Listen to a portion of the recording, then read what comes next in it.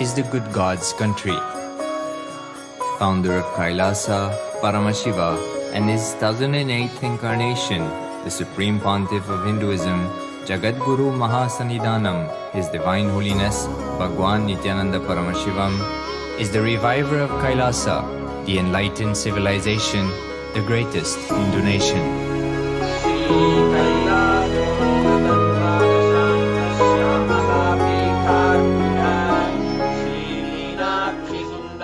His Divine Holiness was birthed by his predecessors of enlightened masters, great rishis, munis, siddhas, who predicted and recognized His Divine Holiness, Bhagwan Nithyananda Paramashivam, as an incarnation of Paramashiva, as per the science of incarnation described in Hinduism. From his first Chaturmasya at the age of 3 in the year 1980 until the age of 16 in the year 1994, the Supreme Pontiff was trained for the revival of KAILASA. He began reviving KAILASA from the age of 16 after the coronation on the 25th May 1994.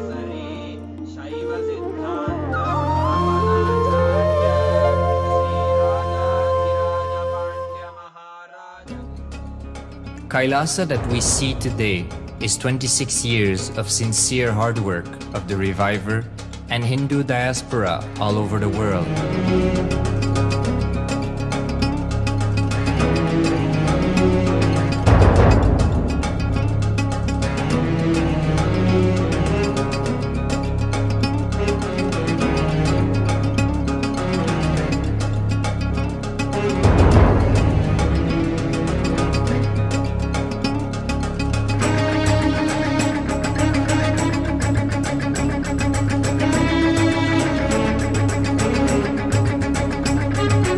KAILASA has a potential population of 2 billion Hindus worldwide, with over 100 million applications to its citizenship already applied.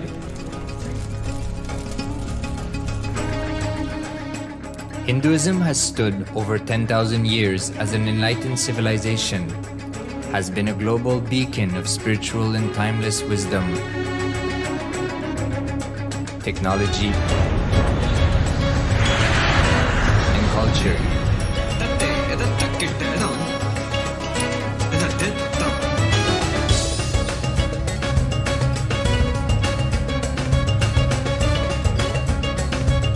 He's wearing a grey jacket. His name is Boris.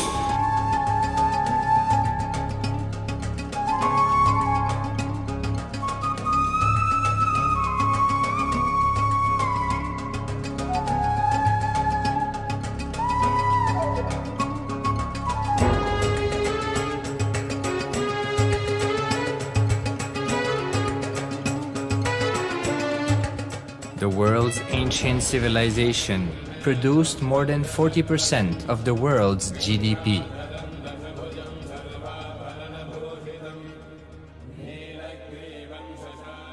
Purpose of life is to experience oneness with the ultimate reality, Paramashiva.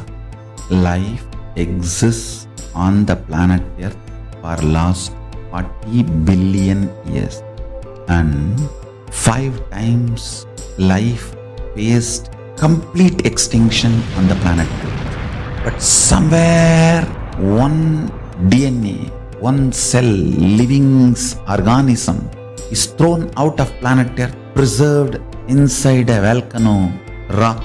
After millions of years comes back to Earth due to gravity or whatever reason, gets into the ocean and starts the life again. Sanatana Hindu Dharma is the conscious science to give breakthrough to your DNA through natural selection process and to your consciousness through the conscious decision process.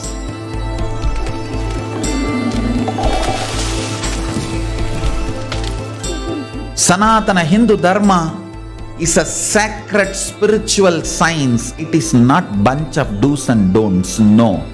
Please understand, it is the revelations of sacred truths, cosmic truths, powerful cognition. It is still alive. That science is available, time-tested, foolproof. This science of living enlightenment is the complete solution for all the problems individual or society or modern day humanity is facing. Then you will understand all the problems of the modern day humanity. Sanatana Hindu Dharma is solution. Whether the terrorism or climate change, natural calamities or man-made calamities, for all the problems humanity is facing, the only solution is science of living enlightenment, revealed by Paramashiva from the Vedagamas in the modern day through this body. I am a Hindu revivalist, not by any revolution, but by evolution and setting model communities. Understand? Kailasa is reviving the ancient Hindu enlightened civilization. Paramashiva manifested this Kailasa Mandala, the enlightenment ecosystem and the lifestyle. I am going to revive this whole enlightenment ecosystem, Kailasa, by creating a model Kailasas all over the world. I will work sincerely and revive this spiritual science, which is the core for enlightenment ecosystem, making you all manifest the state, space, powers, being, superconsciousness and Kailasa of Paramashiva, and making all of us manifest Paramashiva. In a world ravaged by war, ecological destruction, hatred and division, Kailasa stands as a bold vision of human potential, coexistence, organic living, and alignment with nature.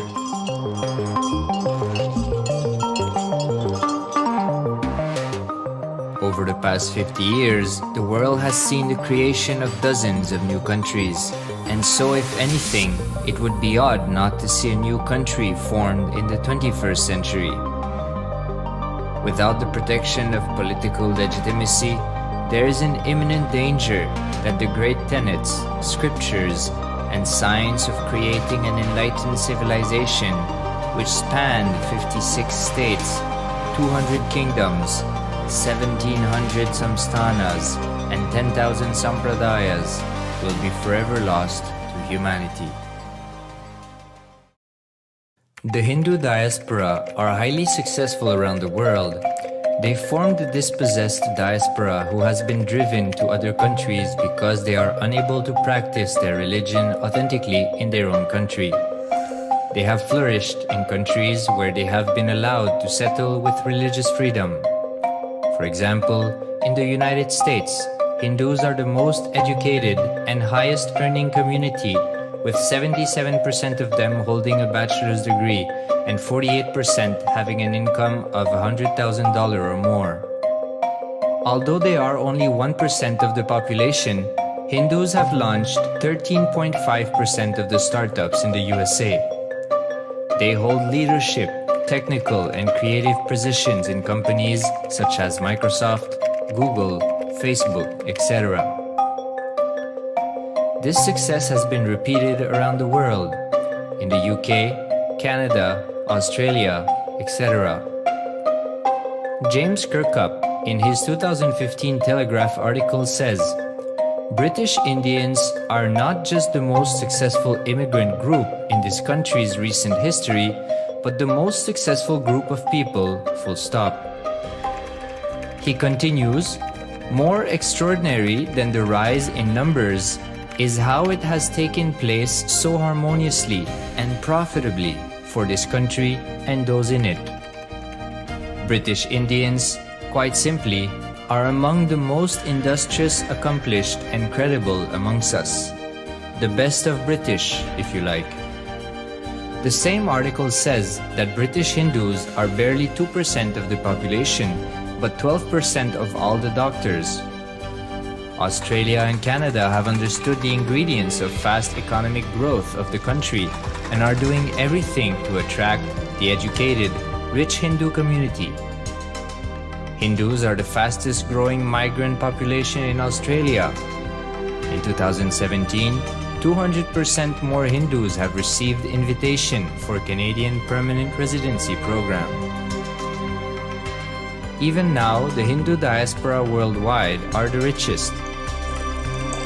No divorce, have no cases of drugs and substance abuse, lowest mental disorder, no depression. Hinduism is the only religion which neither converts nor kills. Absolutely non-violent, the elite sect of mankind.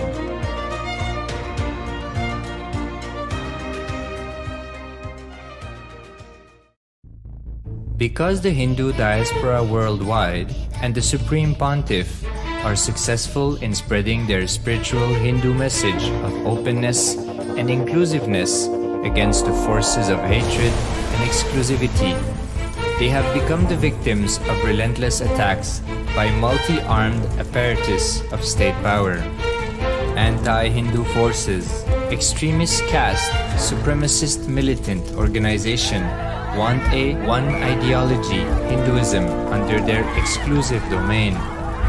What they cannot digest into themselves, they systematically delegitimize and exterminate.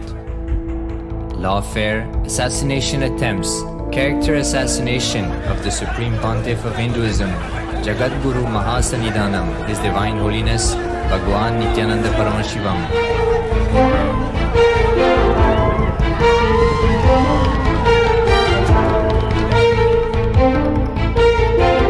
Attempted assassination and assassinated Kailasians.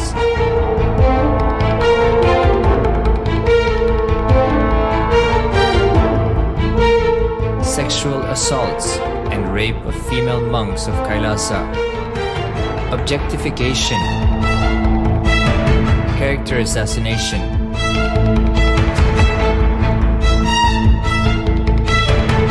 State-funded child abuse and sexual abuse on the children of Kailasa. Then I told I don't want to see a picture. Then I told I don't want to see a picture. Then they showed him a picture. State-operated embezzlement of funds, properties and assets donated by the Hindu diaspora worldwide for the purpose of the revival of Kailasa.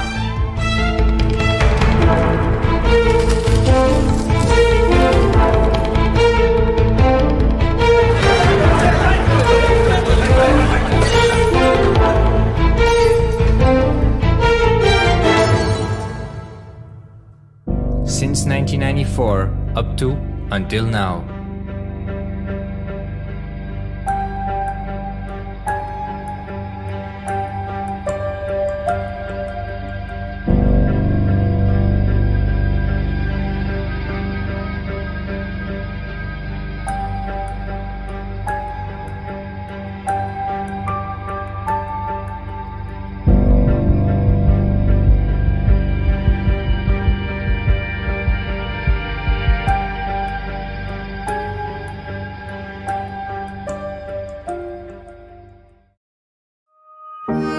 Building a nation is not a project accomplished overnight or by virtue of hope. Kailasa is the manifestation of 26 years of sincere hard work, sacrifices, integrity of the Supreme Pontiff of Hinduism, Jagadguru Mahasannidhanam, His Divine Holiness, Bhagwan Nithyananda Paramashivam, and the Hindu diaspora worldwide for the past 26 years for the enlightenment of humanity.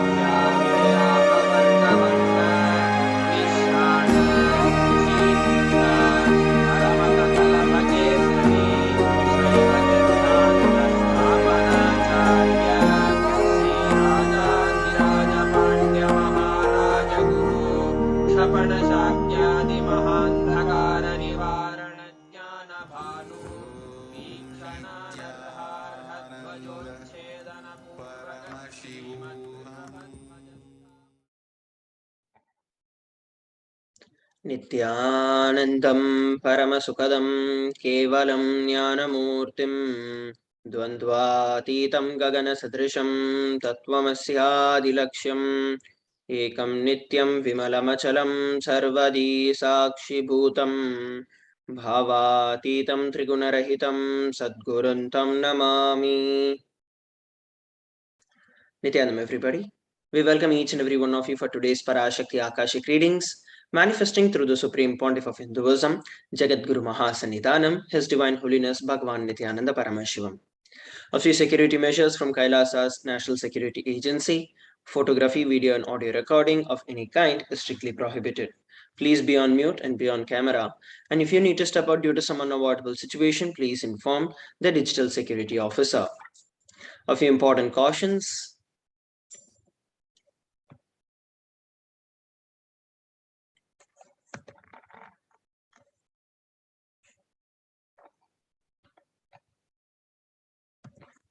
We welcome all the Kailasavasis attending from Kailasa's monasteries, gurukuls, temples, ashrams, and centers from around the world. We welcome all the Facebook, Instagram, Nithyananda TV, Kailasa TV, Hinduism Now TV, YouTube, and Twitter, and all those who are blessed to have the Nayana Diksha, which is the two-way video conferencing, who are joining us for today's spiritual program, the Devi Bhava Samadhi Darshan. Let us now learn about Devi Parashakti, the Divine Cosmic Mother. Devi is the ultimate pure feminine consciousness, the cosmic mother.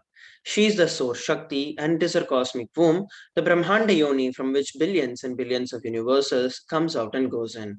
She is the source of the Big Bang and the black holes. Devi Parashakti is the divine consort of Paramashiva, who is the primordial god of Hinduism. The Supreme Pontiff of Hinduism reveals the first and foremost relationship is mother. Ability to learn, even the idea to relate, starts with mother. Mother is an important way to connect with what you think as life. In the Vedic tradition, our rishis were aware your ability to connect with the mother should be directed to the cosmos. It should inspire your higher consciousness. It should awaken your higher consciousness. It should express through you. Connecting with life as mother is the most sweetest, most beautiful, and most easiest form to ever connect with. And today, out of his extreme love and compassion, the Supreme Pontiff of Hinduism is manifesting Devi Parashakti herself and gracing us, attending to all our prayers, answering all our questions, giving boons, healing us, revealing our past, present, and future, delivering profound spiritual truths, and ultimately giving us the experience of Paramashivoham itself. So, what is Bhava Samadhi Darshan? The very word Samadhi comes from the Sanskrit root words Sama and Adi. Sama means oneness and Adi means source. So Samadhi means one with the source and Bhava means attitude or aspect. Bhava Samadhi means one with the source through this aspect. What is Darshan? Darshan means to have a glimpse of. In the Vedic tradition, it is used to describe the moment when we behold a deity, an avatar, a saint, or an enlightened being.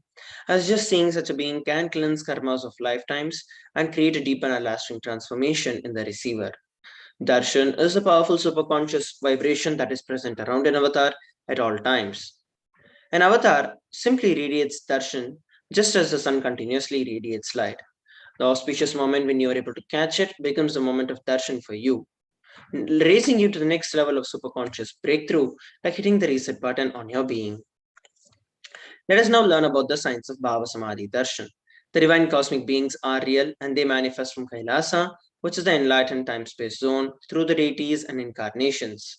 The divine cosmic beings manifest through the Archavatara, which are the deities in the temples, and through the Bhava Samadhi Darshans, through the Nijavatars. The Bhava Samadhi Darshan is the science of Nijavatar, manifesting Paramashiva, the Supreme Consciousness. Devi Parashakti expresses through the being of Rajarajeshwari and manifests as a Nijavatar, the physical form of Devi Meenakshi. The Archavatar, which is the deity, reflects the consciousness and the manifestation of the superconscious energy. But human beings are not mature enough to receive the higher level experiences from the Archavatar directly. And that is the reason the avatar, who is a physical embodied form, comes down to bridge the gap and create an experience of the superconscious energy in all of us. The Bhava Samadhi awakens your Kundalini Shakti, which is the latent potential energy in every human being. During the darshan, the whole brain comes alive, turning into a superconductor of conscious energies that heal, empower, and transform our lives. During the Bhava Samadhi darshan, our neurons mirror that of the incarnation. Mirror neurons activate and process all the observed movements or the information of the avatar just by seeing. Let us now learn about the Akashik readings. Akashik readings are readings from the cosmic archives. They are not some predictions. Beyond the time dimension, creation and destruction happen simultaneously. In the dimension of time starts the past, present, and future. But because the Akashic records are stored in Akasha, which is a space dimension, there is no past, present, and future. That is why whatever you call as happened, happening, and yet to happen is clearly recorded in the Akashic records. Let us now move on to the next segment of today's Bhava Samadhi Darshan, which is learning about the Supreme Pontiff of Hinduism after a short break. Please stay tuned.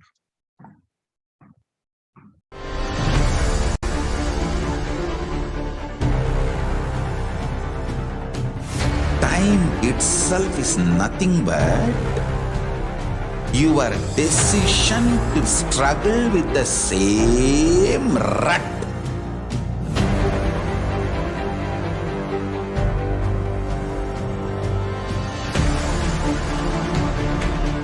Your decision to struggle with the same rut is time, Kala. Your decision to swallow time is Kala Bhairava.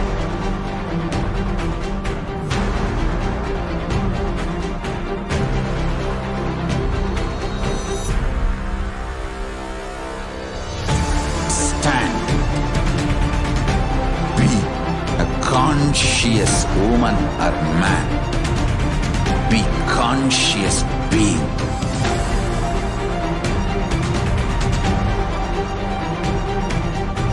Shrink the time through conscious will persistence. Make the future into present by being ferocious with yourself.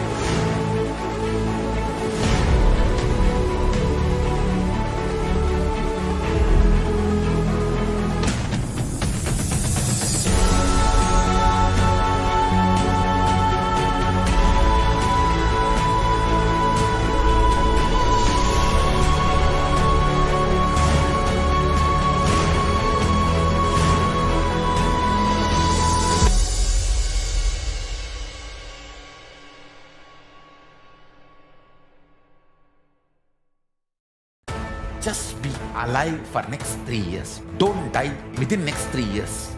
I guarantee you, I will reach you wherever you are.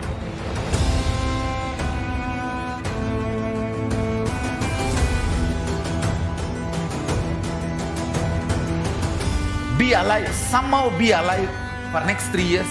I will reach you wherever you are, whichever corner of the world you may be. I will reach you with enlightenment. It's my commitment to humanity.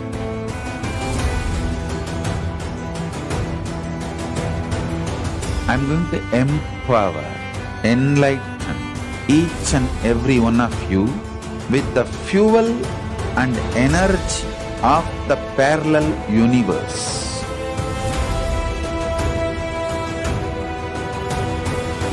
I'll infuse this intense supernal effulgence DNA, Tejas, Ojas, Kundalini Shakti into your spine to consciously lift you to KAILASA.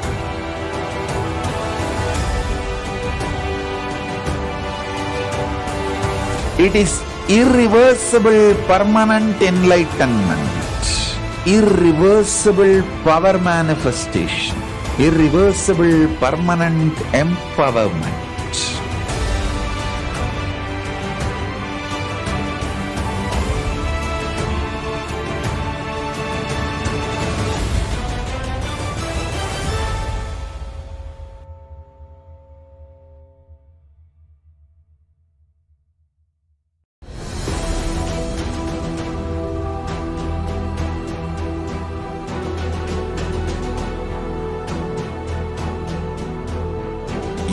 consciousness as power at this moment to swallow, digest, clean up all negativity and all toxins.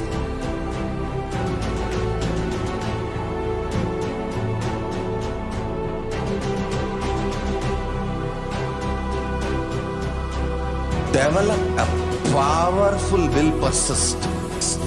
That's the most important asset for life.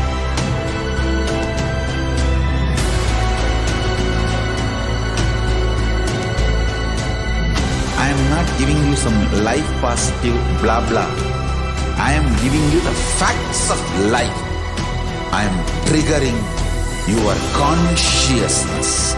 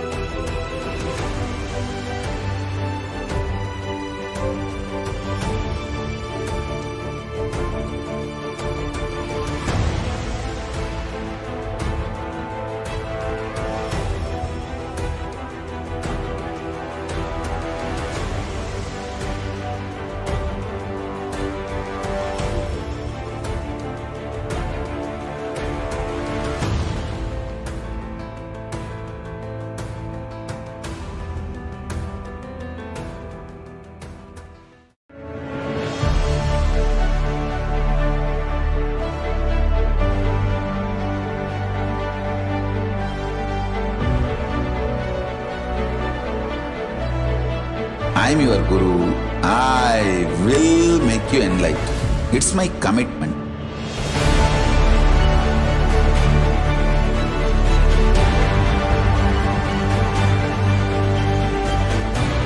Till you become Paramashiva, I won't rest. Don't worry at all.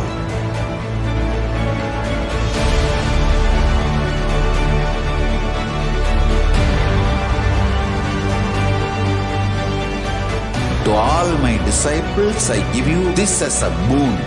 I'll swallow everything with which you are stuck and liberate you all.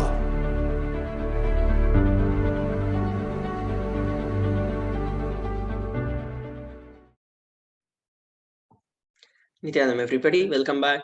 Let us now learn about the Supreme Pontiff of Hinduism. The Supreme Pontiff of Hinduism, Jagadguru Mahasannidhanam, His Divine Holiness Bhagavan Nithyananda Paramashivam, is the reviver of KAILASA, which is a macrocosmic, ancient, enlightened Hindu civilizational nation. The Supreme Pontiff of Hinduism is the 1008th incarnation of Paramashiva as per Hinduism, and he has been recognized by his predecessors who are enlightened masters and adepts. The Supreme Pontiff of Hinduism has made the science of power manifestation, yoga, and temple-based universities a lifestyle for humanity. Let us look at a brief timeline of the various coronations of the Supreme Pontiff of Hinduism.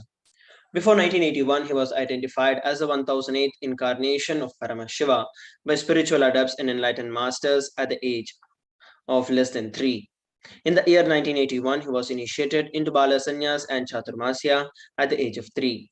In the year 1988, at the age of 10, he was coronated as the future Guru Mahasannidhanam of the Tondai Mandala Adinam, the oldest Hindu monastic university. In the year 1994, on 24th of May, he was declared as the successor of Arunachala Sarvanya Peetham by the Guru Parampara. And in the year 1999, he founded the mission Nithyananda Sangha to revive Kailasa internationally. In the year 1999, the Supreme Pontiff of Hinduism was coronated as the successor of Kashi Sarvanya Peetham.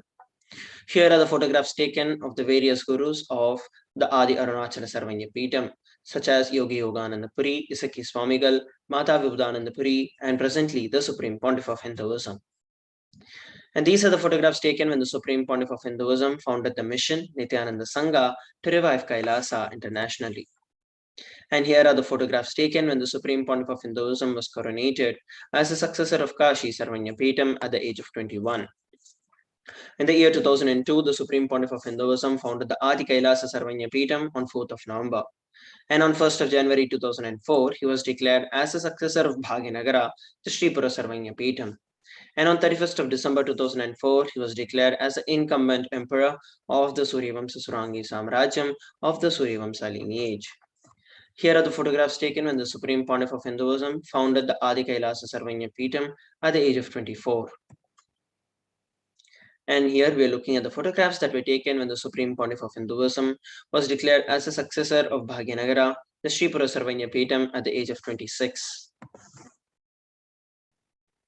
What we're looking at here are the photographs of the various emperors of the Suryavamsa Surangi Samrajyam, of which the Supreme Pontiff of Hinduism was enthroned as the incumbent emperor at the age of 26.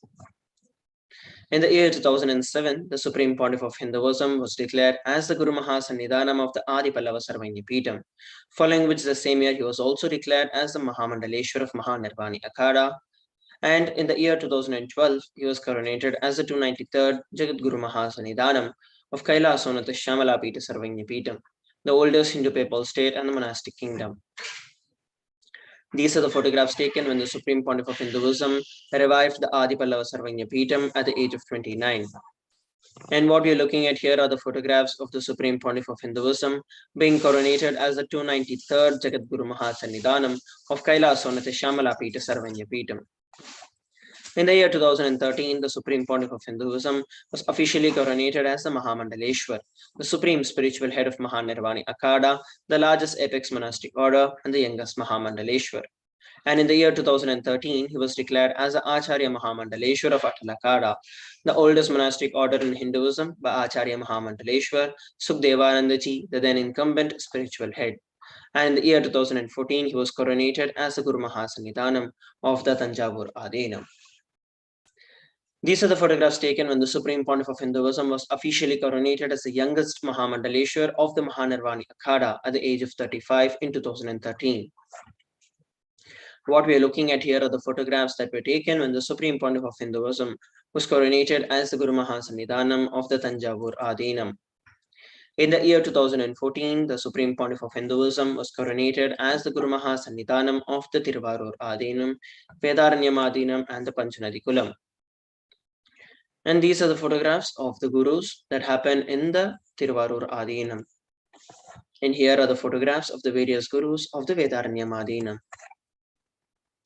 In the year 2015, the Supreme Pontiff of Hinduism was coronated as the Guru Mahasannidhanam of Dharma Mukti Swargapuram Adinam, following which the same year he was also coronated as the Guru Mahasannidhanam of the Adipita Kolada Matha and was also elected as the Supreme Pontiff of Hinduism by a congregation of over 1,000 spiritual leaders. Here we're looking at the photographs that were taken when the Supreme Pontiff of Hinduism was coronated as the Guru Mahasannidhanam of the Dharma Mukti Swargapuram Adinam.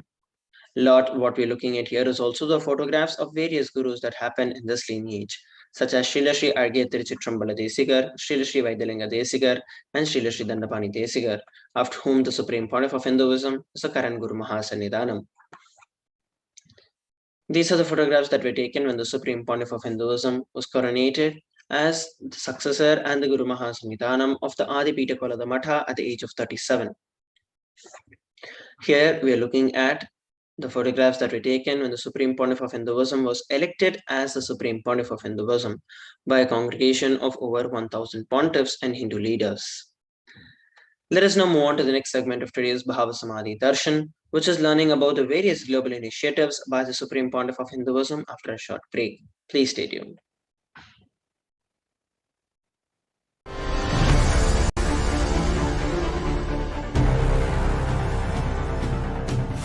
Time itself is nothing but your decision to struggle with the same rut.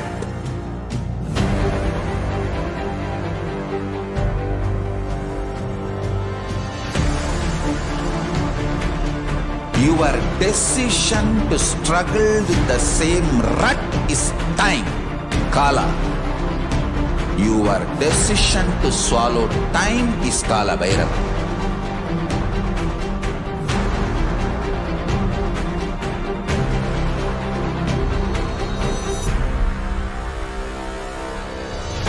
Stand. Be a conscious woman or man. Be conscious being.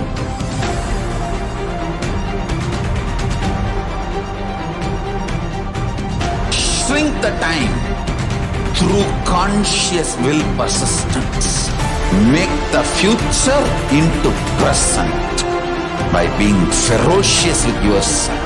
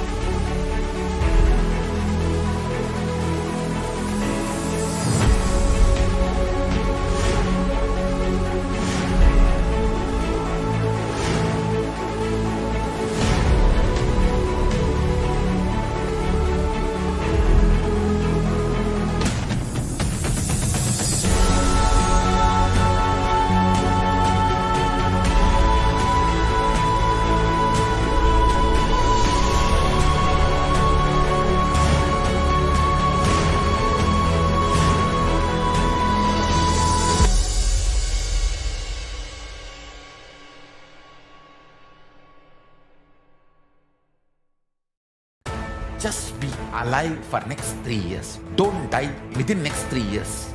I guarantee you, I will reach you wherever you are.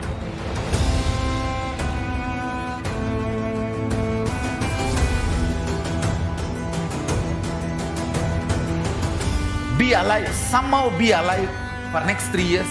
I will reach you wherever you are, whichever corner of the world you may be. I will reach you with enlightenment. It's my commitment to humanity.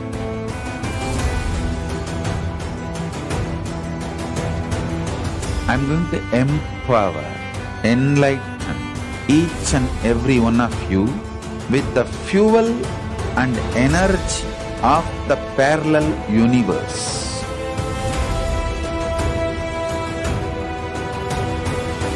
I'll infuse this intense supernal effulgence DNA, Tejas, Ojas, Kundalini Shakti into your spine to consciously lift you to KAILASA.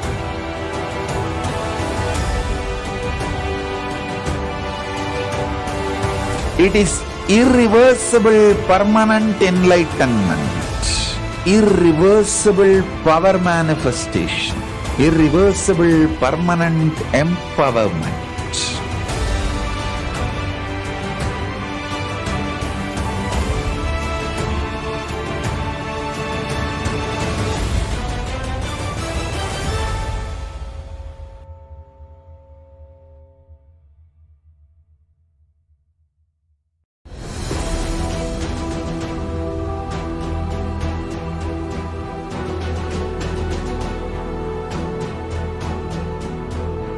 Your consciousness as power at this moment to swallow, digest, clean up all negativity and all toxins.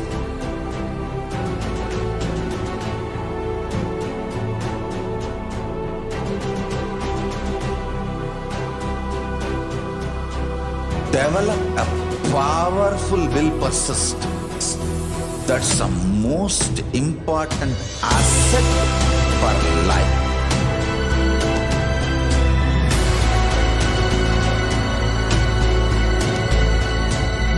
I am not giving you some life positive blah blah. I am giving you the facts of life. I am triggering your consciousness.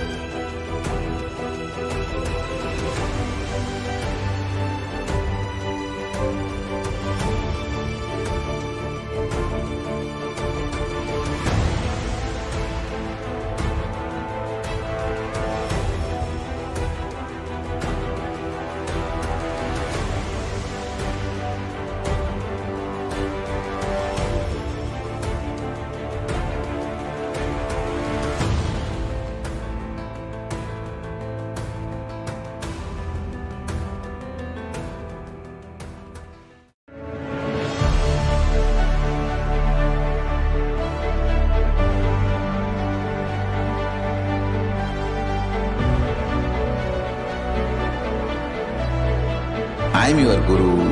I will make you enlightened. It's my commitment.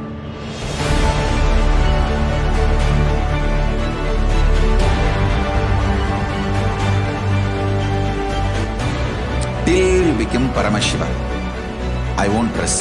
Don't worry at all.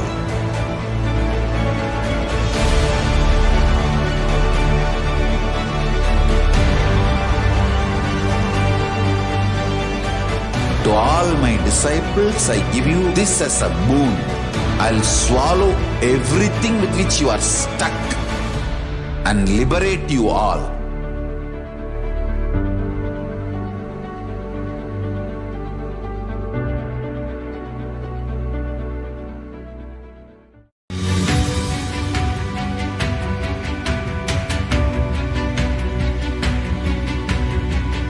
The moment you decide, your consciousness is the supreme identity you have. You will not empower your depression, your frustration,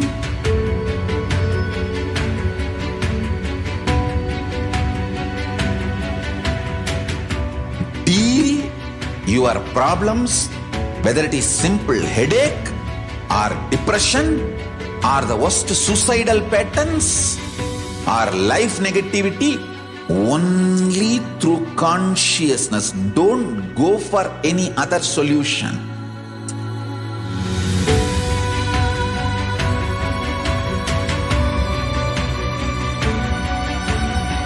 Don't keep stupid, toxic, life negative struggles inside.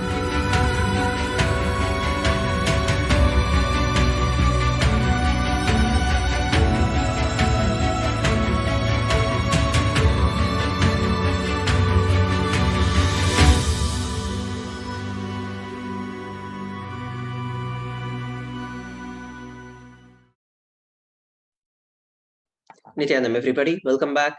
Let us now look at some of the global initiatives by the Supreme Pontiff of Hinduism. Over 26 years of relentless humanitarian services and initiatives, including free vegetarian food, medical services, natural disaster relief, women empowerment initiatives, conflict resolution and peace initiatives, sustainable Hindu practices through various international agencies and bodies. The Supreme Pontiff of Hinduism has authored over 300 books and 10,000 articles in 3 languages: English, Tamil, and Sanskrit. These have been translated into 50 languages with over 1,000 titles. Over 20 million copies of books and articles have been sold, read, and downloaded. The Supreme Pontiff of Hinduism has established the largest Hindu library with over 1 million books, million palm leaf scriptures, and over 20 million digital books. He has also been revered as the most prolific and most viewed guru in the digital world, read and watched by 1 billion plus followers in Hinduism. Over 10,000 hours of discourses and over 1 billion views on social media. The Supreme Pontiff of Hinduism has been respected as the commentator of all the sacred scriptures such as the Upanishads, the Bhagavad Gita, Shiva Sutras, Yoga Sutras, Ashtavakra Gita, Jain Sutras, etc. He has also been honored as a leader of Hinduism, the most awarded and internationally recognized Hindu leader. The Supreme Pontiff of Hinduism has been acclaimed as one of the top 100 spiritually influential living personalities by Watkins Mind Body Spirit magazine. The Sovereign Order of KAILASA, that is led by the Supreme Pontiff of Hinduism, and the Nithyananda Order of Monks, Nuns, and Hindu Diaspora are working for global peace and to give a superconscious breakthrough to the entire humanity. He has also established the world's largest Hindu university with satellite campuses in over 150 countries. He is also the establisher of 1,000 plus Kailasa Enlightenment ecosystems and the founder and reviver of over 100 Sarvanyapitams. So let us now move on to the next segment of today's Bhava Samadhi Darshan, which is going to be the manifestation of the extraordinary Shaktis. The Balasans, Nithyananda Yogis, and the initiated disciples of the Supreme Pontiff of Hinduism will now be demonstrating the powers of Third Eye, sharing with all the experiences and the results of these extraordinary power manifestations awakened in us through the Diksha or the initiation. In today's Bhava Samadhi Darshan, all of us will be receiving the initiation into Third Eye and various other powers for the blessings and the grace of the Supreme Pontiff of Hinduism. And we will be manifesting various powers such as Third Eye, which is seeing with the eyes blindfolded. Third eye is a cosmic browsing center that is located in between your eyebrows, which upon initiation, one can effortlessly express powers and see through the third eye just as one would do with their two eyes. So let us now learn about Shaktis. What are Shaktis? In the Vedagamas, which are the source scriptures of Hinduism, Paramashiva reveals in elaborate detail that every human being is hardwired to manifest 463 plus extraordinary Shaktis or the divine powers. Manifesting powers are described as a system, a method, and a science for human beings to explore the various powers and possibilities and have access to various states of consciousness. Shakti is manifest from the fundamental cognition that you are a divine and that you need to manifest divine, not that you are a man and that you need to reach divine. Let us look at some of the differences between Shaktis and Siddhis. The Shakti is expressed from the space of enlightenment as a side effect of feeling connection with the divine and high integrity with the Guru. And Shaktis are the source of enlightenment, whereas Siddhis are powers that manifest from tapas or penance for enlightenment, and Siddhis happen on the path of enlightenment. The Shaktis of Paramashiva manifest through ordinary human beings in an extraordinary way after the initiation from the avatar. And Shaktis are permanent, whereas Siddhis are not, and Siddhis may divert you from enlightenment. The Shaktis are discovered and are revealed by Paramashiva, who is the source of these Shaktis. Paramashiva is a primordial divinity in Hinduism, the ultimate reality and cause which is self-effulgent, all-pervading, unchanging beyond time, space, form, and causality. As the fundamental base of Avyakta, which is the unmanifest, and the Vyakta, the manifest existence, he performs the Panchakritya, or the five cosmic acts of Srishti, Sthiti, Samhara, Throbhava, and Anugraha, creation, sustenance, rejuvenation, pulling out of delusion, and liberation. The Supreme Pontiff of Hinduism is the 1008th living incarnation of Paramashiva and the reviver of Kailasa. And ever since the beginning of this civilization, the Sanatana Hindu Dharma has been a cradle of enlightened beings and highly advanced sciences.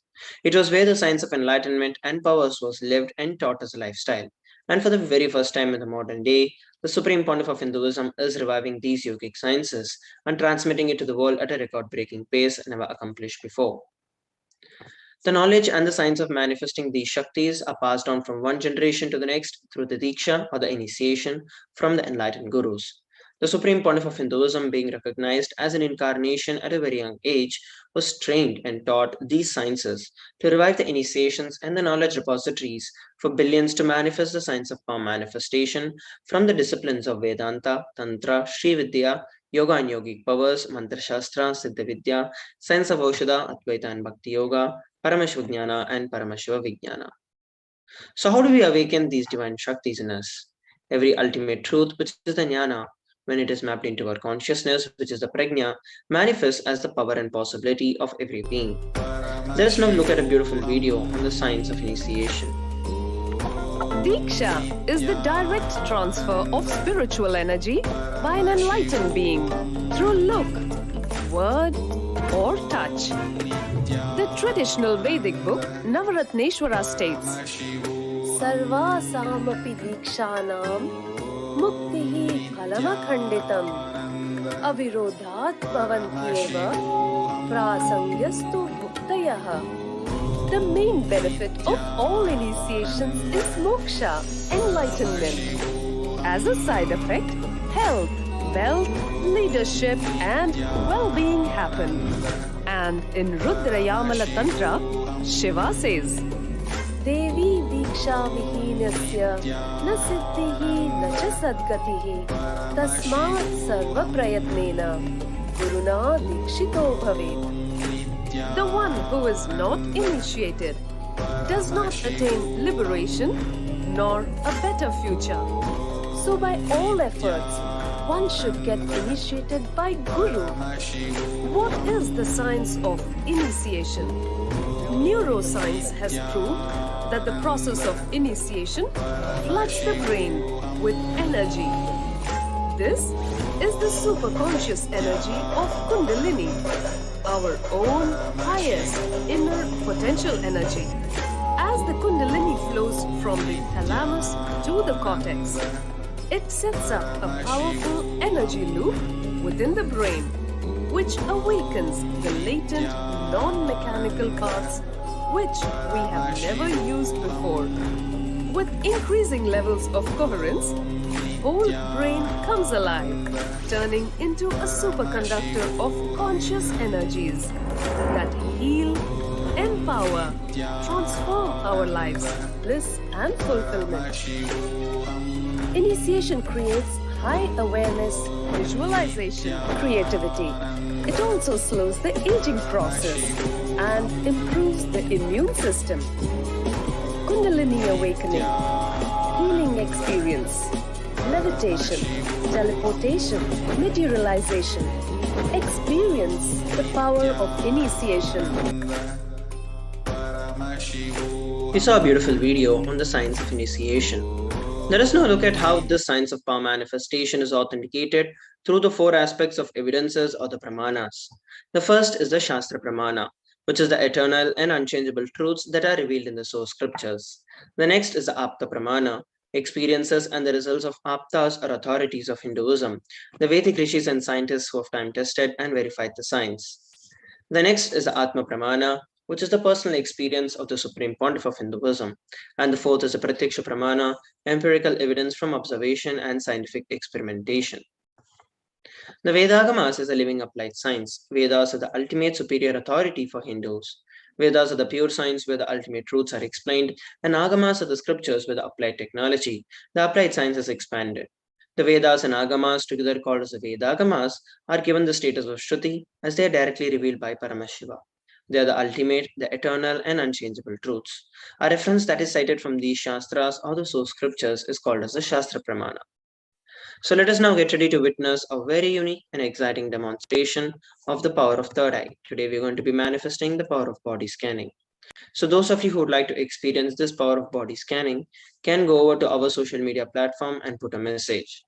In this power of body scanning, one awakens the ability to scan illnesses, diseases, medically diagnosed issues, and provide solutions through the awakened third eye.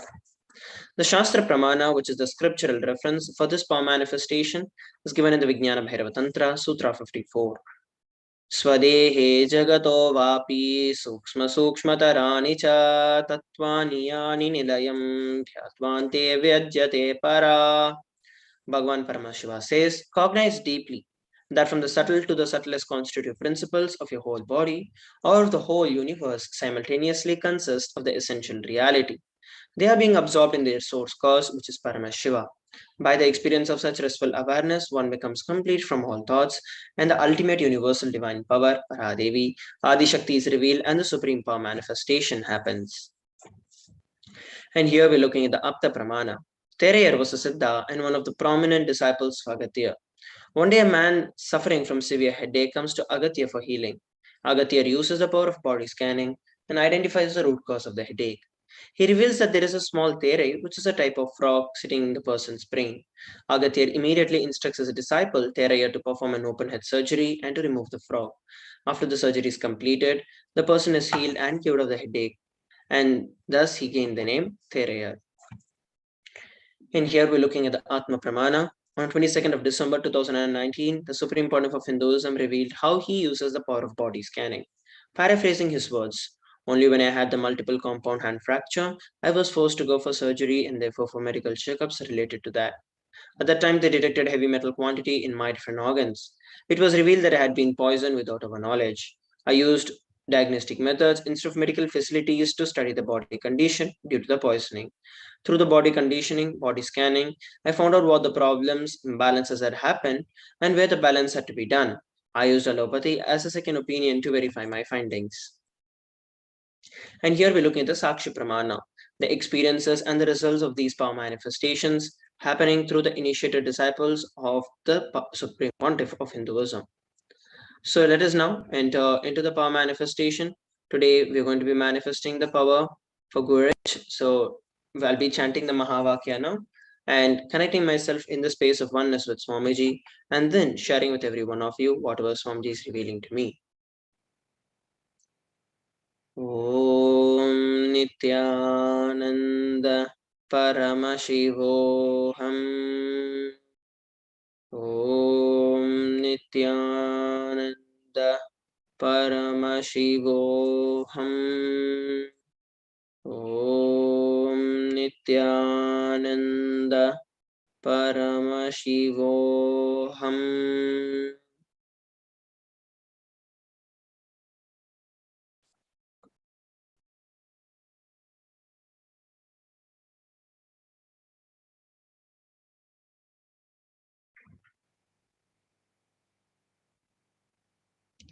What Swamiji revealed is that with respect to your health, there is no major issues that you're facing. But over the last couple of weeks, like probably 1 or 2 weeks, you've been off your schedule with respect to your sleep. And because of your office work, where you're having to do it in odd times, and that has actually disturbed your sleep a lot. And then there's a lot of mental confusion that you're going through, feeling that, oh, you're feeling sleepy throughout the day. But Swamiji revealed for you to just complete with that idea, because it's only mentally there. It's not a physical problem where your body is trying to require more rest. So Swamiji only revealed for you to just come to a conclusion and bring the powerful cognition that you are not feeling tired. You don't have to feel tired. And just let the body move on with the flow. You do not have to get scared, oh, I do not rest and what's going to happen to me. Don't get into that feeling. Just let the body flow as it is. And when you're feeling sleepy, you can take rest, but do not oversleep or do not try to put the pressure on your body. So this is what Swamiji revealed. You can share with all of us how you're able to relate with what was revealed. So with that, we are coming towards the conclusion of this particular segment of the power manifestation.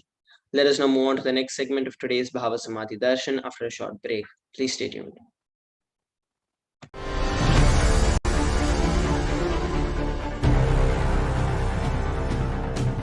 Time itself is nothing but your decision to struggle with the same rut.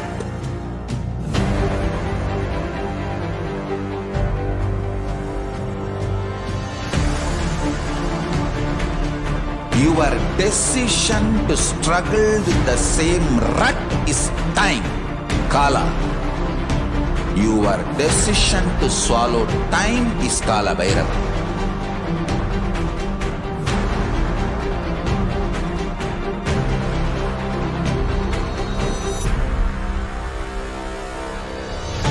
Stand. Be a conscious woman or man. Be conscious being.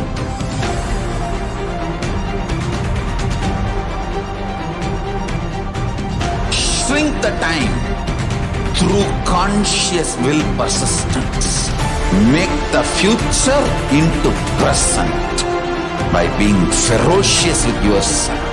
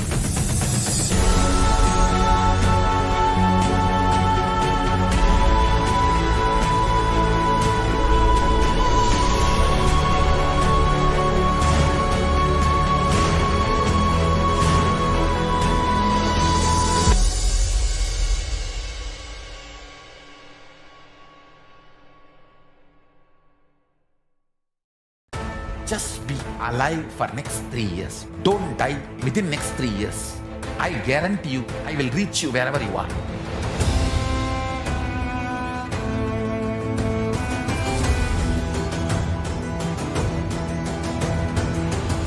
Be alive, somehow be alive for next 3 years. I will reach you wherever you are, whichever corner of the world you may be. I will reach you with enlightenment. It's my commitment to humanity.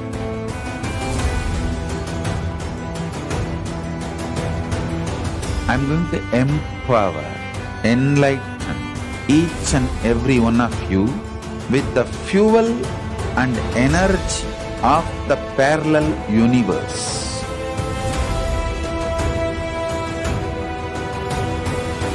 I'll infuse this intense supernal effulgence DNA, Tejas, Ojas, Kundalini Shakti into your spine to consciously lift you to KAILASA.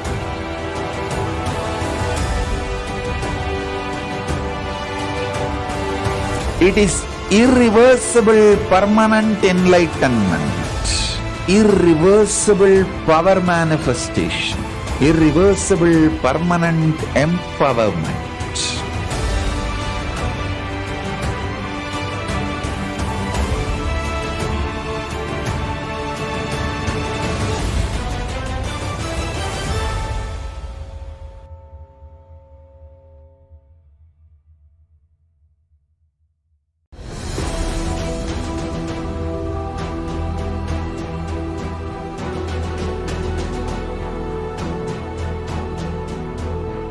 Your consciousness as power at this moment to swallow, digest, clean up all negativity and all toxins.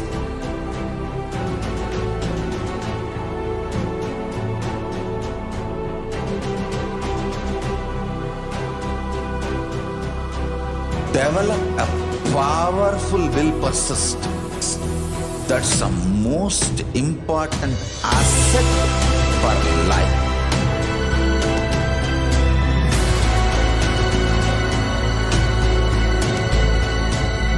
I am not giving you some life positive blah blah. I am giving you the facts of life. I am triggering your consciousness.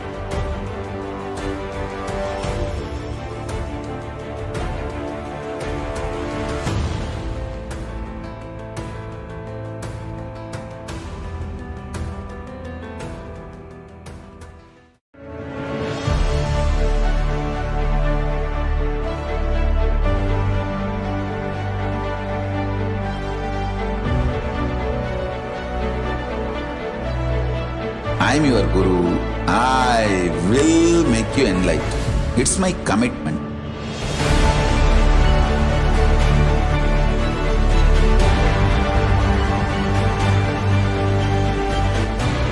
Till you become Paramashiva, I won't rest. Don't worry at all.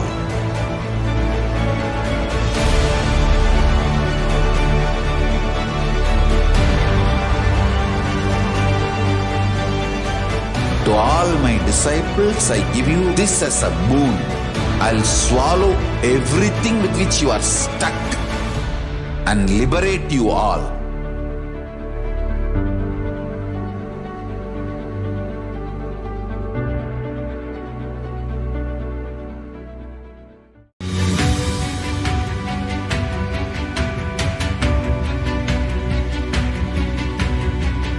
The moment you decide, your consciousness is the supreme identity you have.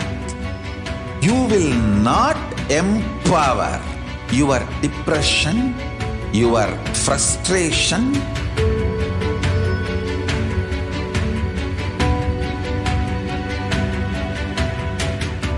deal your problems, whether it is simple headache or depression, or the worst suicidal patterns, or life negativity, only through consciousness. Don't go for any other solution.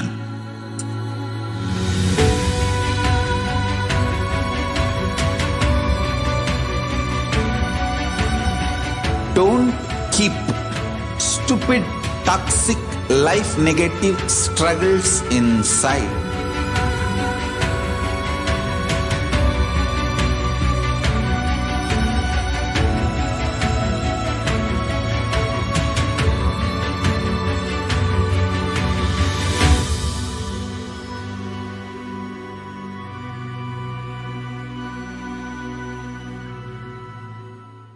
Greater signs of life can be realized with a greater ability to visualize.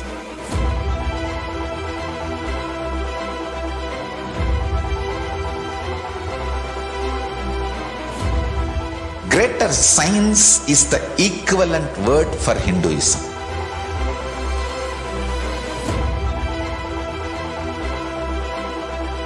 When you understand the greater signs of life, greater courage, more possibility, more fearlessness, more joy, more bliss.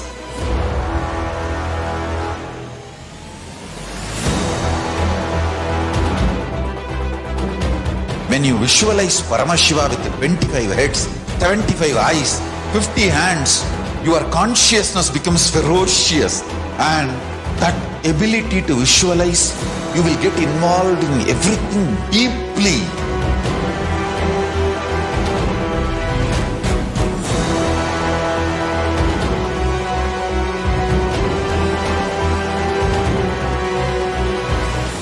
Involved people are the most delicious, most sweet, most beautiful, most juiciest beings of planet Earth.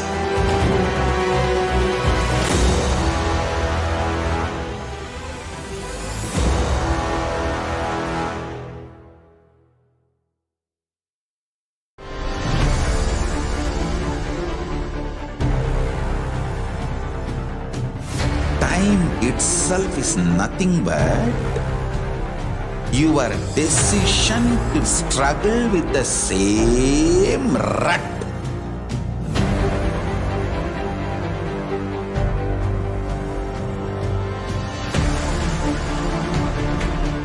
Your decision to struggle with the same rut is time, Kala. Your decision to swallow time is Kala Bhairava.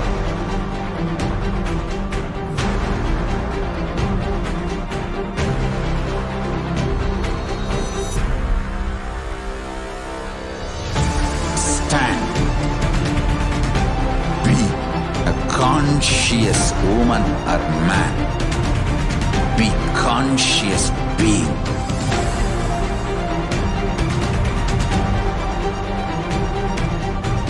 Shrink the time through conscious will persistence. Make the future into present by being ferocious with yourself.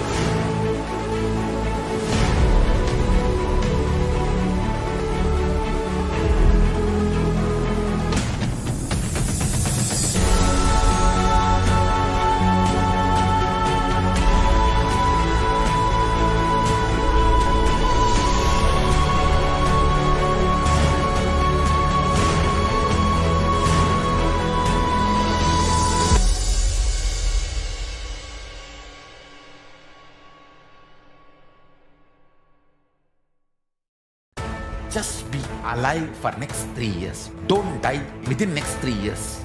I guarantee you, I will reach you wherever you are.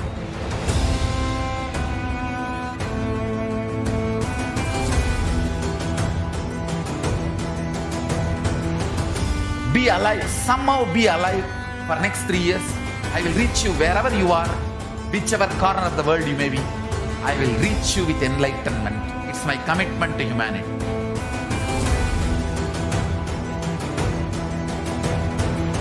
I'm going to empower, enlighten each and every one of you with the fuel and energy of the parallel universe.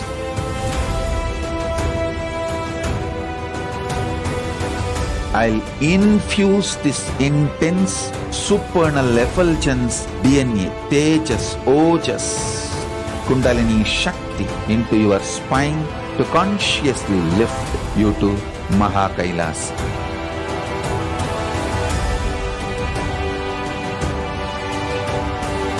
It is irreversible permanent enlightenment, irreversible power manifestation, irreversible permanent empowerment.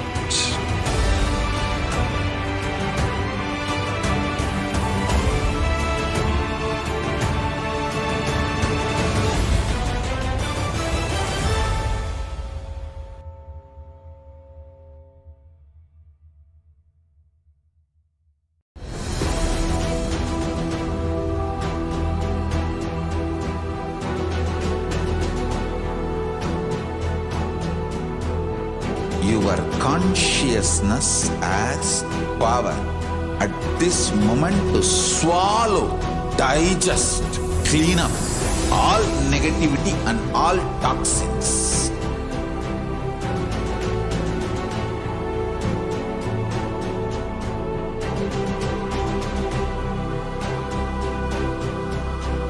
Develop a powerful will persistence. That's the most important asset for life.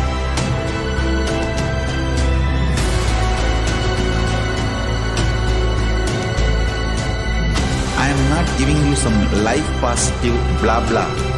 I am giving you the facts of life.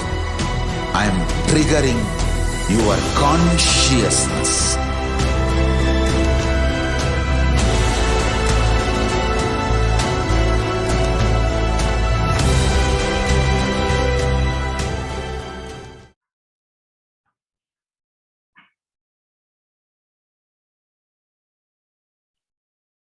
Yes, Nithyananda.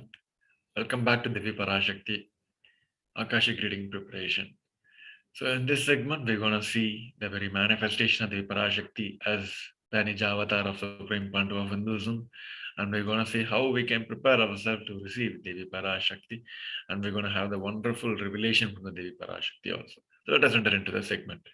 So first, let us understand why this divine feminine consciousness is unique to the Sanatana Hindu Dharma. Supreme Pandu of Hinduism said, whatever the unique contribution to the spiritual consciousness from the Vedic tradition is the sacred feminine worship.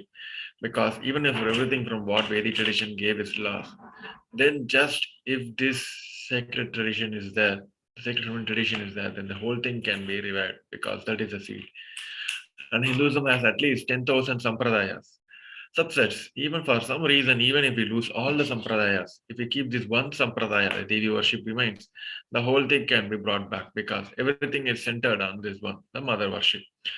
Mother worship carries the blueprint, the hologram of the whole Vedic tradition. And he also said that there is no enlightened being on the planet Earth without worshipping the sacred feminine, including me. He said, I am basically a Shakta, I myself follow Devi worship. From the beginning, if you look at the autobiography of the Supreme Pandu of Hinduism, the Russian he had, deities he have carved, the yantra he have carved, all are mother-based, Devi-based. And also from the life story of Sri Ramakrishna Paramsa, Supreme Pandu of Hinduism, explained why Sanatana Hindu Dharma is the most feminist religion. So let us read from the short story of Sri Ramakrishna's life.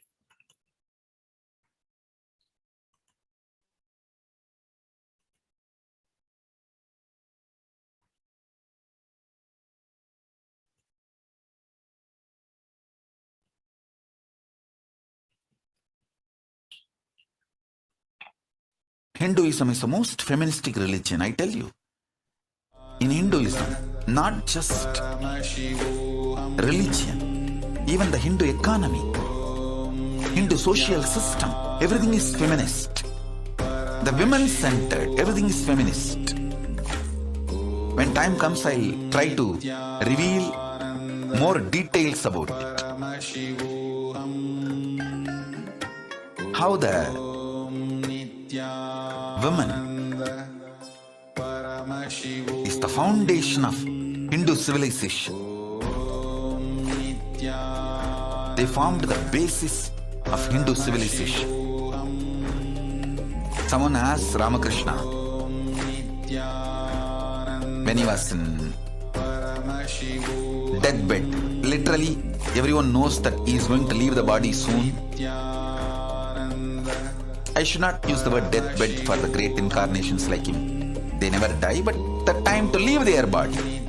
Everyone knows that he is going to leave the body.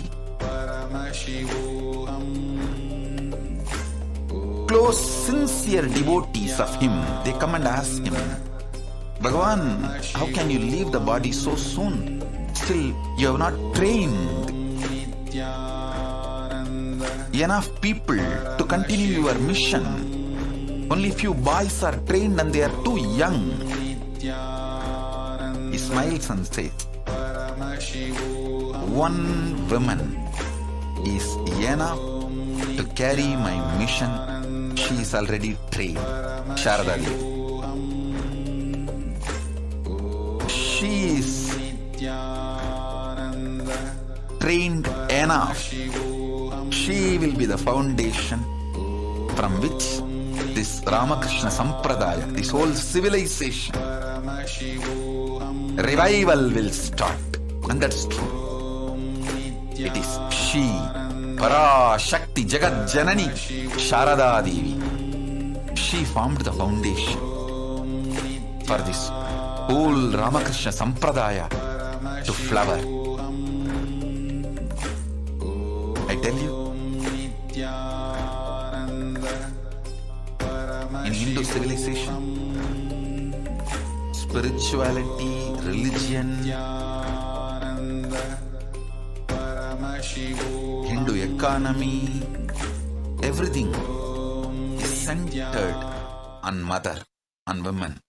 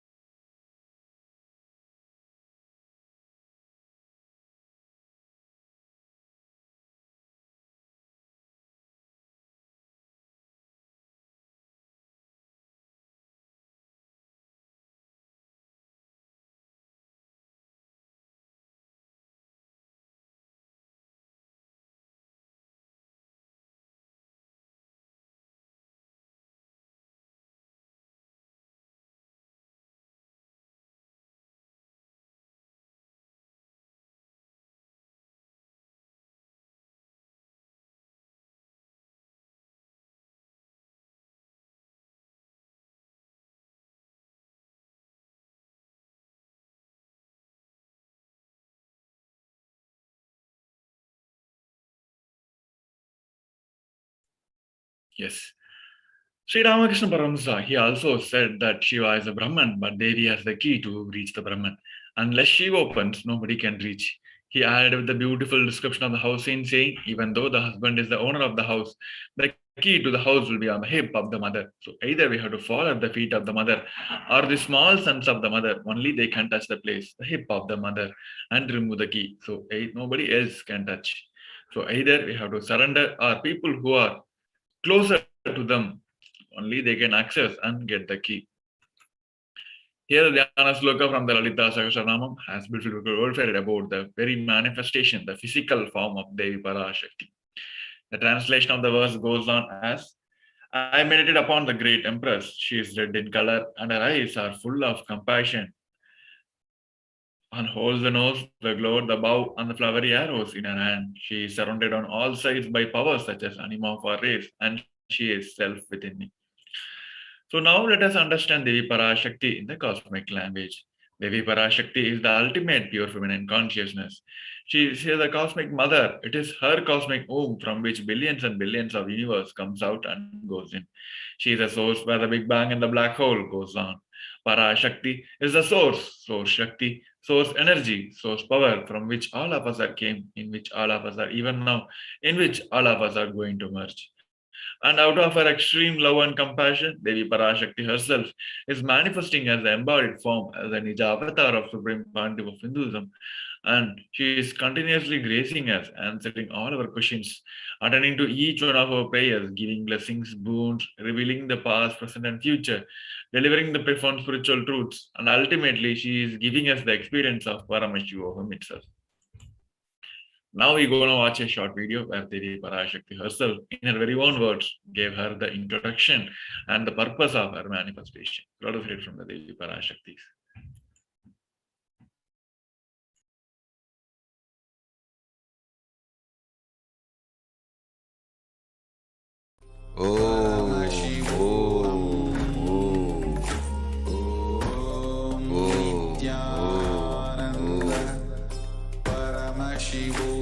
ஓமெனும் ஓங்காரத்து உட்பொருளாய் மலர்ந்து உயிர்த்தெழுந்து இறையனார் இடப்பாகத்திருந்து குமரிக்கண்டம் ஆளும் மீனாட்சி மலர்ந்தேன் இங்கு நல்லருள் செய்திடவும் நல்வாக்கு தந்திடவும் ஆனந்தம் ஞானத்தொடு பூரண அன்பு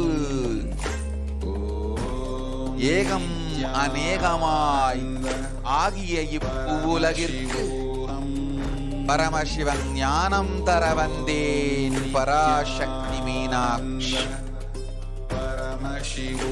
அருளாட்சி அரசாட்சி பொருளாட்சியோடு நன்மாட்சிமையோடு ஆட்சி செய்யும் பராசக்தி மீனாட்சி நான் கருணையே வடிவாய் கண்மலர் நன்மை செய்திட வந்திட்டேன். மாந்தர்கள் கேளுங்கள் இந்த பெருநன்மை சத்தியத்தை, கேட்டு நீங்கள் வாழ்ந்திட கேடும் பெருந்துக்கமும் உங்களுக்கில்லை. கேட்டிடுங்கள். இவ்வினாடி என்னை கண்டுகொண்டும் கேட்டுக்கொண்டும் இருக்கும் உங்கள் எல்லோருக்கும் நான் அளிக்கும் தீட்சை, நானே நினைப்பும் மறப்பும் கடந்த உயிர்ப்பாய் உங்கள் எல்லோருக்குள்ளும் இருக்கின்றேன். பரமசிவோகம் பரமசிவோகம் பரமசிவோகம் பரமசிவோகம் பரமசிவோகம் பரமசிவோகம் பரமசிவோகம். இதை தீட்சையாய் ஏற்று இதே உணர்வோடு அமர்ந்திருங்கள். உங்கள் எல்லோருக்கும் எல்லா நன்மையும் வரமும் ஞானமும் அருளும் அளிக்கின்றேன். ஓங்காரத்தின் உட்பொருளாய் வேதமொடு ஆகமம் மெய்யாய் வெளிப்பட்டு உபவேதங்கள் உபாகமங்கள் அனைத்துமாய் உயர்ந்து நின்று தத்துவங்கள் ஆராய் உண்மையை செப்பி ஜகம் முழுவதும் ஞானம் அளிக்கும் பாரதி பராசக்தி மீனாட்சி நான். ஆய கலைகள் 64 உடலும் மனமும் உயர்வை அடைந்திடும் பரமசிவ சக்திகளை உங்களுக்குள் மலர்த்தவே வந்திருக்கின்றேன். அஷ்ட சித்திகளும் அஷ்ட கன்மமும் ஆதி சக்தி பரமேஸ்வரியாய் மலர்ந்து உங்கள் அத்துணை பேருக்கும் ஆனந்தம் அளிக்கின்றேன். அஞ்சாதீர், ஆனந்தத்தோடிருப்பீர்.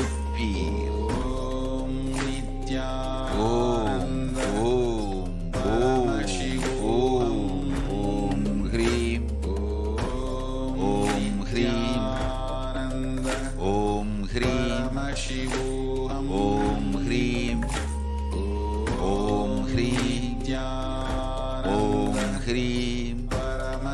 Om Hrim, Om Hrim, Om Hrim. Yes. Now, let us see how we can prepare ourselves to receive the grace and blessings of Devi Parashakti. Supreme Pandiv of Hinduism said, literally, you are seeing Paramashiva and Parashakti at the moment. She is there in your screen, so always receive her traditionally.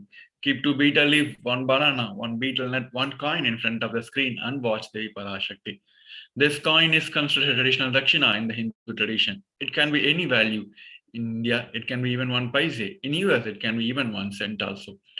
So watch Devi Parashakti. When the darshan is over, do the namaskar and betel leaf, betel nut immediately as a prasadam, and collect all the coins which was offered as a Guru Dakshina and send it to Los Angeles temple.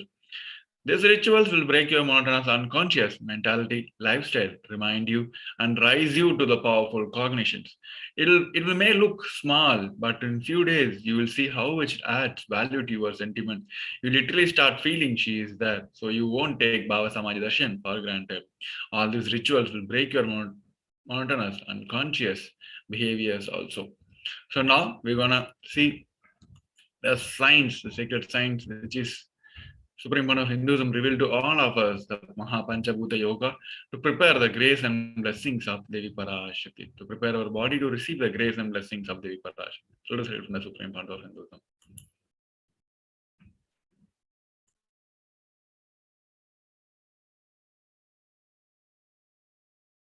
I wanted to give you one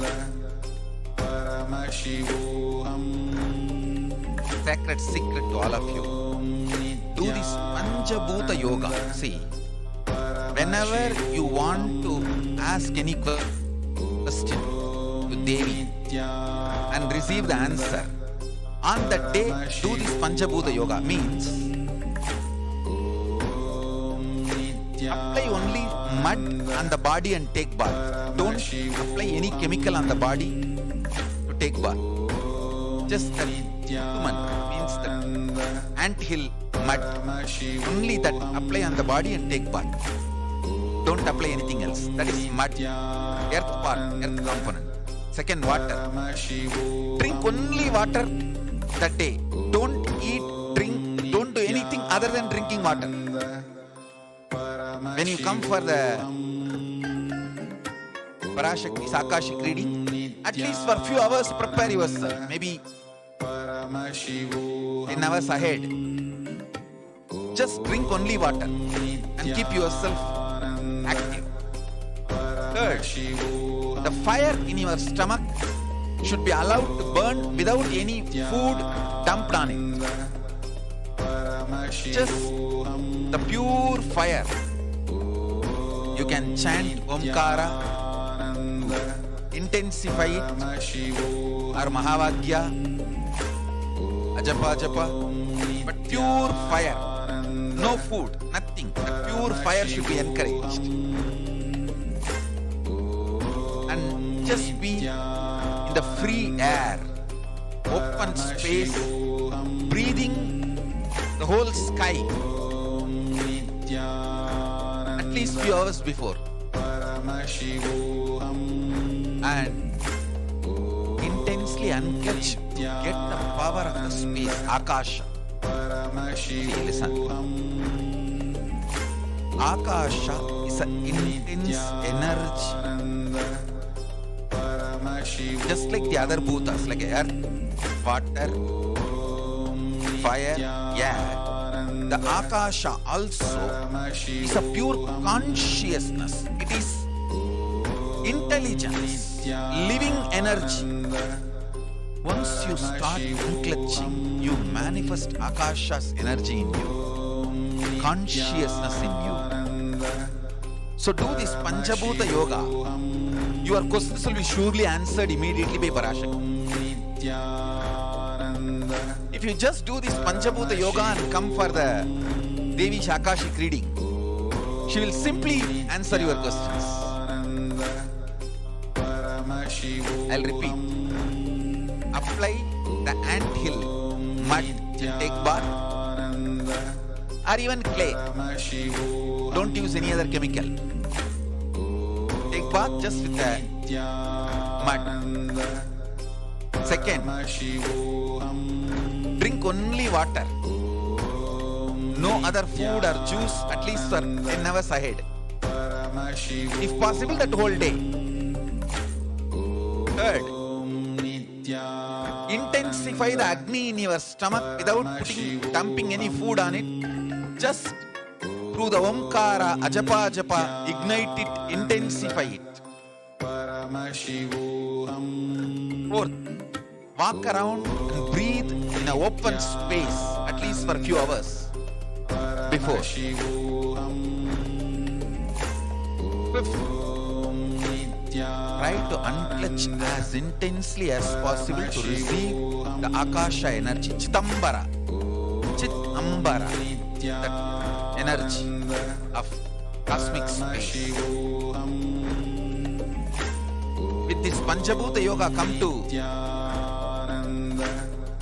Paramashivoham.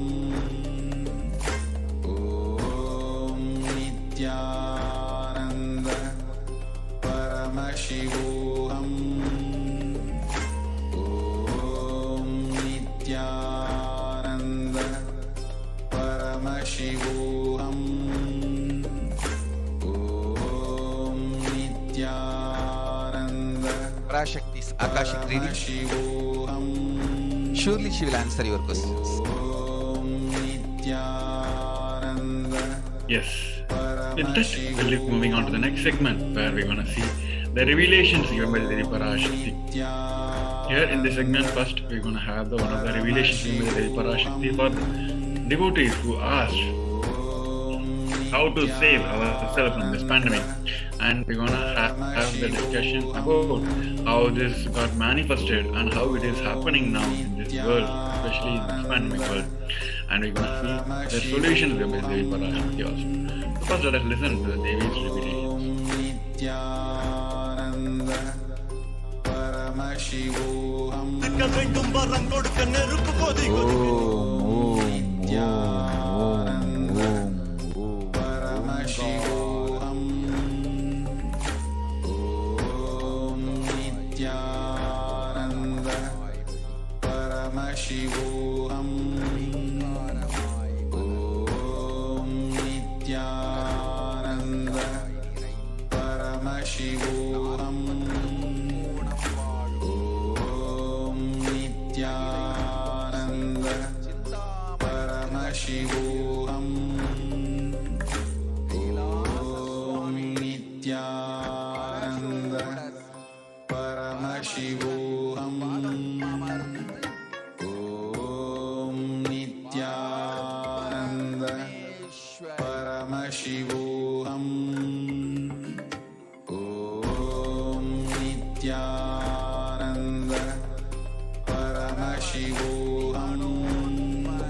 Nithyananda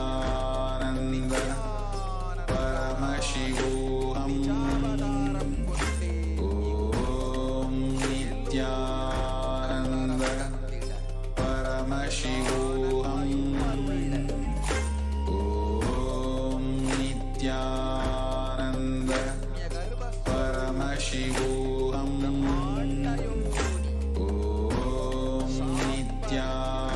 Nithyananda Paramashivoham. Nithyananda Paramashivoham. Nithyananda Paramashivoham. Nithyananda Paramashivoham.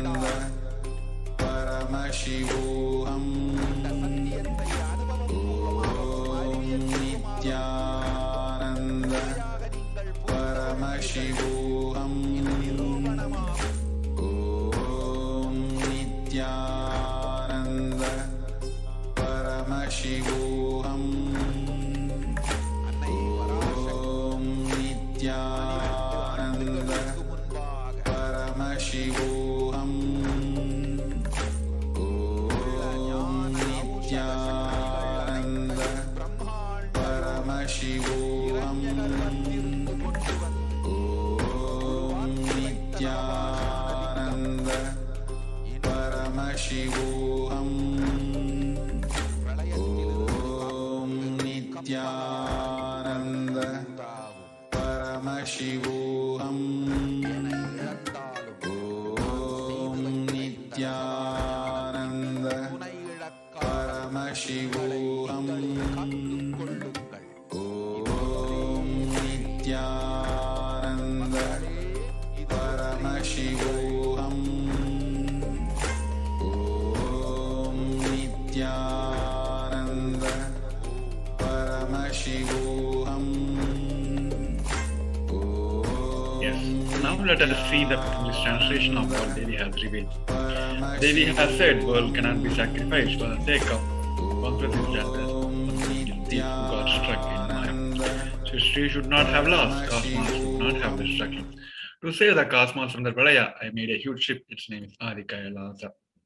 Adi KAILASA is the ship that will gather all the powers of this cosmos and save the people from the pandemic. Through the tricks of the trailers, rules of the enemies, without any other way out, the time has came for the itself to leave. That is why the sky is boiling and moving towards a huge destruction. To save the people from the Pralaya, I made a huge ship, and it is Adi KAILASA. And that is why the sky is boiling and moving towards the huge destruction. People, even if the children do mistake in ignorance by getting stuck in Maya, as it Parashakti, Paramashakti, Parashodasi, Manonmani, it's my responsibility to save the cosmos from the destruction. I'm telling some of the truths. Listen properly. Within next few months, not in thousands or lakhs, lives will be lost in India. 1,000 crores of lives will be lost. So I'm telling you the truth. I'm telling you the good. Search for protection for your life. Here we have seen the aspect, the cause of the pandemic and how it is impacting the world and Devi's solution for that. Now we'll be moving on to the next segment where we're going to see how Devi's revelation is manifested in the current world now and how it is affecting across the globe and what are the statistics from the different states of the world. So before heading over, we're going to have a short break. We request each one of you to stay tuned. Nithyanandam.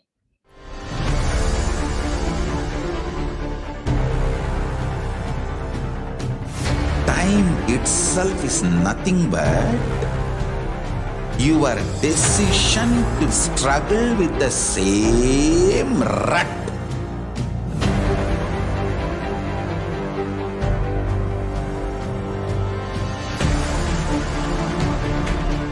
Your decision to struggle with the same rut is time, Kala. Your decision to swallow time is Kala Bhairava.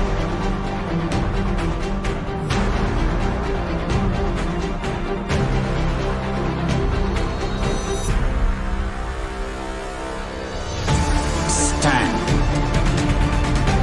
Be a conscious woman or man. Be conscious being.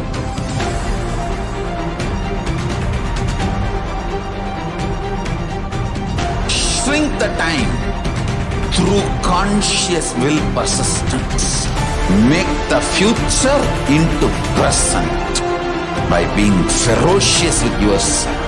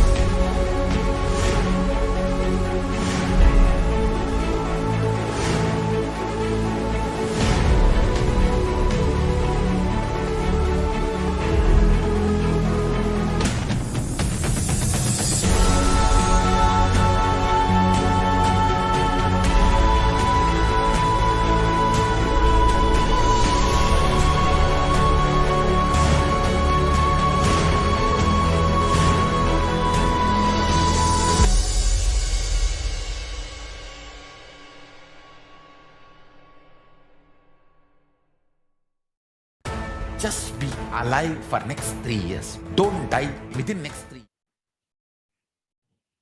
Yes, welcome back. So now let us continue seeing that what is happening in the current world as revealed by Devi Parashakti.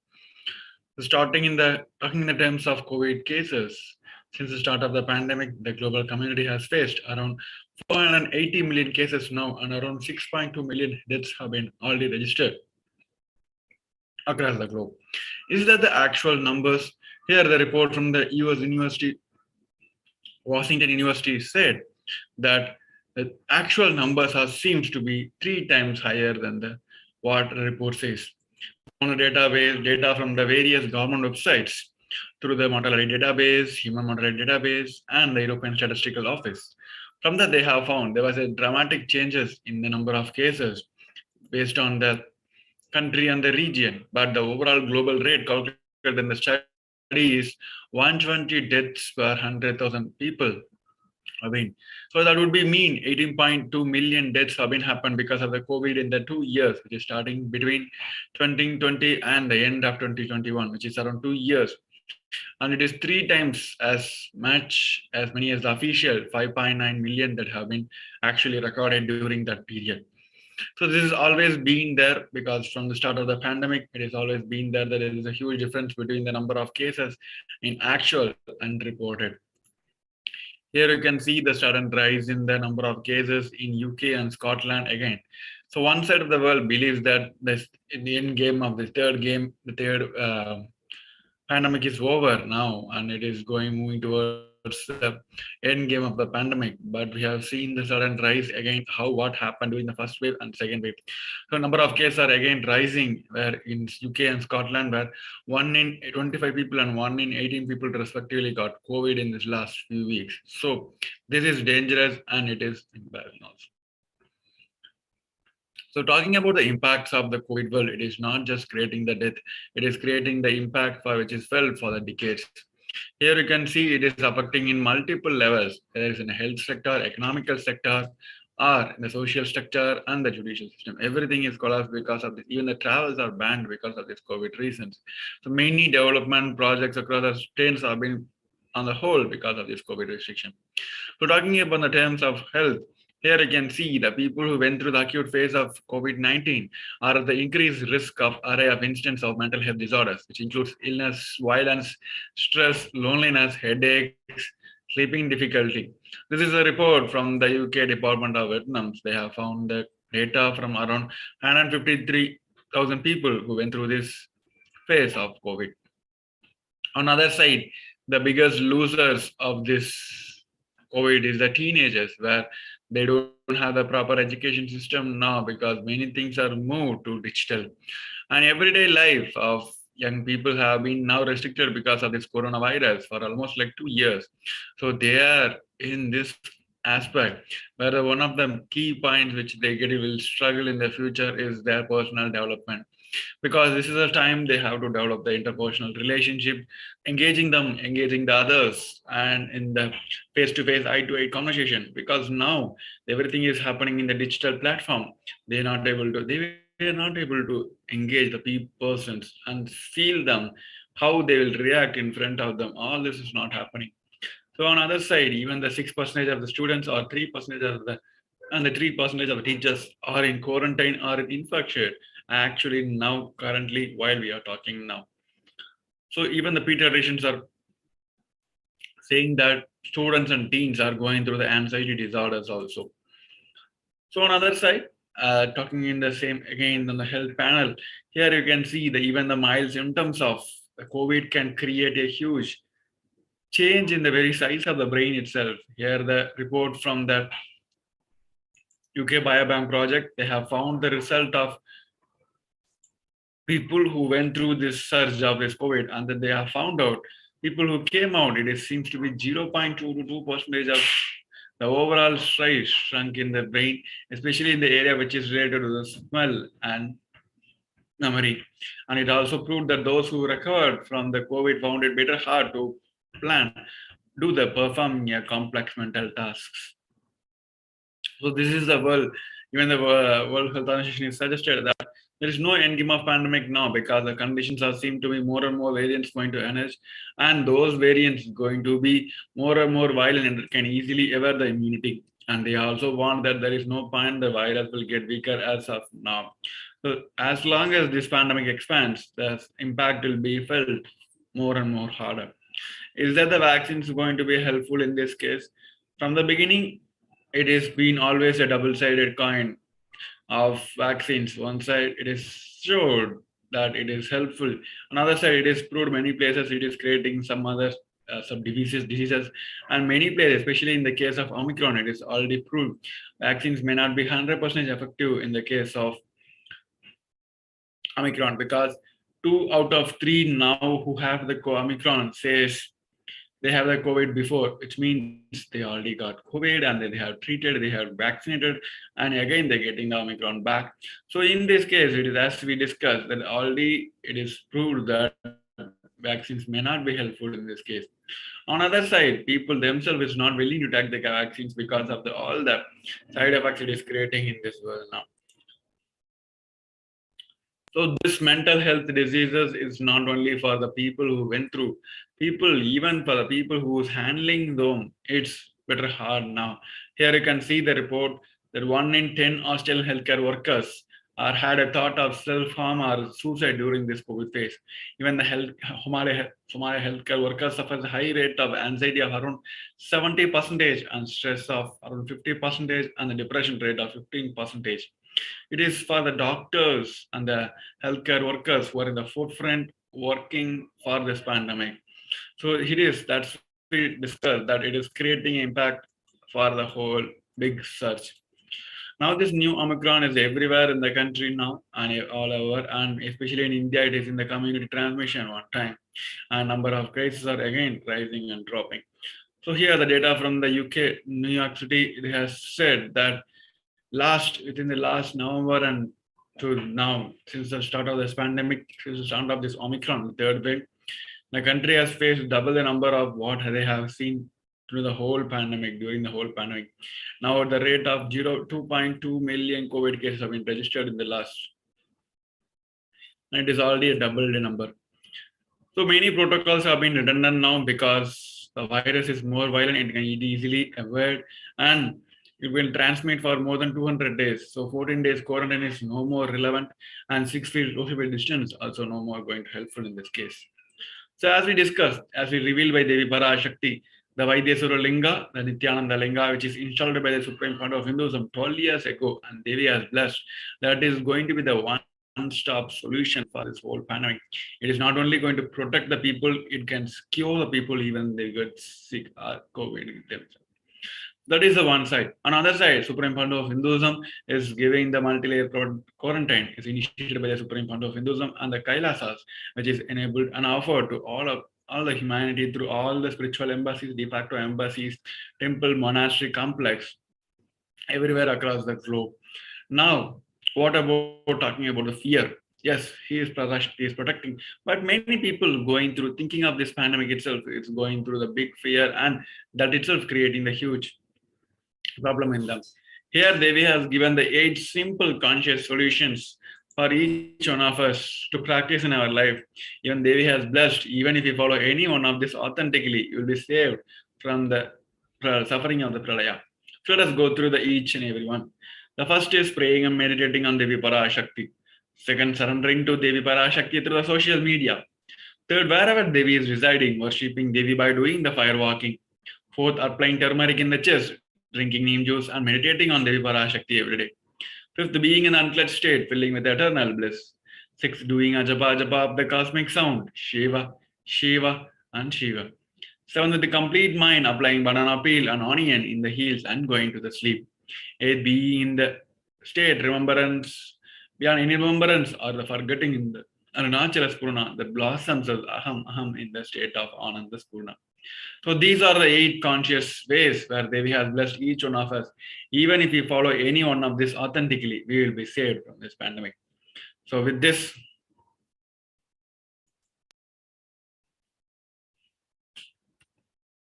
yes. So with this, we're moving on to the next segment where we're going to see the multiple offerings to the Parashakti after a short break. We request each one of you to stay tuned. Nithyanandam.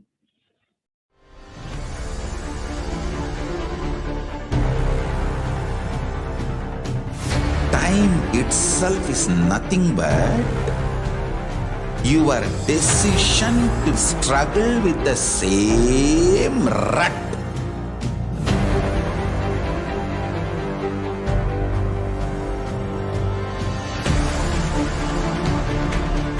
Your decision to struggle with the same rut is time, Kala. Your decision to swallow time is Kala Bhairava.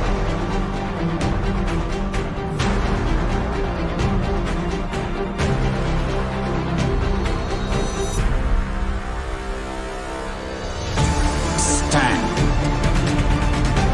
Be a conscious woman or man. Be conscious being.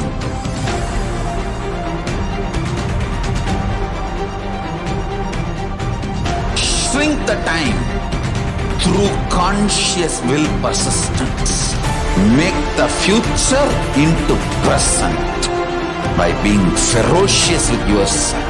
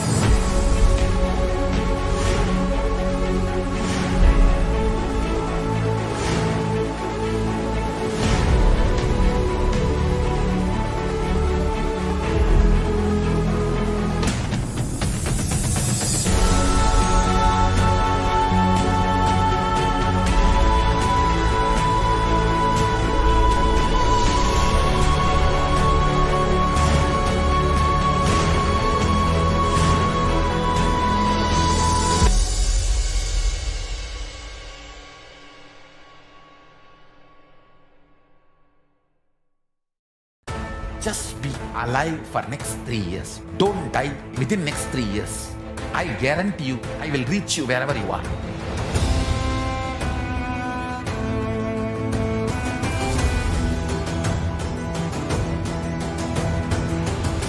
Be alive, somehow be alive for next 3 years.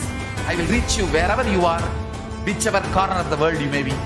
I will reach you with enlightenment. It's my commitment to humanity.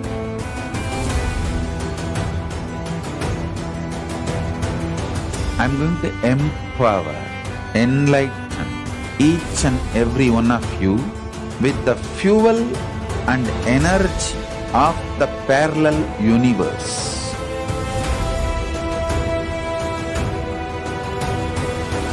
I'll infuse this intense supernal effulgence DNA, Tejas, Ojas, Kundalini Shakti into your spine to consciously lift you to KAILASA.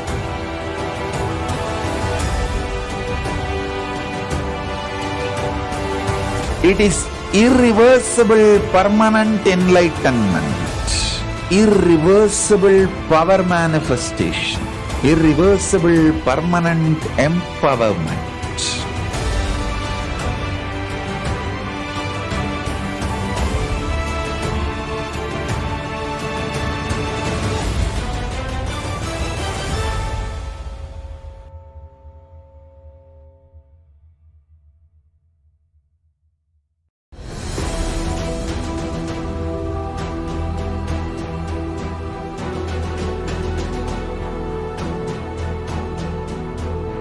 Your consciousness as power at this moment to swallow, digest, clean up all negativity and all toxins.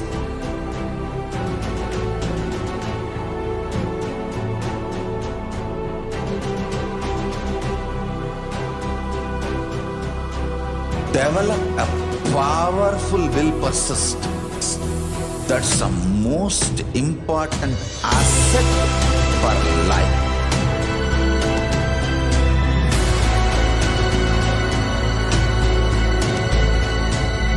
I am not giving you some life positive blah blah. I am giving you the facts of life. I am triggering your consciousness.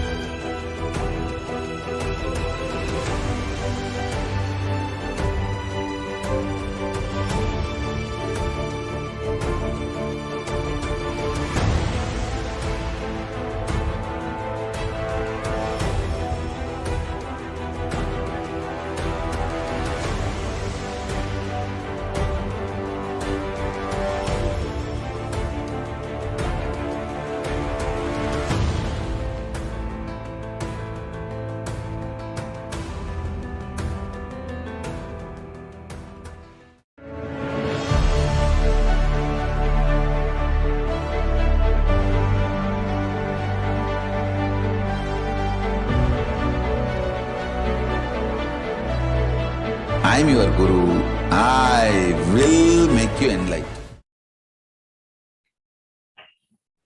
Yes, welcome back. So in this segment, we want to see the multiple offerings to Devi Parashakti where we can show our love and gratitude to the Devi Parashakti. So first, let us understand the context with which we have to offer and the benefits of the science of offering. See, the Bhagavad Purana, the chapter number 8 and verse number 19, the translation of the verse goes on as, one part should be used for dharma, dana, etc. Second is for yasha, public work, which brings the name, fame for oneself. Third should be reinvested to generate more wealth. Fourth, for the kama, the enjoyment of material things. And fifth, for one's family and friends. So here the 20% should be donated for dharma to keep this dharma chakra alive. The verse number from the Dharma Shastra goes on as, the dana given at the home is 10 times as merit as when made elsewhere, 100 times when made in Goshala, cow pen, 1,000 times when made in sacred places, Tirtha, and infinite time when made in the premises of Sivalinga, such as Shiva temple. And the verse number, Bhagavad Purana, the chapter number, the verse 55 and 56 goes on as, dana given in order to achieve the moksha is considered the most valuable form, and dana given out of pity or the kindness for others or for one's own kith and kin is considered to be medium value. It is also called as daya dana. Dana given to achieve one's own selfish ends is known as the least valued of all. So first offering to Devi Parashakti is Ihundi.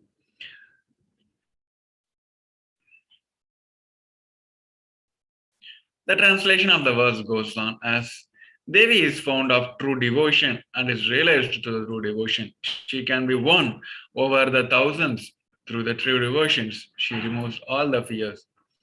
So if there is a fear or in the minds of devotees, Devi will surely remove those fears. It is stated that Devi likes to be worshipped in autumn. Here it is meant that autumn of all our lives is when through our thoughts turns upside and inwards.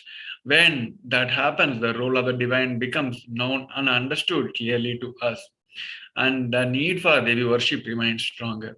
Shambhave, the consort of Shambhu, Lord Shiva.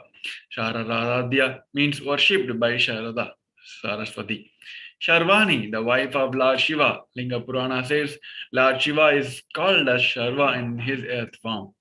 Sharmadahini, Devi who bestow happiness on devotees. You can offer your gratitude and the devotion to Devi Parashakti by offering your kanika, and your name shall be chanted out during the puja to Devi Parashakti. So next offering to Devi Parashakti is the Sankalpa chanting. The nominal donations are $1. The goddess enchants this universe and she herself gives birth to this universe. The goddess being prayed without any interest in anything gives that knowledge that leads to salvation and gives wealth in the materialistic sense.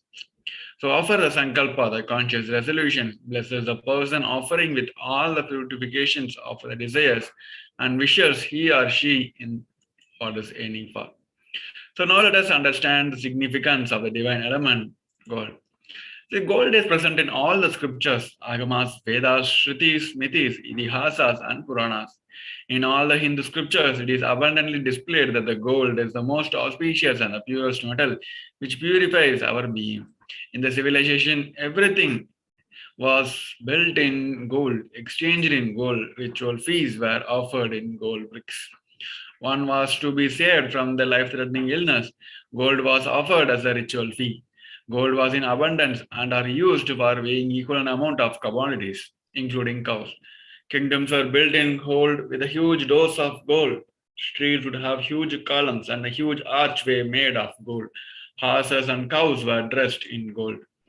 Hindu civilization thrived on the banks of rivers of gold. In this river was called as Hiranyamaya, the river of gold in Rig Veda. The river Saraswati was called as Hiranyavardhini in Atharva Veda. The gold is a supreme element for offering gifts to one you love and revere. Temples are constructed and paved in gold. Deities are made in gold and decked and adorned in the gold because it preserves the enlightened energy for thousands of years and it lasts forever. The first offering to Devi Parashakti in the gold is for Sranama Swarnakas. The nominal donations are 75 to 151 and $251. The Lalita Sahasranama verse number 731 goes on as Nama Parayana Prita, she who likes a repetition of her various names. So this is the offering of 1,000 names of the Parashakti, and it's a very special and unique archana offered to the Mahameru of the Parashakti. So offer the gold coin to the Parashakti to manifest any dimension or the attribute of her that you always wanted to imbibe within you. The next offering is Muktanguti, the finger ring with a pearl. That nominal donations are $251, $501, and $750. The translation of the verse goes on as, I bow to goddess Meenakshi, whose crown has garlands of pearls and face shining like a full moon, who wears the anklets that are studded with the gemstones and has a small bulge, who is shining like a splendor of lotus, who grants all the wishes, the daughter of mountain, who is worshipped by goddess Vani and Rama. I remain ever bowing to the goddess Meenakshi, the ocean of compassion. Offer the ring with the pearl to the cosmic mother and experience the blessings and healings with your own mother. The next is the Swarna Padma Pushpa, the golden lotus. The nominal donations are $600. The translation of the verse goes on as, all the kalashas should be wound around with a suitable thread.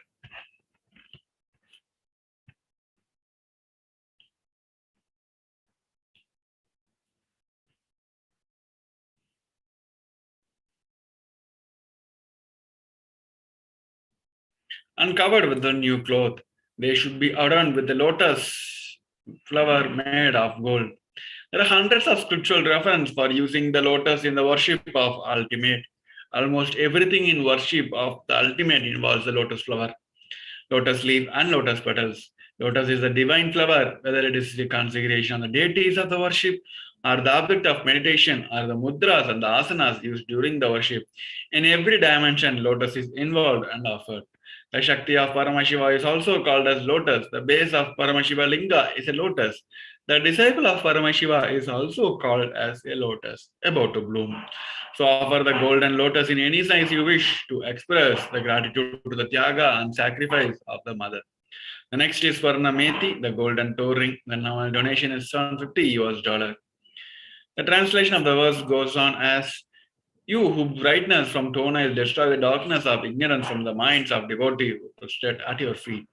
You whose brightness from your 2 feet overpowers that of the lotus flower."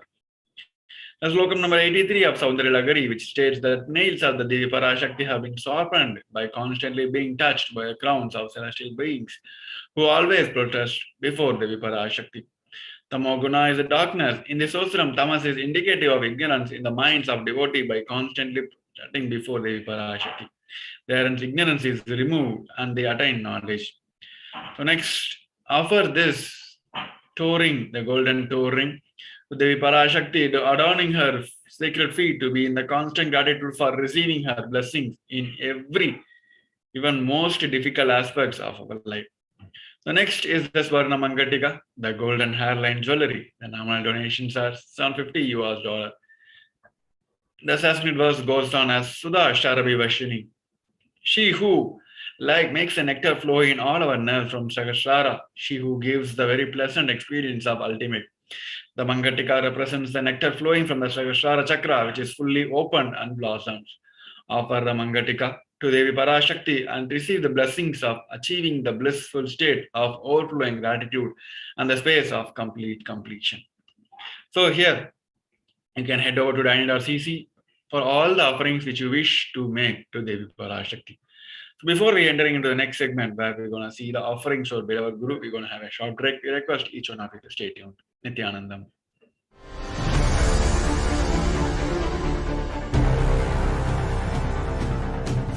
Time itself is nothing but your decision to struggle with the same rut.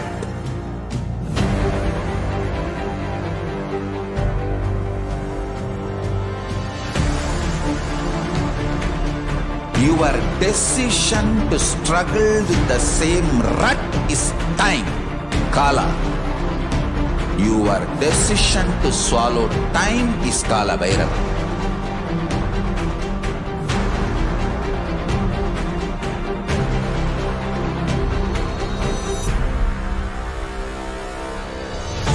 Stand. Be a conscious woman or man.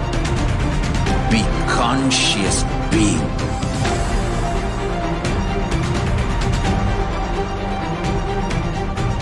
Shrink the time through conscious will persistence. Make the future into present by being ferocious with yourself.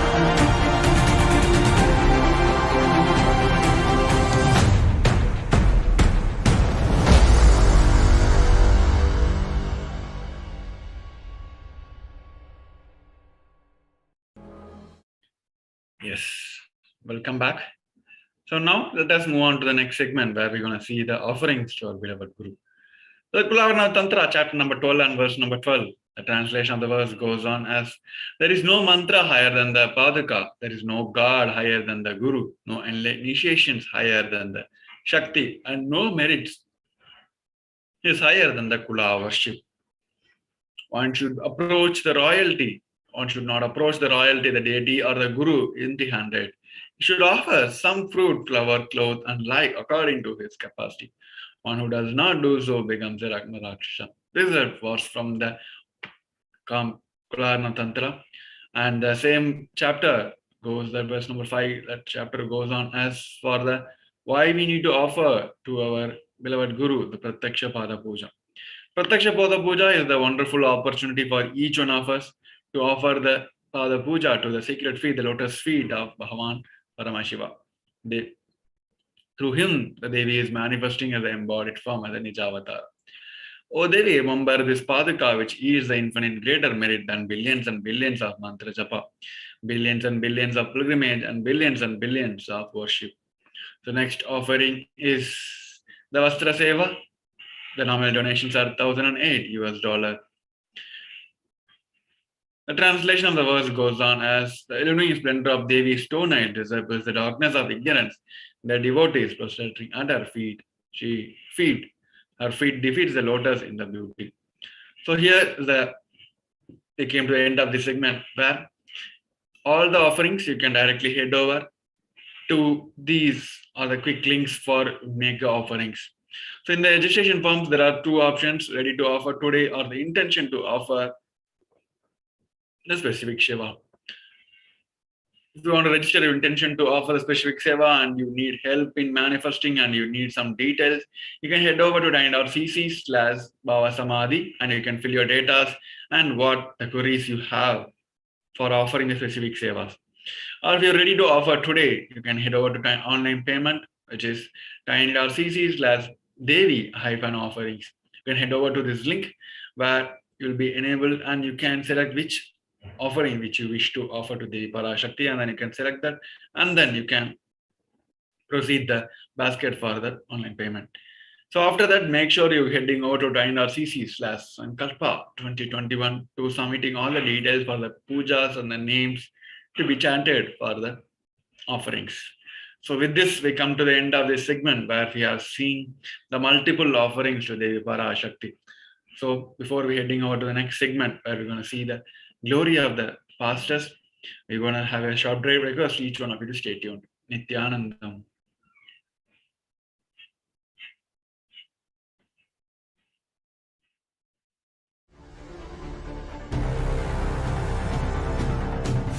Time itself is nothing but your decision to struggle with the same rut.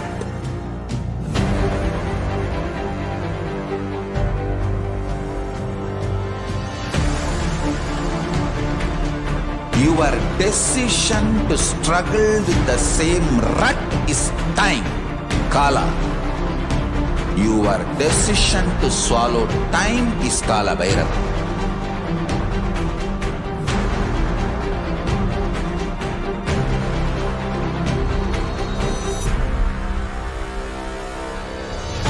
Stand. Be a conscious woman or man. Be conscious being.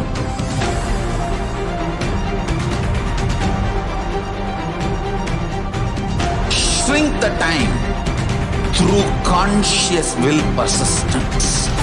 Make the future into present by being ferocious with yourself.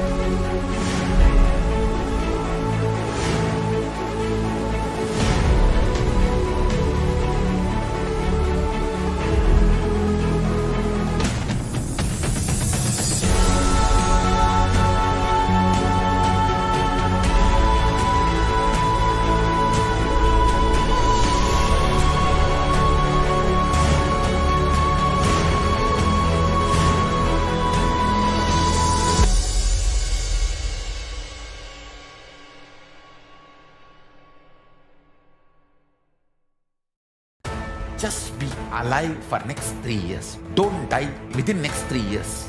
I guarantee you, I will reach you wherever you are.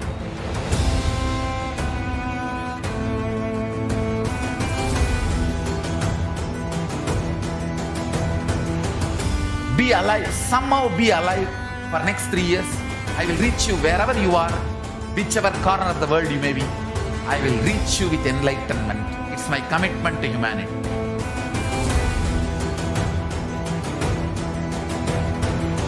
I'm going to empower, enlighten each and every one of you with the fuel and energy of the parallel universe.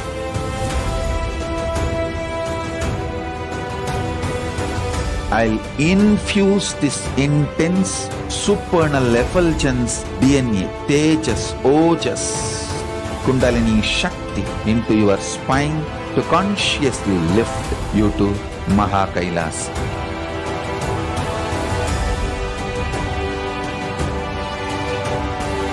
It is irreversible permanent enlightenment, irreversible power manifestation, irreversible permanent empowerment.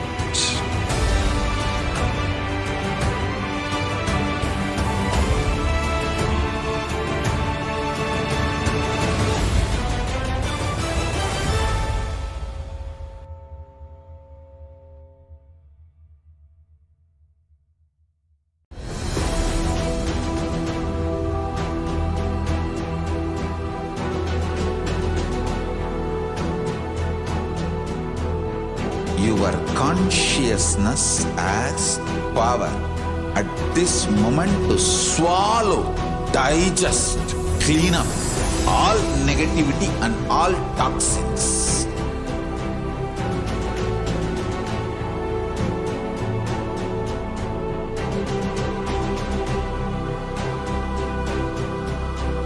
Develop a powerful will persistence. That's the most important asset for life.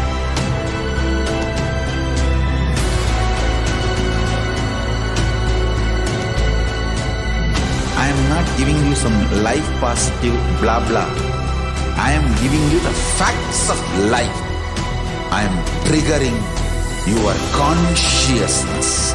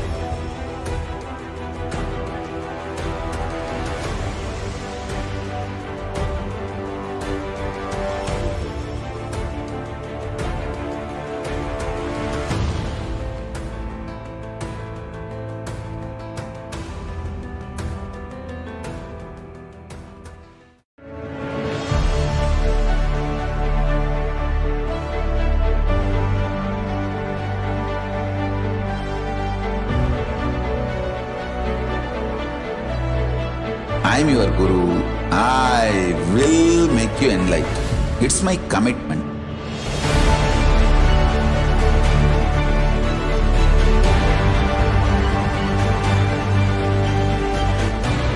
Till you become Paramashiva, I won't rest. Don't worry at all.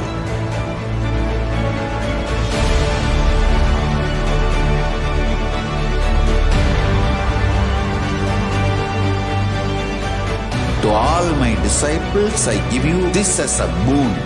I'll swallow everything with which you are stuck and liberate you all.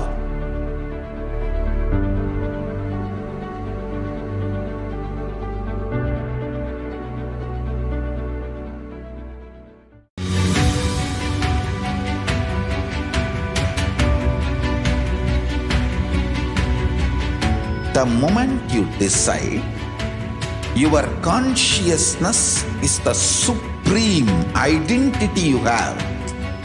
You will not empower your depression, your frustration,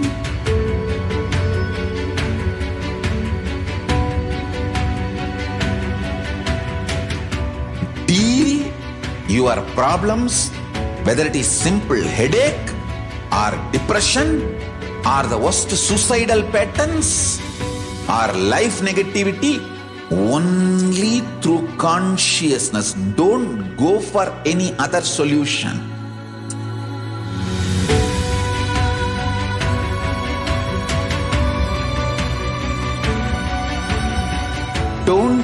keep stupid, toxic, life negative struggles inside.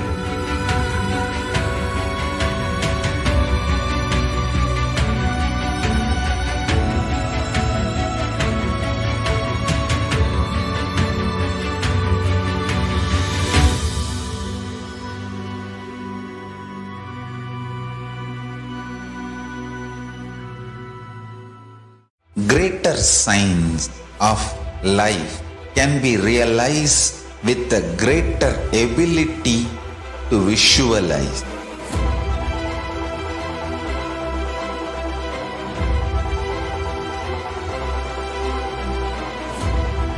Greater signs is the equivalent word for Hinduism.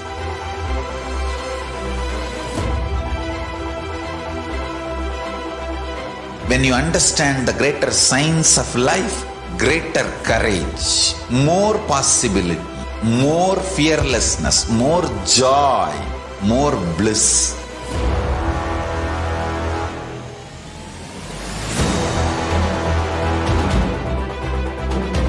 When you visualize Paramashiva with 25 heads, 75 eyes, 50 hands, your consciousness becomes ferocious, and that ability to visualize, you will get involved in everything deeply.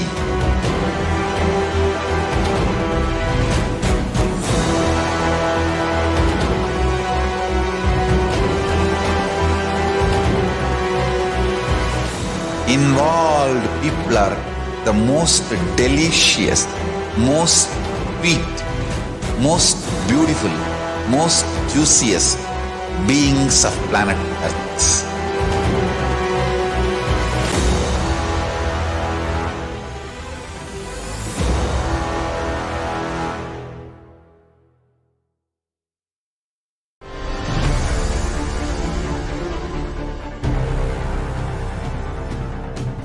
Time itself is nothing but your decision to struggle with the same rut.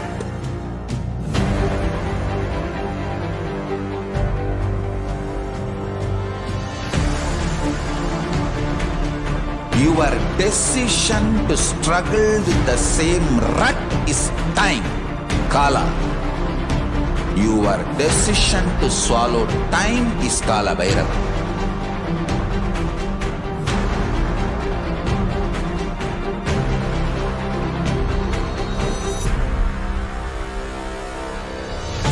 Stand. Be a conscious woman or man. Be conscious being.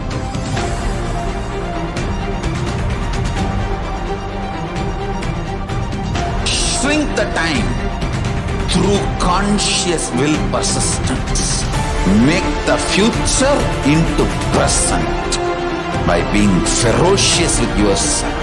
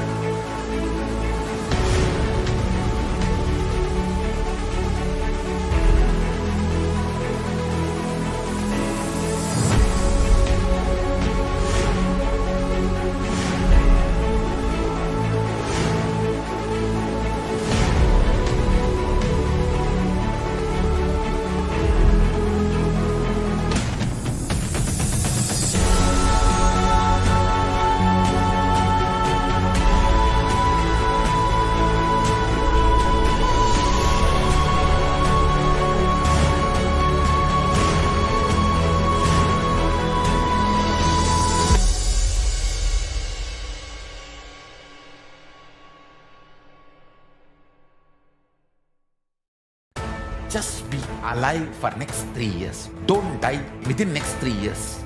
I guarantee you, I will reach you wherever you are.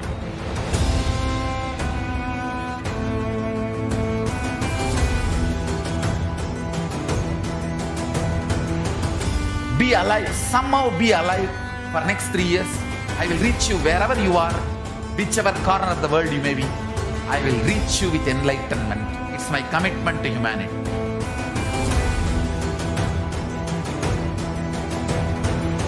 I'm going to empower, enlighten each and every one of you with the fuel and energy of the parallel universe.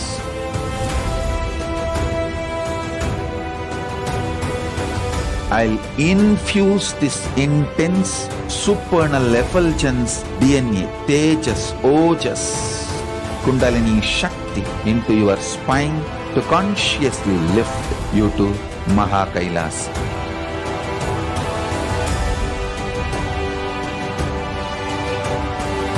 It is irreversible permanent enlightenment, irreversible power manifestation, irreversible permanent empowerment.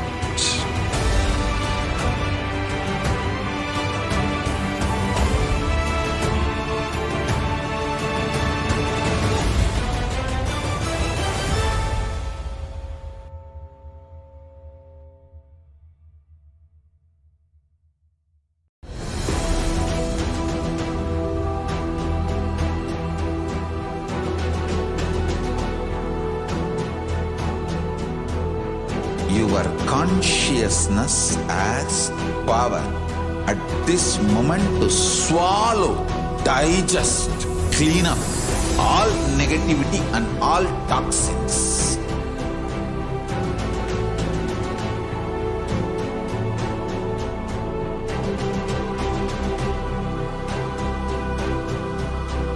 Develop a powerful will persistence.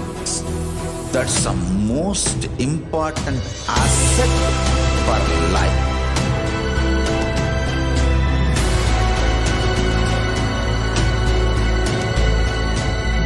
I am not giving you some life positive blah blah. I am giving you the facts of life. I am triggering your consciousness.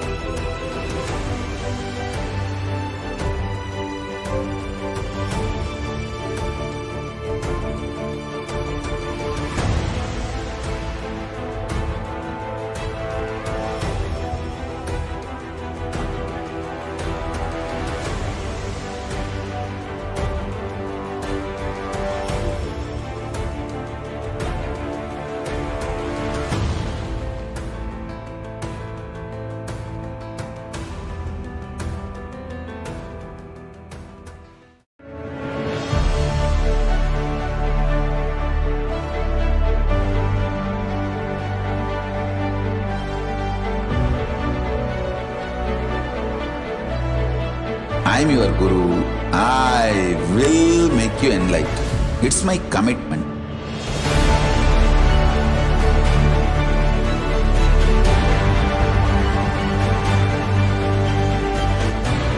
Till you become Paramashiva, I won't rest. Don't worry at all.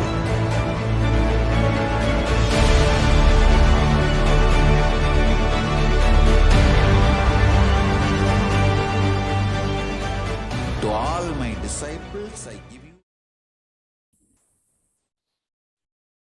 Welcome back, everyone. Let's now enter into the next session, which is the glimpses of the glories of the past on 27 March. In this segment, we go through the contributions of Supreme Pontiff of Hinduism throughout the years on 27th March.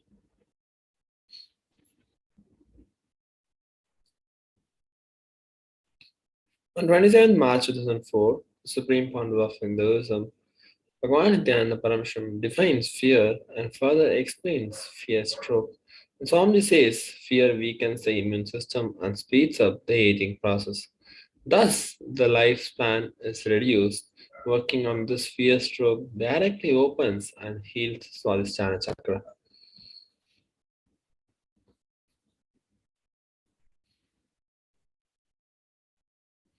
On 27 March 2006, the Supreme Founder of Hinduism, Bhagavan Nithyananda Paramashivam, conducted the Healers Initiation Convention at Houston, USA. The benefits of the Healers Initiations are multifold, not only for the receiver, but also for the initiated healer, because when we become useful for humanity, existence showers back at us. Previously, Supreme Founder of Hinduism had shared that the healers are the real disciples, and Supreme Founder of Hinduism candidly shared that in the past he had seen that the moment he was asking his devotees to drop all non-veg, half of them were dropping.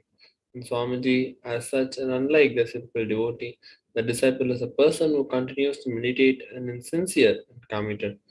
Spirituality is only for the people who are sincere.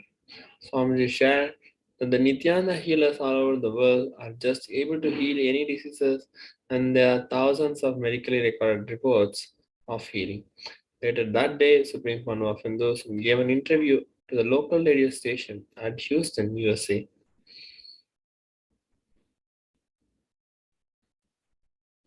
On 27 March 2008, the Supreme Founder of Hinduism conducted a Sarvadarshan offering free healing and blessings to all who came to surrender at his feet. Supreme Founder of Hinduism gave healing to everyone physically, mentally, emotionally, cosmically, and spiritually. The Hindu tradition of the Supreme Founder of Hinduism giving darshan and attending tirelessly to each and every individual attending the convention is called Sarvadarshan. Sarvadarshan is the method employed by the Supreme Founder of Hinduism to give superconscious breakthrough to entire humanity on a mass scale.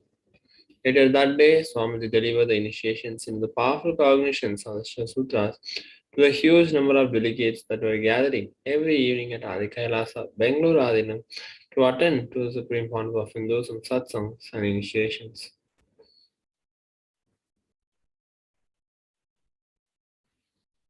On 27 March 2009, Supreme Founder of Hinduism expounded on the Patanjali Yoga Sutras in Phoenix, Arizona, USA. In this 11th Sutra, Swami described how Patanjali is talking about the 5 different modifications of the mind, which can lead either to pain or joy inside us.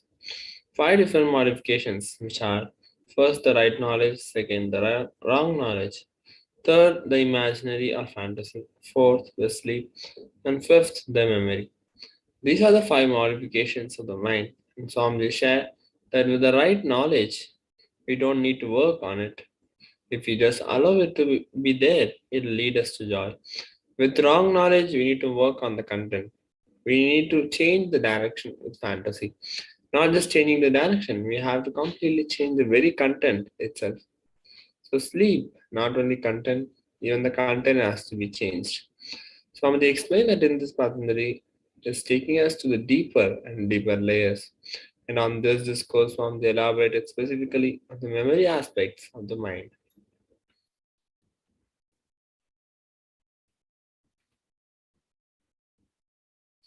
On 27 March 2011, Supreme Founder of Hinduism gives a discourse given as part of the Enkriya initiations, and Swamiji expands on rewiring your brain for success, and he gives an Enkriya initiation. Let's now watch a few-minute clip.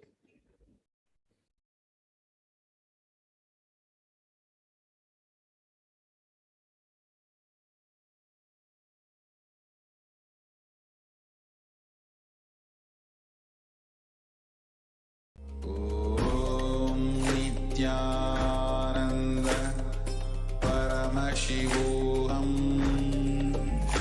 Om Nithyananda Paramashivoham. Acharya Paryanta Vande Guru Paramparam.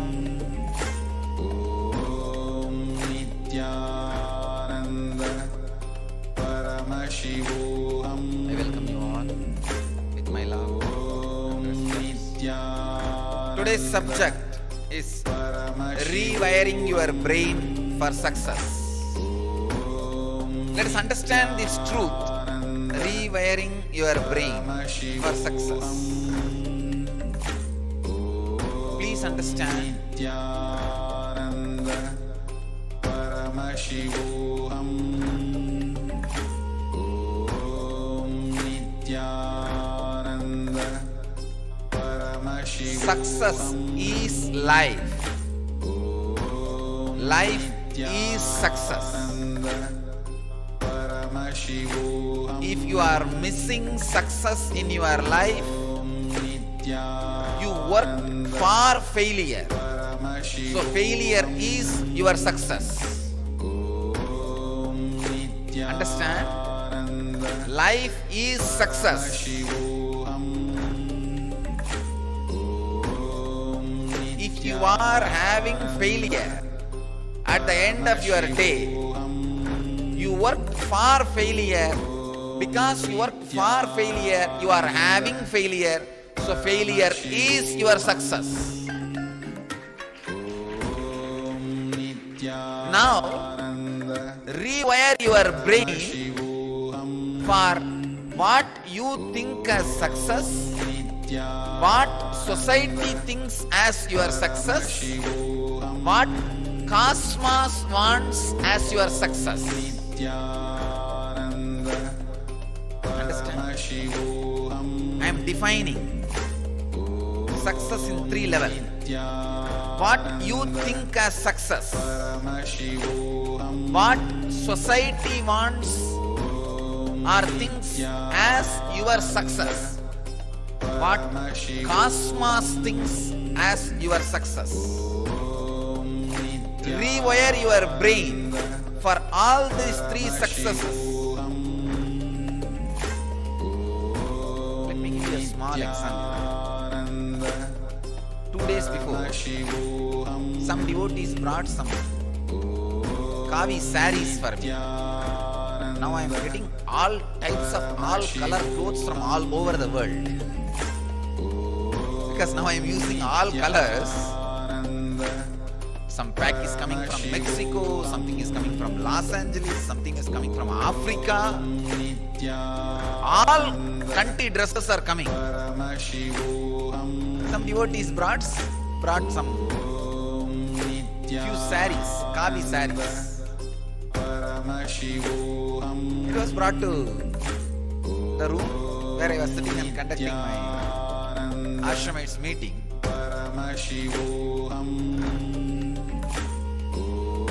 Suddenly, one brahmachari asked, I want that sari, give me. I gave that sari and I suddenly realized I was having so much of joy and fulfillment when she asked that sari and I gave. I looked in, what is this? It is such a small event. And usually I am supposed to be saying that, hey, you have enough. Why are you asking? Let it be there in the store or let it go to temple. Usually that is what I will do. Any sari comes, goes to Anandeshwari. Temple. But not only I gave it, it was such a joy. When I looked in, I saw, I always wanted to have kids who will fight with me and take things from me. It's like when you get some food specially made for you and you are about to eat and your kids fight and snatch it from you and eat. It's a joy, it's a taste. It's a kind of a unique relationship, understand? See, unless you have that connection, you can't demand. You can't ask. I can say it is one very sweet moment or mood which I always wanted to have happen. Happened in an unexpected way. See, understand? I am talking to you exactly how the muscle memories work and how the fulfillments. I am talking from a normal man's angle, perspective. I am not talking from my angle. You see, understand, from my angle there is no fulfillment, there is no desire, there is no anger, there is nothing. I am talking to you how an ordinary, a simple, innocent mind functions.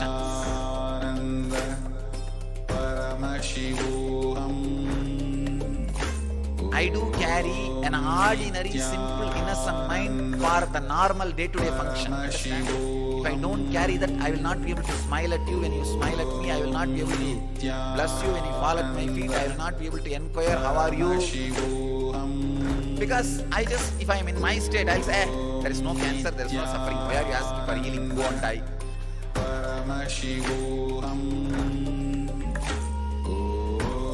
I cannot operate from that.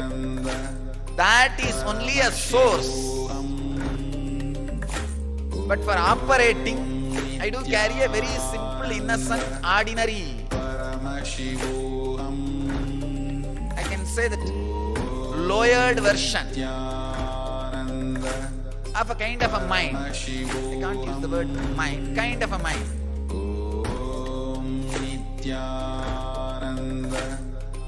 So my definition of relationship was fulfilled by that act.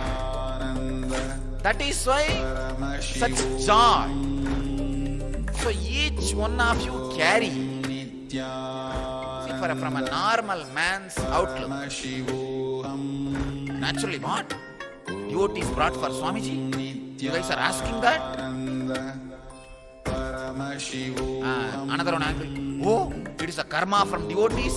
You are taking it and you will have that karma. Another angle. It is supposed to go to the Anandeshwari Devi. You are grabbing it. These are useless, foolish, intellectual angles. At that moment, what happened in me, I am telling you.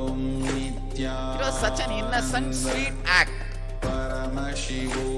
Only from your father or with whom you feel so deeply connected, only you will grab the sari. And literally they grabbed from my hand. We want this one.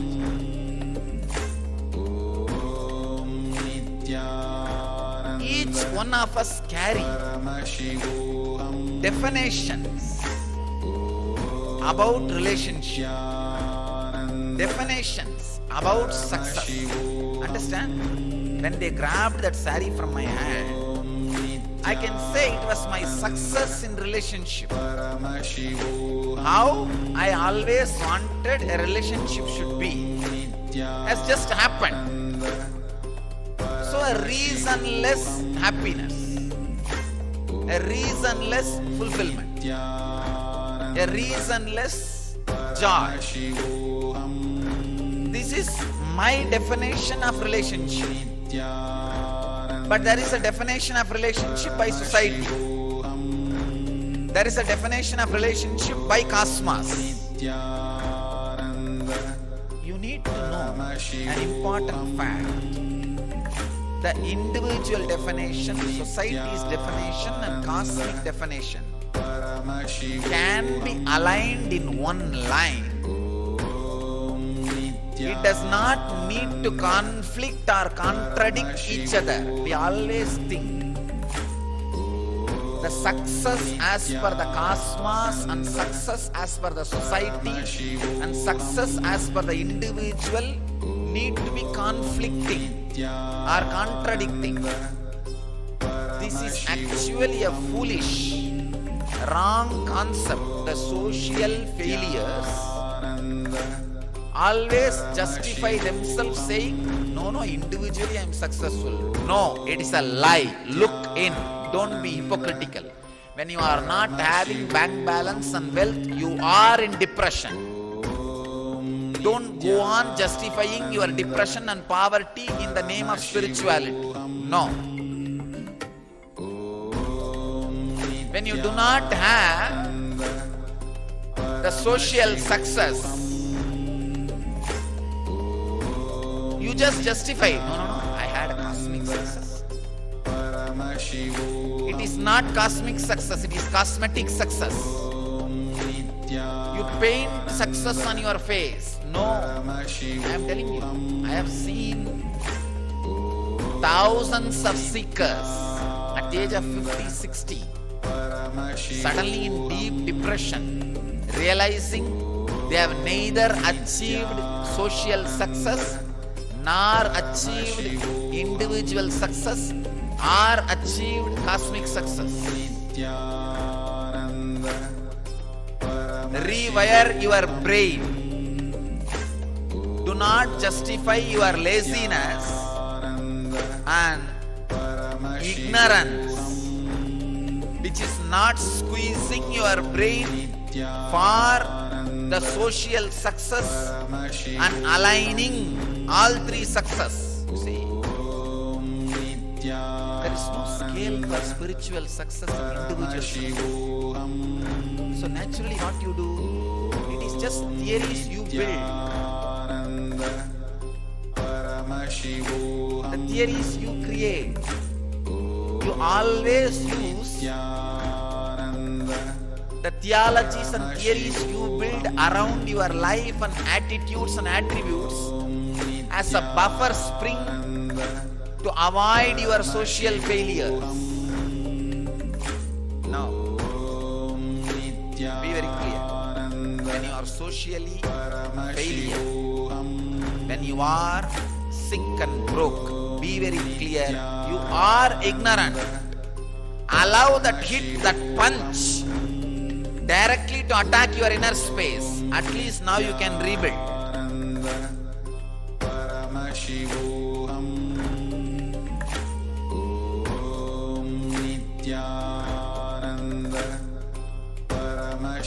Success as per the individual experience defines success as per your individual decision differs time to time, place to place. For example, when you started your career, what you plan as success, what you understand as success. If you have worked for it and had something more than that and changed your idea about success to the higher level, you are alive. But because you did not achieve the success of what you felt as success, if you create some theories saying, no, poverty is sacred, blessed are those who are poor, where they are blessed? In slums.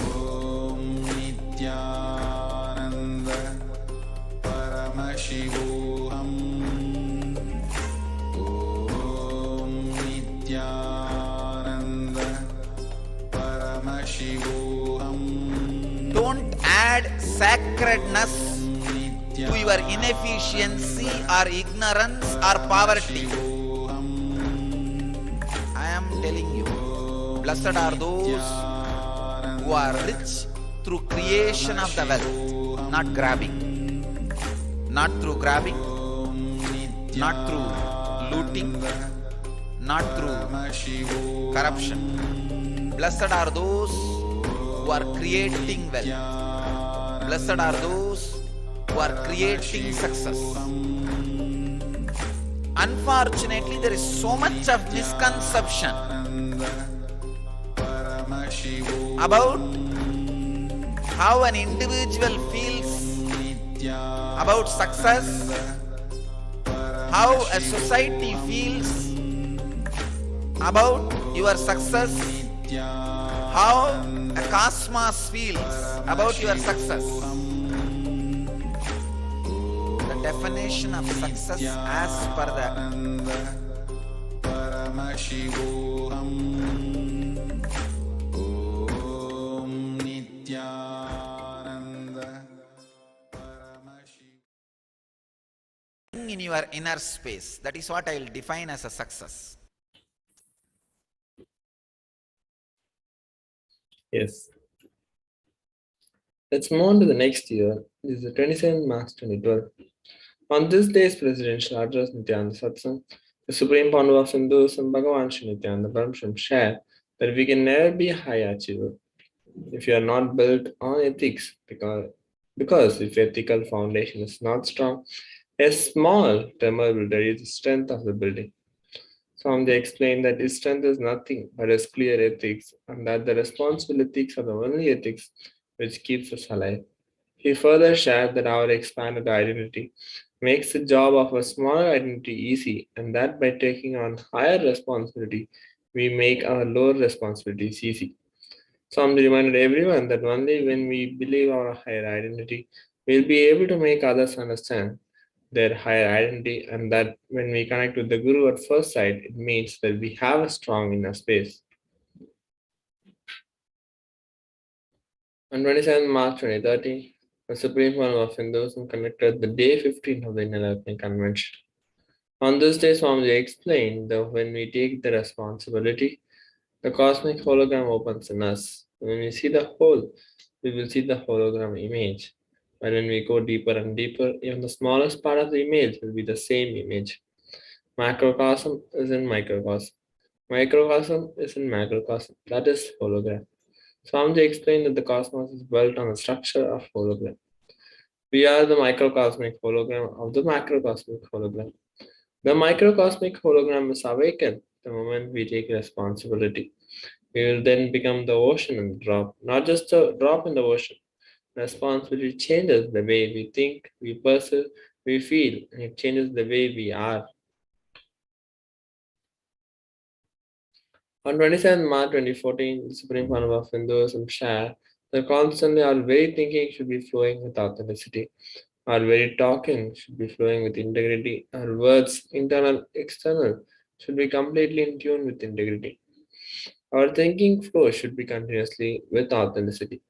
The way we feel about life should be continuously responsible. We should know very clearly in our feeling we are the source of everything.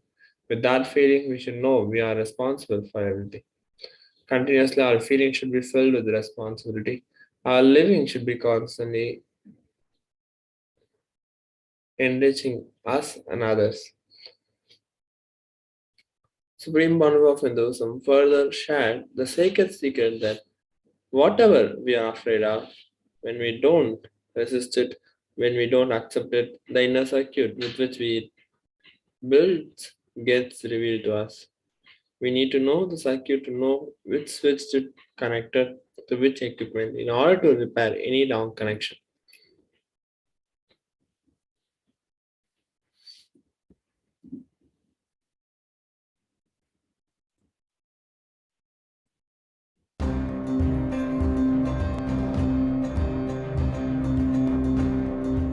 Love is not just a path for experiencing oneness. After experiencing the oneness, the utility value of life itself is love. If you start practicing love now, meditating on love current of Mahadeva, you will experience oneness, and after the experiencing oneness, the way you operate, the way you cognize, the way you move, the way you live, the way you exist, the whole thing will be same love in a different dimension.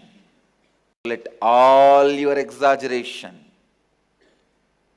be centered on God. If you are poor, not to have a guru in your life. If you are rich enough, luxurious enough to have a guru, shift everything to him. Center it on him. He will center it on Guru, on God.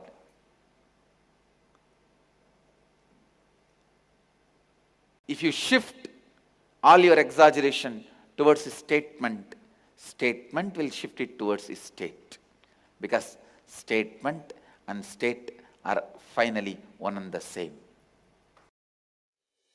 My name's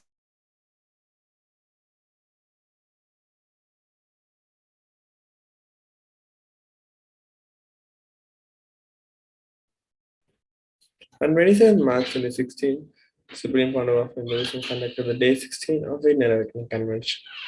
And on this day, Presidential address Swami started out to explain what is Kundalini current. It is a thought current that will raise us to the highest consciousness. In this session, we first refer to the earlier Kundalini current that our physiological, psychological, neurological ups and downs are not you.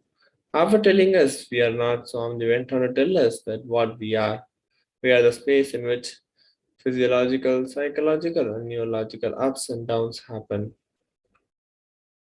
On 27 March 2018, Swami initiated hundreds of delegates into the Shiva Diksha at the Kalpataru Yogam program at Adi KAILASA, Bengaluru.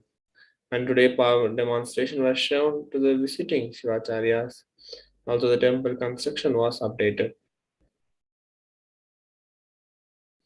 And today also, the announcements were made about the upcoming Inner Awakening, Nithyananda Yoga Teacher Training, Nityajan Yoga, Nityakriya Yoga, Nithyananda Kalpataru Yoga, Mahasadashram, and were shared with all globally via Nithyananda TV.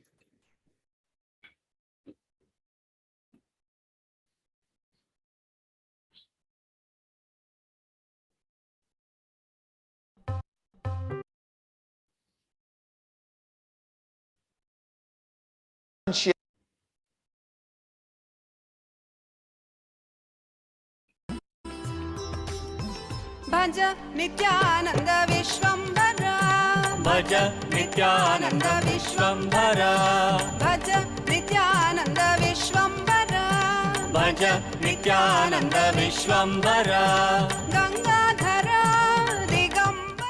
All the time be powerful is the religion of Hindus. Sanatana Dharma is neither suppression nor licentiousness. It teaches you Swadharma, means doing what you want from the space of powerfulness. भज नित्यानंद विश्वंभरा भज Nityanand विश्वंभरा.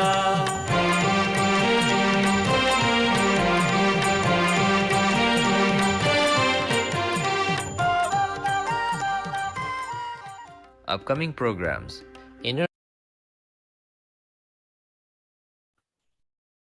On 27 March 2020, the Supreme Council of Hinduism, after the Great Fast, started radiating Paramashiva through his physical body, the very being of Paramashiva, for the whole of humanity to manifest. And during this period after the Great Fast, Swami delivered extraordinarily powerful messages and initiations every day. And on that day, during the Nithyananda Satsang, Swami delivered the message entitled Powerful Question and Answer Session of Paramashivam Level 2. Paramashiva, through the body of Supreme Power of Hinduism, addresses many questions of the delegates, covering topics including the KAILASA visa, the Akashik records, and what happens to the soul after death.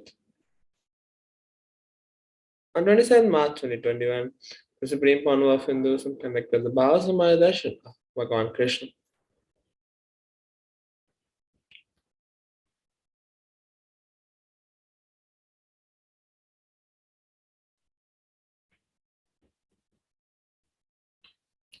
So now it's time that we get ready to receive the darshan of the Parashakti as we come to the conclusion of the glimpses of the glories of the past. So now we'll be entering into the meditation. I request everyone to sit with their eyes closed, be in the meditative state to receive the grace and blessings of Supreme Power of Hinduism.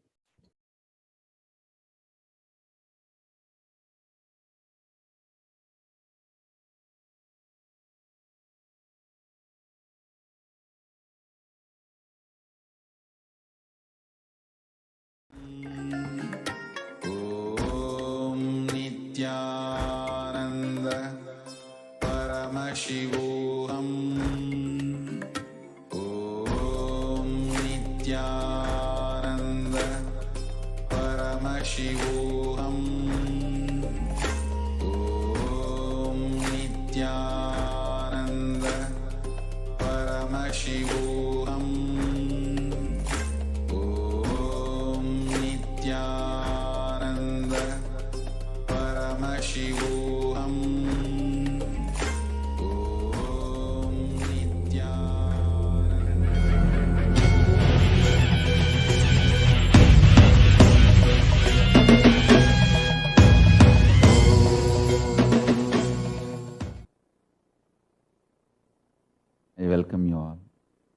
with my love and respect.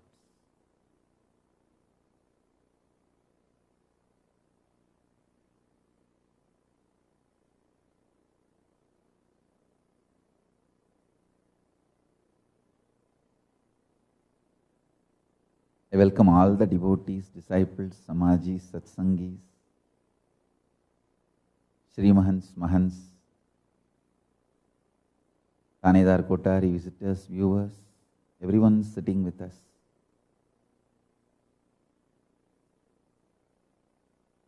With my love and blessings.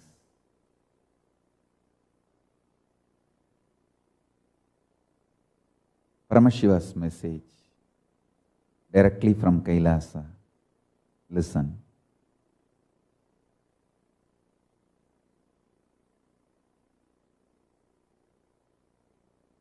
Due to my simple love,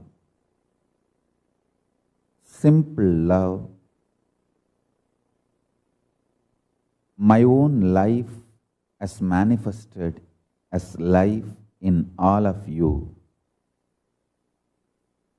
The most precious thing you have is your consciousness, life.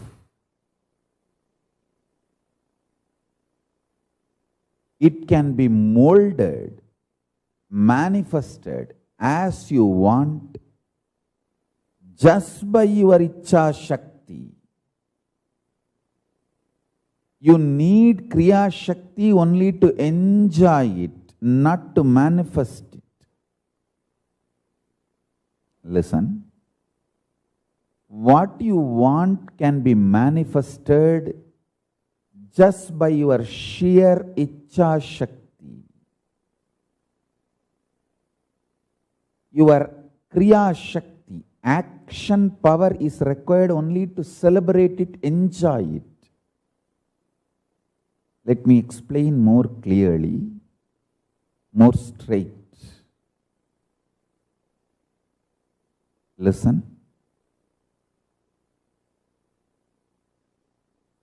You want a healthy body to enjoy this world. That can be achieved just by sheer Ichcha Shakti. Sheer Ichcha Shakti is capable of triggering, manifesting Kriya Shakti. Understand?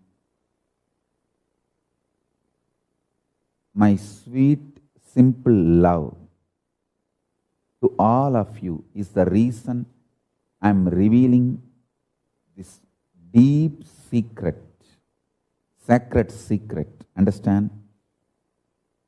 I am absolutely integrated to my love to all of you. My integrity to my love to all of you. That's the only reason I am coming and sitting here. Otherwise, I have nothing to gain. Just now I got up from my samadhi. Actually, I am taking a very nice tea without milk, with ginger and crambu. I don't know the word for, English word for crambu. Usually they use that for teeth pain. If you have a teeth pain, you can just keep that crambu. And with all that herbs, I'm having a nice tea. And my life is extremely peaceful, happy, simple. Krambu, English word is close. I make that as a paste and use for my brushing also. That's paste for me, toothpaste for me. Now I'm taking tea also with that close. My life is extremely peaceful, happy, simple, joyful. You can see very clearly that these Vibhuti marks, seeing the Vibhuti mark, you can know very clearly. Just now I had the shower and my puja.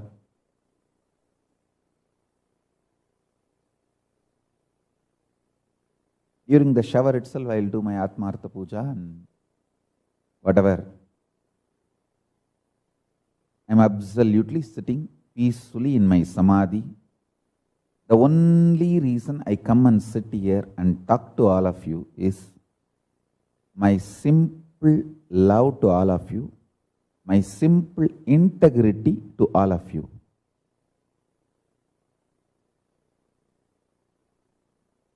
Listen.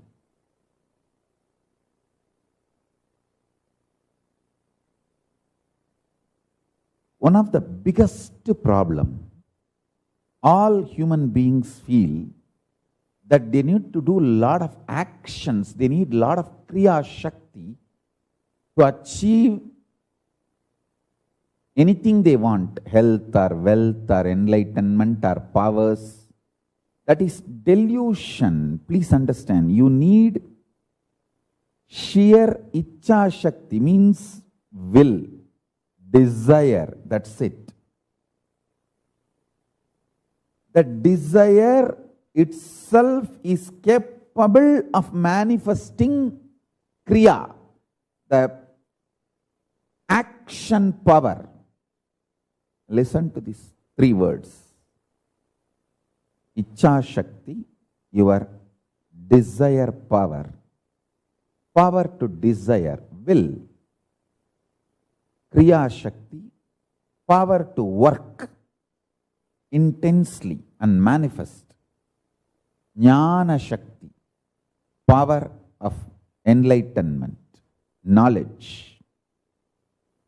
See,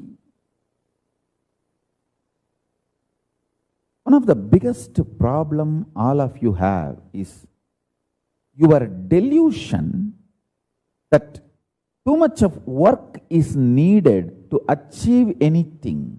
Whether you want health, oh, I have to get up and do yoga, stretch my body. Only then I can have health. If I want wealth, I have to get up and go to office and work like a dog, day and night. Only then I will have wealth. First of all, you don't understand, no dog works. Anyhow, listen. It is actually delusion. Please listen. Your sheer power to desire, Icha Shakti, gives 99% success. 99% means 99.999% success is your sheer desire power, Icha Shakti. Your Kriya, the action power needed is too small, too small. Listen intensely. At least all my disciples listen. When you are terrorized, you will see only frightening negativity all around you. You will lose trust on everything, on Guru, on life, even on yourself.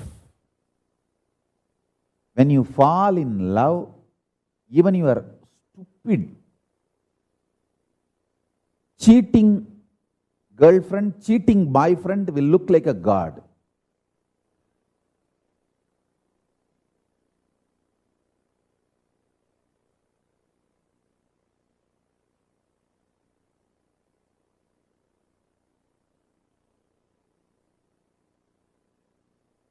So your opinions are delusion. Don't build your consciousness, your life based on your opinions. Build it based on the true wisdom, true knowledge, right understanding about life. I tell you,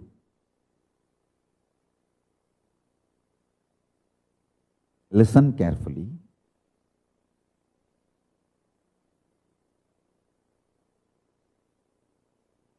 I'll give you this one example. I'll take the example of your health. That's the most important thing. So I'll touch that example.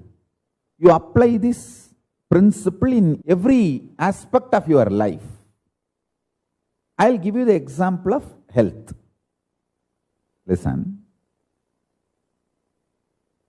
You always think if you need health, you need to do yoga, gym, diet.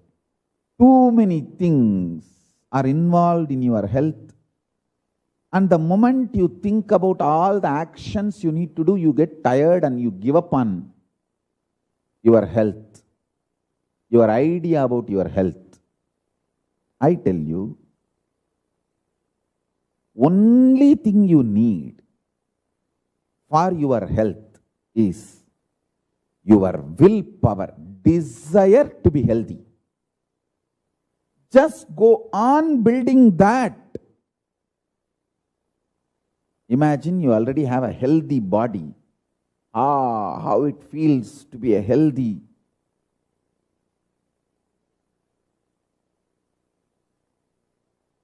Beautiful, shining, glowing, happy, youthful, energetic body. I tell you, if the life is infused into your life, consciousness, if life is infused into your consciousness in the form of Icha Shakti, desire, 99.999% of the work is done. Your actions are needed only to enjoy what you want through that healthy body. See, I am not disrespecting Kriya Shakti. Listen carefully. I am not disrespecting Kriya Shakti. I am only saying your delusion about Kriya Shakti puts you in tiredness, boredom, frustration, life negativity. That is what is wrong.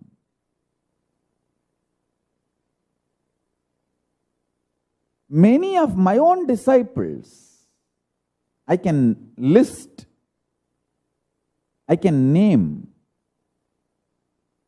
Your sheer delusion, fear, puts you in life negativity, frustration, and due to that frustration, you actually destroy your health and lose your life. I tell you, fill yourself with desire, intense desire for health. Icha Shakti. Icha Shakti is too powerful. Without even your knowledge, it will push you and make you do all your homework, your yoga, your gym, and your diet, everything without even your knowledge.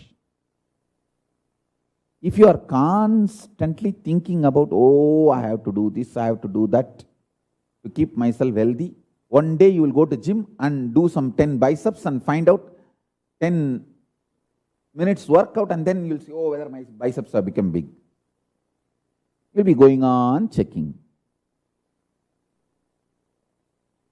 Listen carefully. If you infuse Icha Shakti,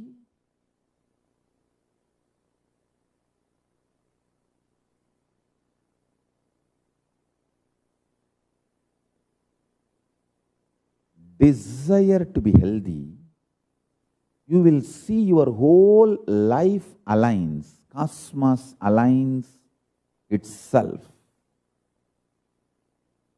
beautifully.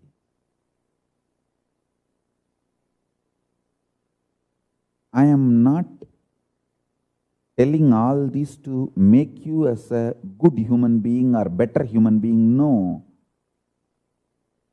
If you listen to all this, you will become good human being, better human being. is different. My interest is not just making you as a good human being or better human being.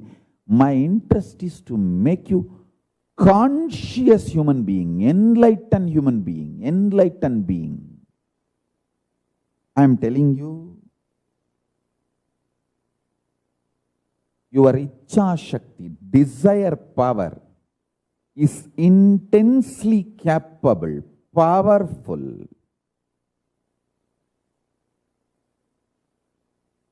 to manifest whatever you want.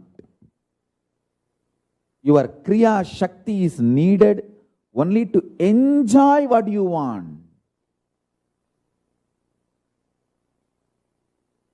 Your Kriya Shakti is not needed to make what you want. Your Ichha, your Kriya Shakti, action power is needed only to enjoy what you want. After you manifest the healthy body, whatever you want to enjoy, you may want to enjoy many things like a tasty food or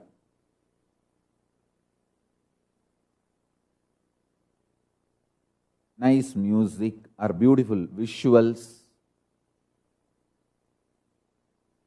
or the taste of the touch, whatever you may want to enjoy. Only to enjoy your action power, Kriya Shakti is needed, not to manifest. To achieve what you want, to manifest what you want, your Ichha Shakti, desire power is more than enough. Unfortunately, you have so much of delusion, you are brainwashed so much by mediocre ideas of society. I am telling you, these mediocre ideas keep you away from me.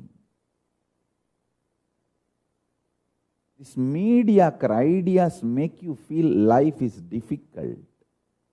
I am not giving you self-confidence, or I am not that self-confidence preacher.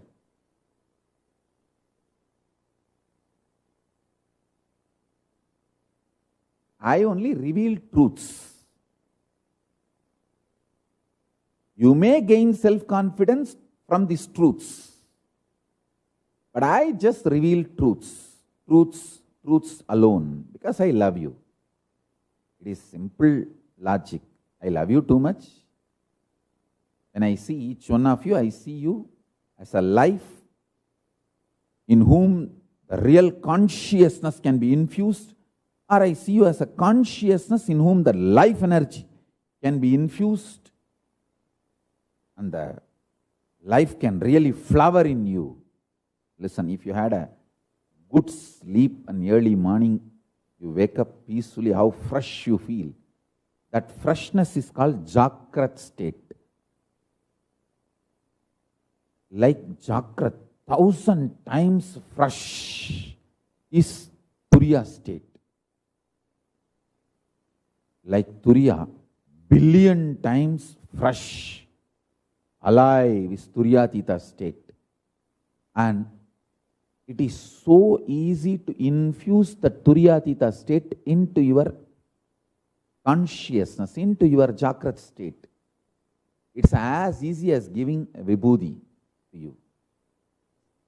As easy as giving you Basma and touching your forehead and blessing you. It is that easy. Listen to these truths. Get out of your delusion.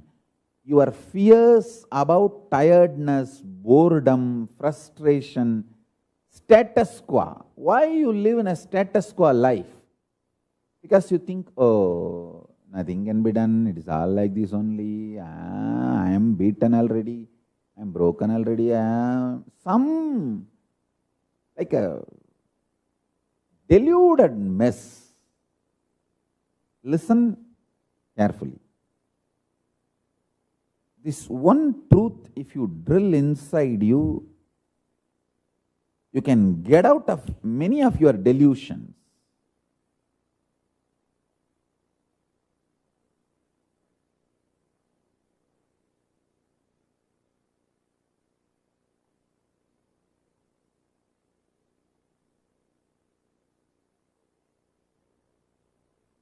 desire power, Icha Shakti, your visualization capacity is the most precious, beautiful, powerful, important, needed ingredient, base ingredient for you to manifest what you want.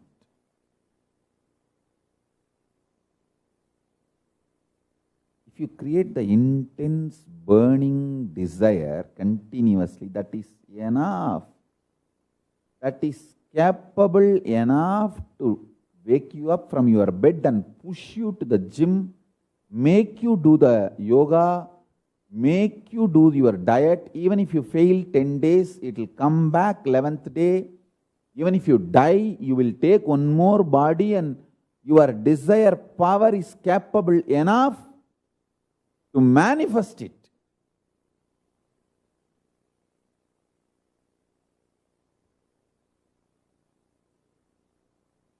So understand,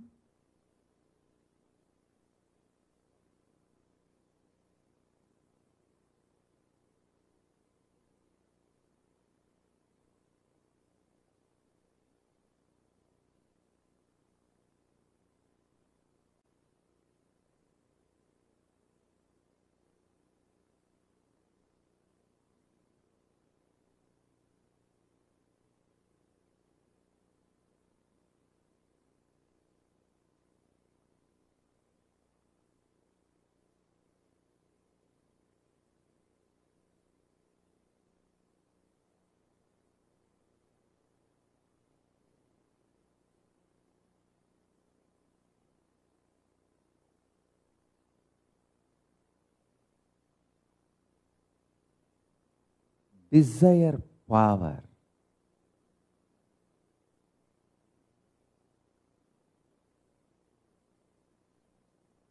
is enough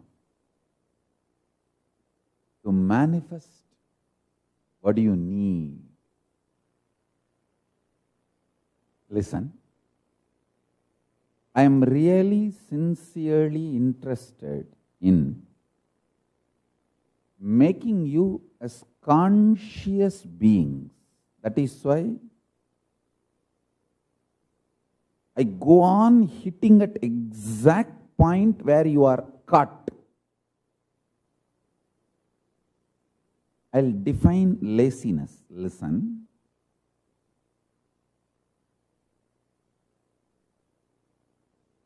Living in delusion,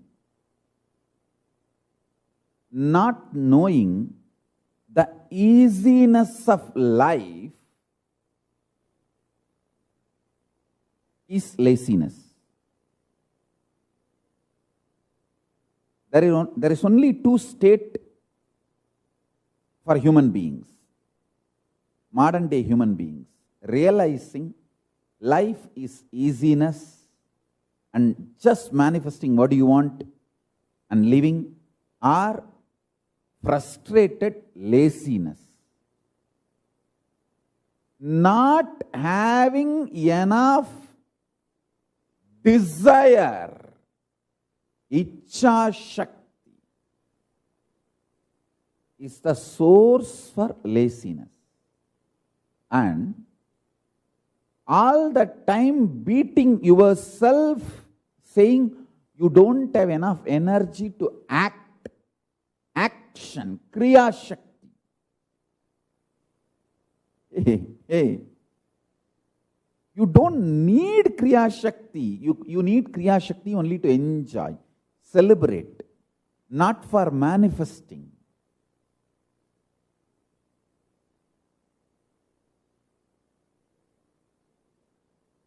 When you start believing the mediocre idea, you need actions, Kriya Shakti, to achieve what you want, you will use this mediocre idea and kill all the Icha Shakti, the desire power, and die as mediocre.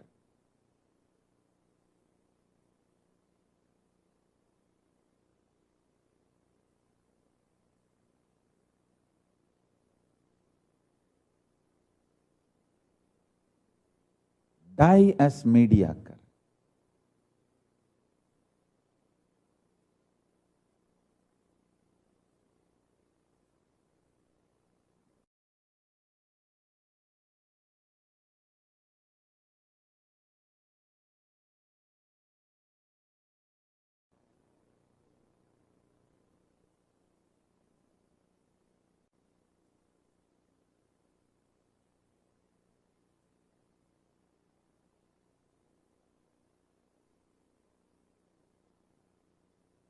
Meditate on this truth.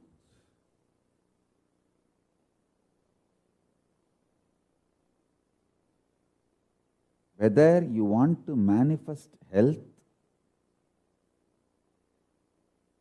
mental happiness, wealth, fulfillment, state of Paramashiva, space of Paramashiva, powers of Paramashiva, intense desire, visualization, Ichha Shakti is enough to trigger everything you need and attract them, assemble all of it in your life properly and manifest it as reality. See, for me to manifest Paramashiva, all I had is intense desire. And the whole cosmos started supporting. Kuppammal, my guru, Mata Vibhutanandapuri, she came in my life. And beautifully, very sweetly, she brought everyone needed in my life for me to manifest Paramashiva. Whether Hamsanandapuri from North India or Raghupati Yogi from Tiruvannamalai or Narayana Swami Tata to teach me the science of Aushadha. She brought everything, everyone. Are the herbs. I have seen in that old age, she will go all the way up to Parvadamalai. Parvadamalai is a small, I should not say small, a nearby village, small village, which is at the foothills of the hill, Parvatagiri. It is said that when Hanuman was taking the Sanjeevani hills to Lanka, from Himalayas to Lanka, along with the Sanjeevi herbs to revive Lakshmana, one part of that hill fell, that is Parvadamalai. And I know for sure that that is true and that Parvadamalai is full of herbs. She will go all the way and climb those hills, collect those herbs, to do Aushadha and to make that alchemy process for my body.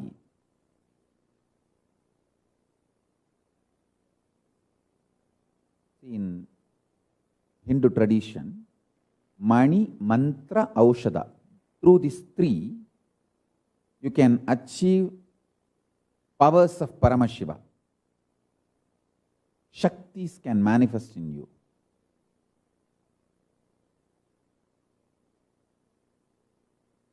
So she used to apply all the three on me, supporting me to manifest Paramashiva. I tell you, the only thing I did is intense desire. Ichha Shakti, very strongly. Everything gathered around me. All of you, trigger your Ichha Shakti intensely. That's all you need. You will see everything is attracted towards you properly and gets assembled beautifully and manifest as your reality.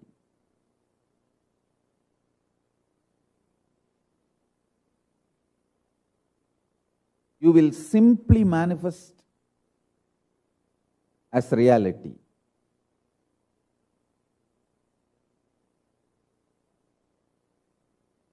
உங்கள் எல்லோர் மீதும் இருக்கின்ற நேர்மையான அன்பினால் இந்த பரமசிவ ரகசியத்தை உங்களோடு பகிர்ந்து கொள்ளுகிறேன். தயவு செய்து உள்வாங்கிக் கொள்ளுங்கள்.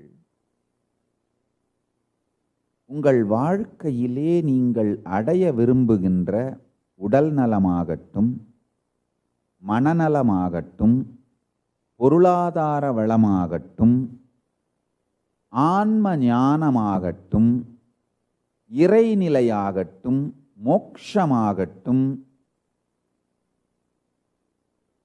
இல்லை இனிமையான உறவுகளாகட்டும், அமைதியான வாழ்க்கை, எதை அடைய வேண்டும் நினைச்சாலும் உங்களுடைய ஒரே ஒரு தேவை ஆழமான இச்சா சக்தி. ஆசைப்படுகின்ற உங்களுக்கு எது தேவையோ அதை கற்பனை செய்து பார்க்கின்ற, உருவகப்படுத்தி பார்க்கின்ற, நன்றாக புரிந்து கொள்ளுங்கள்.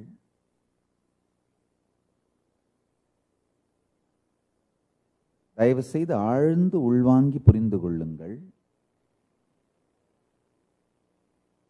நீங்க நிறைய செயல்களை செய்து, வேலை செய்து, உழைத்து, கடும் உழைப்பினால மட்டும்தான் எதையும் சாதிக்க முடியும்னு உங்களை நம்ப வச்சாங்கன்னா அது மிகப்பெரிய முட்டாள்தனம்ங்கய்யா. நல்லா ஆழ்ந்து கேளுங்க. இந்த மீடியாக்கர் மைண்டுன்னு சொல்லுவோம், பிரெயின் வாஷ்டு மைண்ட். உங்கள் வாழ்க்கை கஷ்டம்னு உங்களை நம்ப வச்சுட்டா நீங்க முன்னேறதுக்கான முயற்சியே செய்யாம செத்து போயிருவீங்க. இந்த நாத்திக கும்பல் உங்களை அப்படித்தான் நம்ப வைக்கும். இந்த சத்தியத்தை தயவு செய்து உள்வாங்குங்கள். இச்சா சக்தி, அதாவது நமக்கு என்ன வேண்டும் என்று ஆசைப்படுகின்ற, அதை உருவகப்படுத்தி பார்க்கின்ற, விஷுவலைஸ் பண்ற இச்சா சக்தி. கிரியாசக்தி, செயல்பட்டு நமக்கு தேவையானதை அடைவது. ஞான சக்தி, வாழ்க்கையை பற்றியும், உலகத்தை பற்றியும், நம்மை பற்றியும், கடவுளை பற்றியும், எல்லாவற்றையும் பற்றிய தெளிந்த அறிவு. இந்த மூன்றுல நீங்க எதை அடைய வேண்டுமென்றாலும் இச்சா சக்தி தான் அடித்தளம், அடிப்படை, பேஸ் இன்கிரீடியன்ட். ஆழ்ந்து புரிந்து கொள்ளுங்கள். நான் கிரியாசக்தியை குறை சொல்லவில்லை, தவறாக சொல்லவில்லை, குறைத்து மதிப்பிடவில்லை, அதெல்லாம் நான் பண்ணல. ஆனா உங்க இச்சா சக்திக்கே உங்க வாழ்க்கையில தேவையான எல்லாவற்றையும் கொண்டு வந்து ஒருங்கிணைத்து கிரியாசக்தியையும் வெளிப்படச் செய்ய வைத்து நீங்கள் விரும்புவதை வாழ்க்கையாக மாற்றித் தருகின்ற சக்தி இச்சா சக்திக்கே உண்டு. இப்ப பிரச்சனையே வாழ்க்கையில என்னன்னா, நம்ம எல்லாருக்கும் இருக்கிற பெரிய பிரச்சனை, இந்த கடும் உழைப்பை பற்றிய பயத்தினால் இச்சாசக்தியையே அழித்து விடுகிறோம். கடும் உழைப்பு மற்றும் வருகின்ற வரப்போகின்ற தடைகள், பிரச்சனைகள், இதையெல்லாம் எதிர்கொள்ள முடியுமா அப்படின்னெல்லாம் இல்லாத கற்பனையான, லூசுத்தனமான, நாத்திகத்தனமான, நாத்திகம்னா என்ன? எதையுமே நம்பாமல் டிப்ரெஷனையும் பைத்தியகாரத்தனத்தையும் மட்டுமே நம்பி வாழறதான் நாத்திகம். அப்சல்யூட் லைஃப் நெகட்டிவிட்டி, அதுதான் நாத்திகம். இந்த நாத்திகத்தனமான மன அமைப்பில் சிக்கி தமிழ் இனமே சீரழிந்தது. தமிழ் இனத்தை சீரழித்தது இந்த 3 விஷயம். சாராயம்,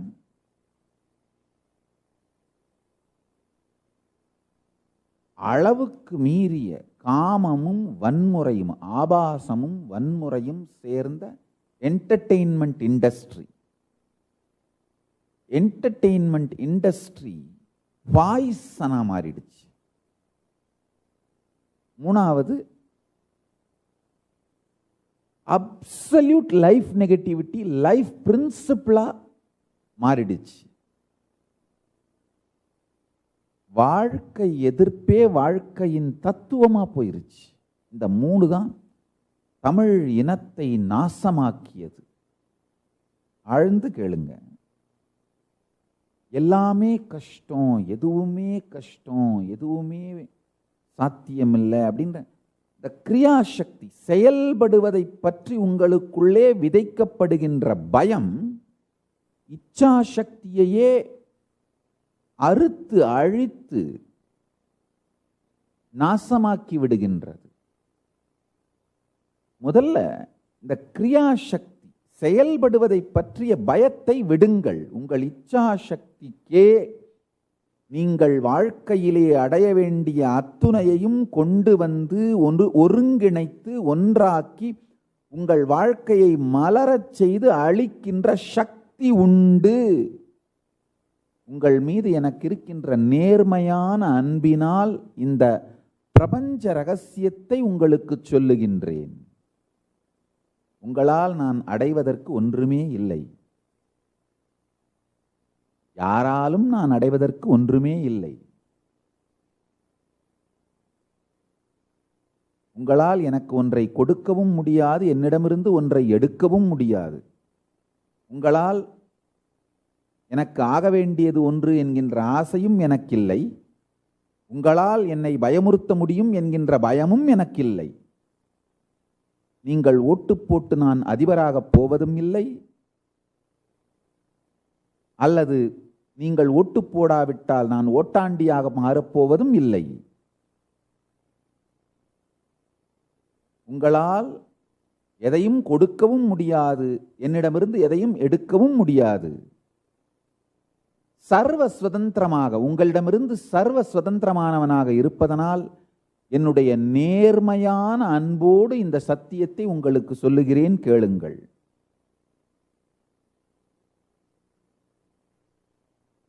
உங்களுடைய ஆசை உருவகப்படுத்தி பார்க்கும் சக்தி, விஷுவலைசேஷன் பவர், இச்சா சக்தி உங்கள் வாழ்க்கையில் நீங்கள் வேண்டுகின்ற தேடுகின்ற எதை வேண்டுமானாலும் கொண்டு வந்து அதற்கு தேவையான அனைத்தையும் அனைத்து பாகங்களையும் கொண்டு வந்து ஒன்றாக்கி உங்கள் வாழ்க்கையை மலரச் செய்யக்கூடிய சக்தி உங்கள் இச்சா சக்திக்கு உண்டு. நீங்கள் ஒவ்வொருவரும் பரமசிவனின் நீட்சி. நீங்கள் ஒவ்வொருவரும் பரமசிவ பரம்பொருளின் நீட்சி, எக்ஸ்டென்ஷன்.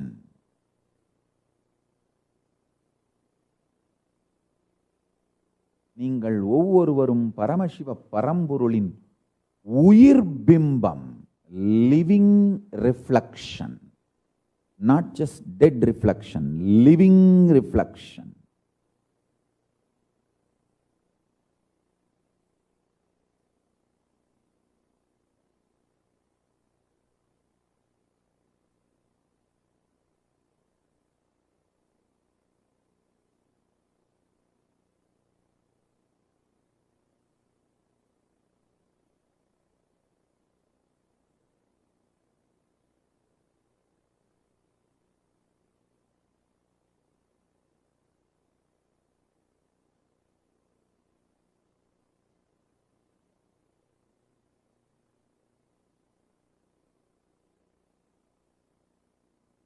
உங்களால் நான் அடையப்பட வேண்டியது ஏதும் இல்லை. நீங்கள் என்னதான் முயற்சித்தாலும் என்னிடமிருந்து எதையும் நீங்கள் எடுத்துக்கொள்ளவும் முடியாது. ஆசை அச்சம் இரண்டாலும் உங்களோடு எந்த விதமான பந்தமும் இல்லாத அந்த மாதிரியான ஒரு நபரால் மட்டும்தான் உங்களை நேர்மையாக நேசிக்க முடியும். உங்களை நேர்மையா நேசிக்கிறதுனால இந்த சத்தியத்தை சொல்றேன், கேட்டுக்கோங்க. நான் உங்கள் மீது வைத்திருக்கும் அன்பும் நட்பும் மிகுந்த நேர்மையானது. ஒரு சில விஷயங்களை புரிஞ்சுக்கோங்க. இந்த நாத்திகத்தை கூட ஏன் விமர்சனம் பண்றேன்னா, இந்த நாத்திக கருத்துக்களால் உங்களுக்கு ஏற்படுத்துற உங்க வாழ்க்கையில் ஏற்படுத்தப்படுற பாதகம், குந்தகம், உங்களுக்கு நடக்கிற டேமேஜ், அதை பார்த்து அதனால தான் இந்த நாத்திகத்தை விமர்சனம் பண்றனே தவிர, நாத்திகர்கள் எனக்கு எதிரிங்கிறதுக்காகலாம் விமர்சனம் பண்ணல. அவர்களை நான் எதிரியாக கருதுவதும் இல்லை.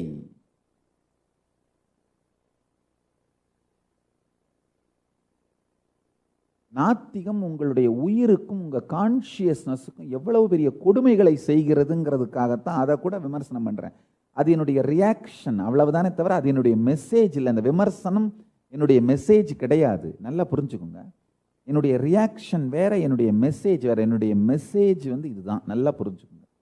என்னுடைய மெசேஜ் உங்களுடைய கான்ஷியஸ்னஸ், உங்களுடைய உயிருக்கு ஆசைப்படுகின்ற அந்த சக்தி, இச்சா சக்தி, விஷுவலைஸ் பண்ணி பார்க்கிற சக்தி, உருவகப்படுத்தி பார்க்கிற சக்தி, அந்த சக்திக்கே நீங்க வாழ்க்கையில என்ன வேணும்னாலும் அதை ஈர்த்து ஒருங்கிணைத்து உங்க வாழ்க்கையோட நிஜமா மாத்தி கொடுக்கிற சக்தி உண்டு. இச்சா சக்திக்கே மிகப்பெரிய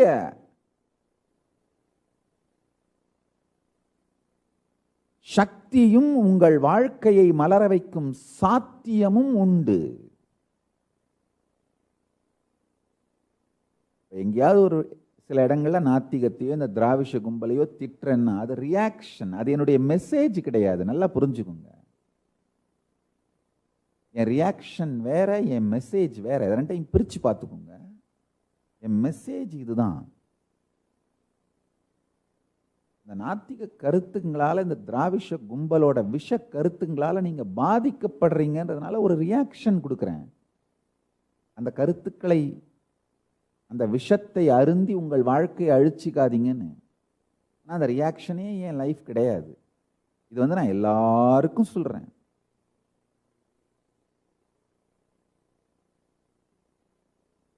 என்னை விரோதியாக நினைக்கிறவர்களுக்கும் சொல்றேன், துரோகிங்களுக்கும் சொல்றேன். நீங்க எல்லாமே என்னுடைய ரியாக்ஷன். எப்போவாவது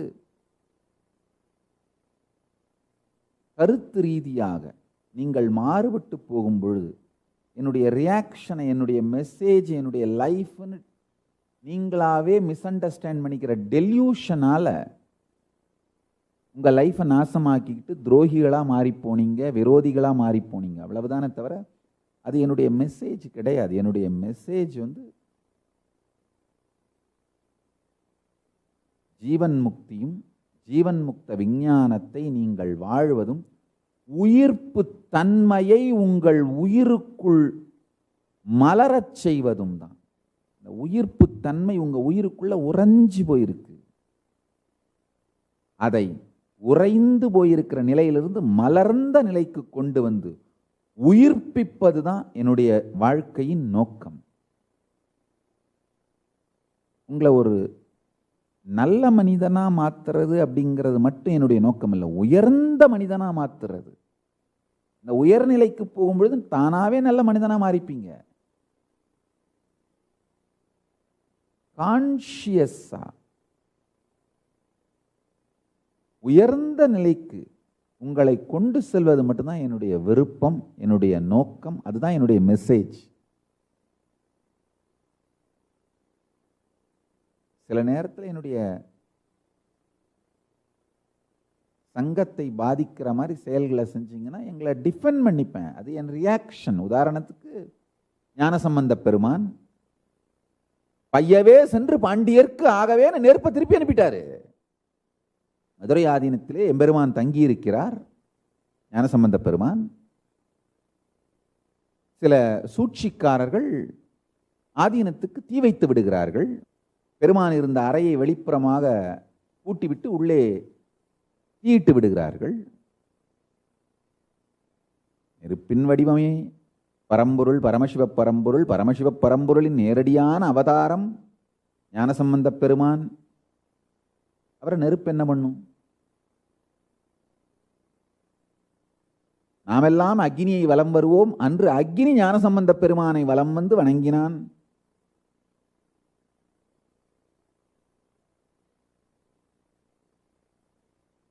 ஞானசம்பந்த பெருமானும் பையவே சென்று பாண்டியர்க்கு ஆகவேன்னு சொல்லிடுறாரு. அப்பவும் பாருங்க, கருணாமூர்த்தி மெதுவா போய் பையவே சென்று பாண்டியர்க்கு ஆகவேன்னு சொல்றாரு. அது போய் ஜுரமாக பாண்டியனை பற்றியது. அது ஞானசம்பந்த பெருமானுடைய ரியாக்ஷன், அவ்வளவுதானே தவிர அது அவருடைய மெசேஜ் இல்லை. எல்லாருக்கும் ஜுரத்தை கொடுத்து இல்லை வியாதியை கொடுத்து அது ஒன்றும் அவருடைய மெசேஜ் கிடையாது. அவருடைய சர்வைவல் அட்டாக் பண்ணும்போது, அவருடைய சங்கத்தை, அவருடைய பீடத்தை, மடத்தை அட்டாக் பண்ணும்போது ஒரு ரியாக்ஷன் பண்றார், அவ்வளவுதான். அது அவருடைய மெசேஜ் கிடையாது. அவருடைய மெசேஜ் என்ன? பரம்பொருள், சிவ பரம்பொருளின் மீது, பரமசிவ பரம்பொருளின் மீது பக்தி செய்வதும், அந்த பக்தியினாலே சிவபதத்தை அடைவதும், சுத்தாத்வைத சுகபோத நிலையில் பரமசிவ பரம்பொருளோடு ஒன்றியிருந்து அவரை தன் வாழ்க்கையின் உயிர்ப்புத்தன்மையாக வெளிப்படுத்துவதும் வாழ்வதும், அதுதான் அவருடைய மெசேஜ். ஞானசம்பந்த பெருமானுடைய மெசேஜ் பார்த்தீங்கன்னா சிவமும் சிவபக்தியும், அதுதான் அவருடைய மெசேஜ். ஐயவே சென்று பாண்டியர்க்கு ஆகவேன்னு தீயை திருப்பிய பாண்டியன் மீது அனுப்பியது ஒரு ரியாக்ஷன், அவ்வளவுதான். அது மாதிரி நான் எப்போவாவது இந்த திராவிஷ கும்பலையும் நாத்திக கும்பலையும் பார்த்து ஏதாவது ஒரு ஸ்டேட்மெண்ட் சொல்றேன்னா அது ஒரு ரியாக்ஷன், அவ்வளவுதானே தவிர அது என்னுடைய மெசேஜ் கிடையாது.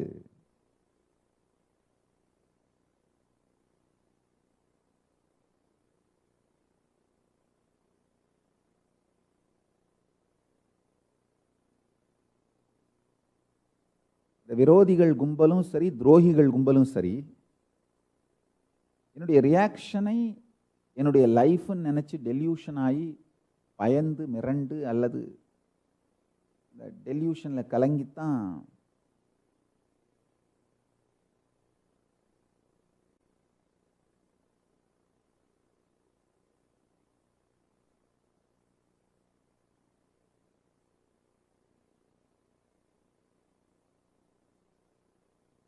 துரோகிகளாகவும் விரோதிகளாகவும் அவர்கள் மாறுவதற்கு அவர்களே ஜஸ்டிஃபை பண்ணிக்கிறாங்க.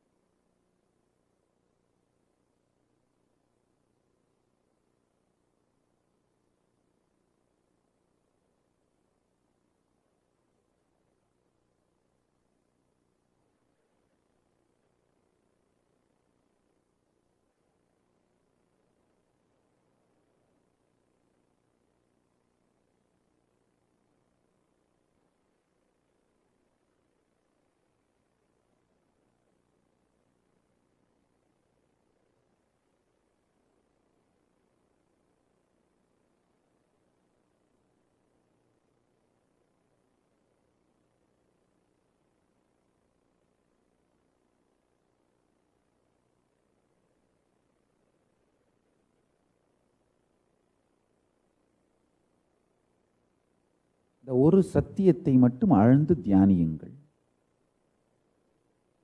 உடல் நலமானாலும்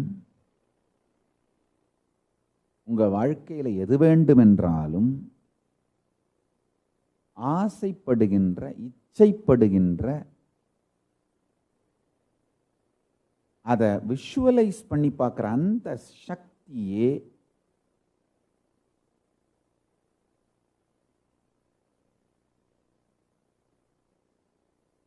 உங்களுக்கு தேவையானதை கொண்டு வந்து நிஜமாக்கி வைக்கின்ற சக்தி வாய்ந்தது. உதாரணத்துக்கு ஹெல்த்தை பற்றி இந்த ஒரு உதாரணத்தை புரிந்து கொள்ளுங்கள். நம்ம எல்லாம் என்ன நினைக்கிறோம்? ஹெல்த் வேணும்னா விடிய காலையில் எந்திரிச்சு யோகா பண்ணணும், ஜிம்முக்கு போகணும்,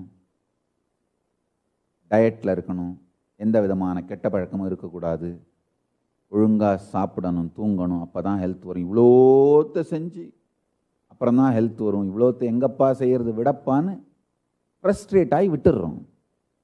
உண்மையில் அதெல்லாம் எதுவுமே இல்லாமல் முதல்ல ஹெல்த் வேணுங்கிற அந்த இச்சையை, டிசையரை ஆழமாக்குங்க.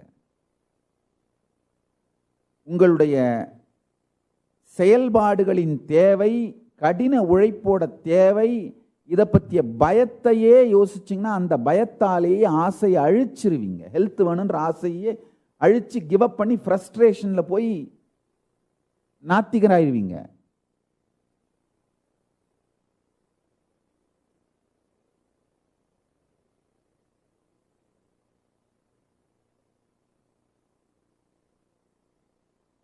முதல்ல ஹெல்த் வேணும் அப்படிங்கிற ஆசையை ஆழமாக்குங்கள்.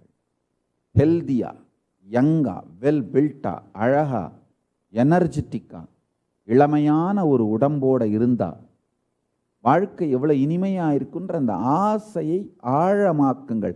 அந்த இச்சா சக்தி ஆழமானாலே தானாக உங்களை விடிய காலம் தூக்கத்தை விட்டு விழிக்க வைக்கும், தானாக யோகா பண்ண வைக்கும், இல்லை ஜிம்முக்கு போக வைக்கும், தானாகவே அதுக்கு தேவையான டயட்டை சாப்பிட வைக்கும். இந்த தேவையில்லாத புகை, மது, போதை பழக்கங்களெல்லாம் தானாகவே விட வைக்கும். இந்த ஆசைக்கே, இச்சா சக்திக்கே உங்கள் வாழ்க்கையில் தேவையான எல்லாவற்றையும் ஈர்த்து பொருத்தி தேவையில்லாதவைகளை வெளியே தள்ளி உங்கள் வாழ்க்கையை மலர வைக்கின்ற சக்தி உண்டு. அந்த இச்சா சக்தியை ஆழமாக்குங்கள்.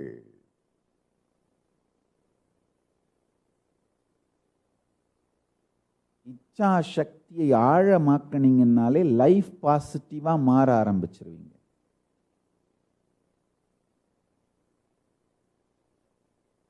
லைஃப் நெகட்டிவிட்டி எல்லாம் மெல்ட் டவுன் ஆக ஆரம்பிச்சிடும். இதுக்கு தேவையான செயல்பாடுகள் கடின உழைப்பா தெரியாது. நல்லா புரிஞ்சுக்குங்க. பர்செப்ஷன் தான் வாழ்க்கை. கடின உழைப்புன்னு ஒன்று முடிவு பண்ணிட்டீங்கன்னா அதை சத்தியமாக செய்ய மாட்டீங்க. உலகத்தில் கடின உழைப்புன்னே ஒன்று எதுவும் கிடையாது.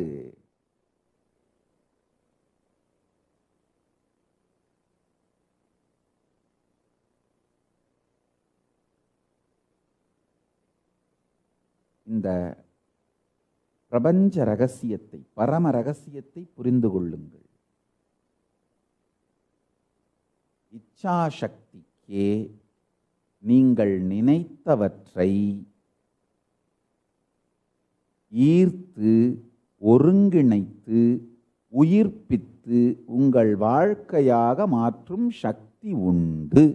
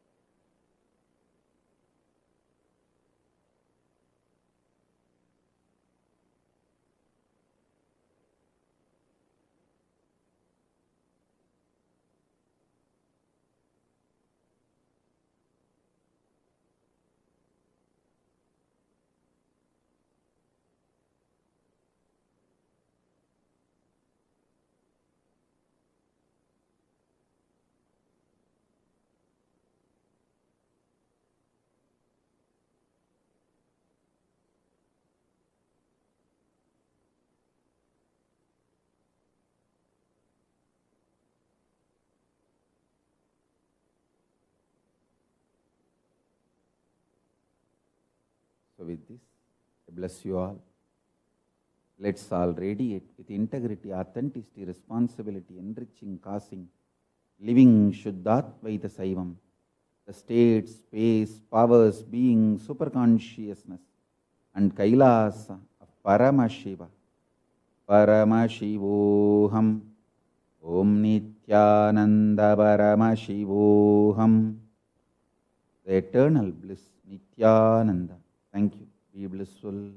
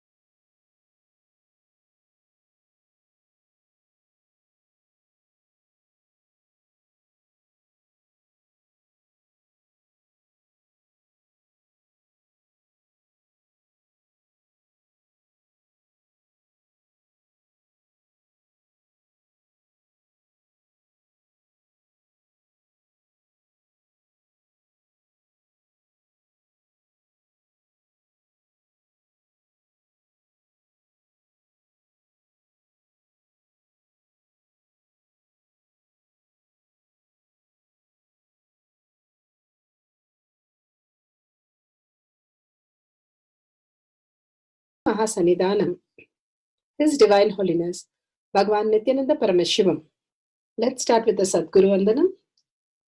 Nithyanandam Paramasukadam Kevalam Jnanamurtim Dvandvatitam Gaganasadusham Tattvamasya Laksham Ekam Nityam Vimalamachalam Sarvadi Sakshi Bhutam Bhavatitam Trigunarahitam Sadgurum Tam Namami. Let's go through the disclaimers. Security measures. No photography, video, audio recording. Important cautions.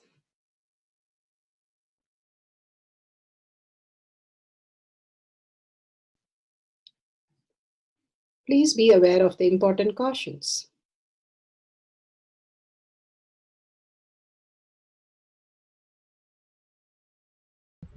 Let's go through the pramanas. The science of our manifestation is authentic, time-tested, scientific and foolproof. The Shastra Pramana, the authentic scriptures, Shrutis, the Veda Agamas, stand as a foundation for Hinduism. Apta Pramana, the authentic, time-tested, foolproof compilation of the experience of the sages, rishis and enlightened masters, which is in terms with the Shastra Pramana. Atma Pramana, with the Pramana, a guru is able to experience and live the truth claimed by the Shastras. Shakshi Pramana, manifestation and experience of the guru's initiation in the disciple of a particular lineage which is demonstrable to the world. And Pratyaksha Pramana, having the truth validated by scientific study. In Avatar Shastra, beautifully all this is documented The scientific study is documented where it clearly shows how your brain go into the higher states of consciousness and how you start manifesting the higher realities by just in the space of oneness with Paramashiva. Now let's go to the Shastra Pramana. The Shastra Pramana for the power of clairvoyance is taken from the Shiva Samhita.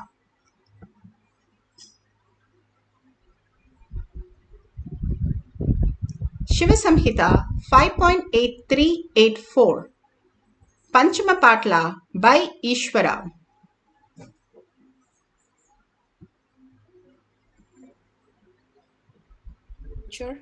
Your purpose. Take the responsibility.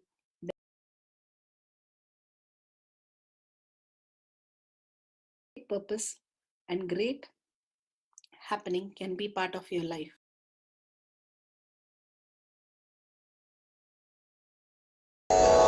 This Shastra Pramana is taken from the Shiva Samhita 5.83. Jnananya cha pratimam tasya trikala vishayam bhavet dura shrishti dura drishti swechaya kagatam vrajet Jnananya cha pratimam tasya trikala vishayam bhavet dura shrishti dura drishti swechaya kagatam vrajet. Bhagavan Paramashiva beautifully says, he gets immeasurable experience, knowledge, knows the past, present, future time. How Bhagavan explains the Nityatva beyond what you understand as just the past and past moving into the present, present moving into the future, future. Only that, the Nirantara that we know, and we get deluded. Beyond that, there exists a space of Nityatva, beyond past or beyond future or the present moment. Bhagavan beautifully says in the present moment, he is in Kailash Kotyad, initiates us into the quantum space. When you get into the present moment, you are getting into the quantum reality. You are experiencing the higher dimensions of you. The more you are living in the present, you are opening up for a new reality. That is what Bhagavan says. How the Ichcha Shakti, you decide, declare, you have the will persistence. Simply the will changes everything into the reality that you want. Constantly we are deluded. What we learned in the first 7 years, the past, we keep repeating our pattern forever and ever, getting it worse and worse till the root shock wakes us up.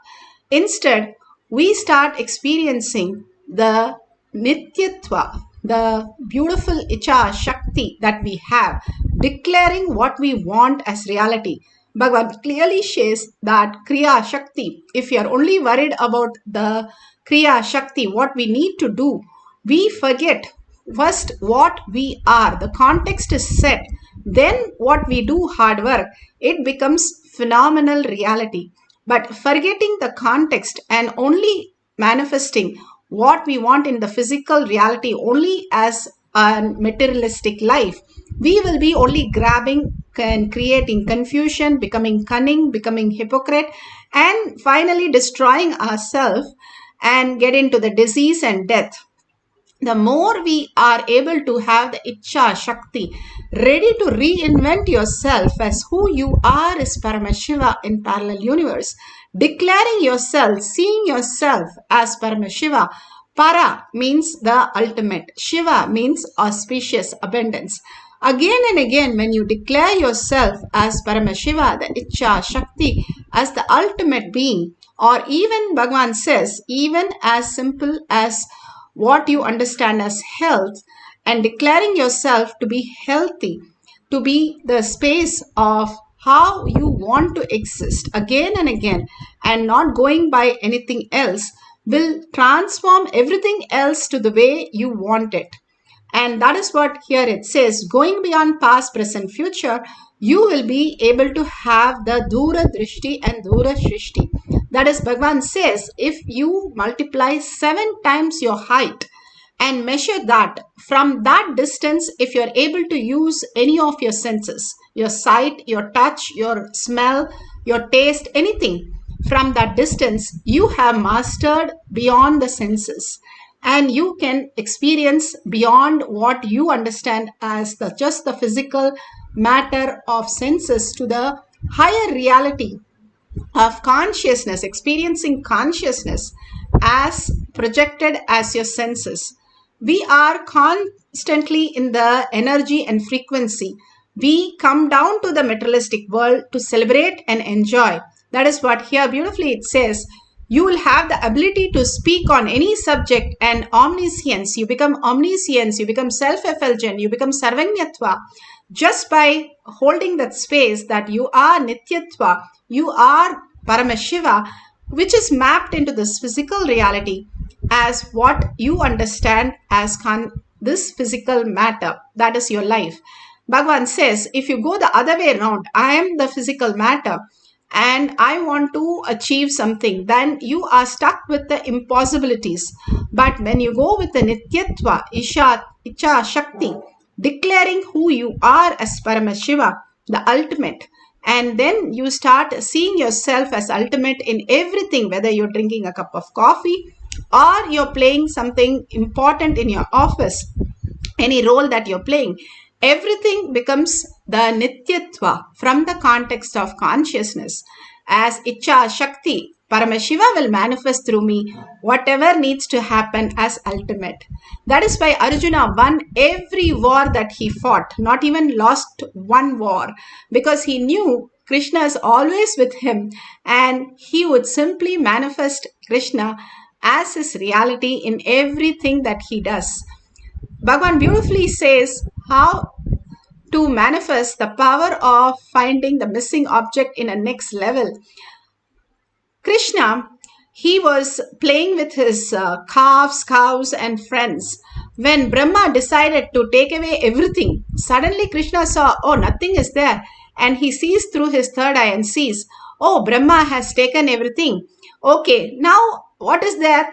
I will manifest everything. So Krishna himself manifested as cow. Krishna himself manifested as calf. Krishna himself manifested as friends. And for one whole year, they went back home as Krishna as the friend, Krishna as a cow, Krishna as a calf. This is from Srimad Bhagavatam, Canto 10, Chapter 13. All this happened in physical reality. How Krishna was able to manifest that greater science. If you see in your dream, the minute you fall into sleep, you create your reality in the dream just like that, just like Krishna. You have your friends, you have your family, you have everybody right there. And for a few hours, you do the exact things that you experience every day. So all the possibility exists in this world also. Bhagavan beautifully says, each one is the ultimate consciousness, infinite power. And when Devi manifested, and Devi Purana says, Shiva and Vishnu came out of her nails.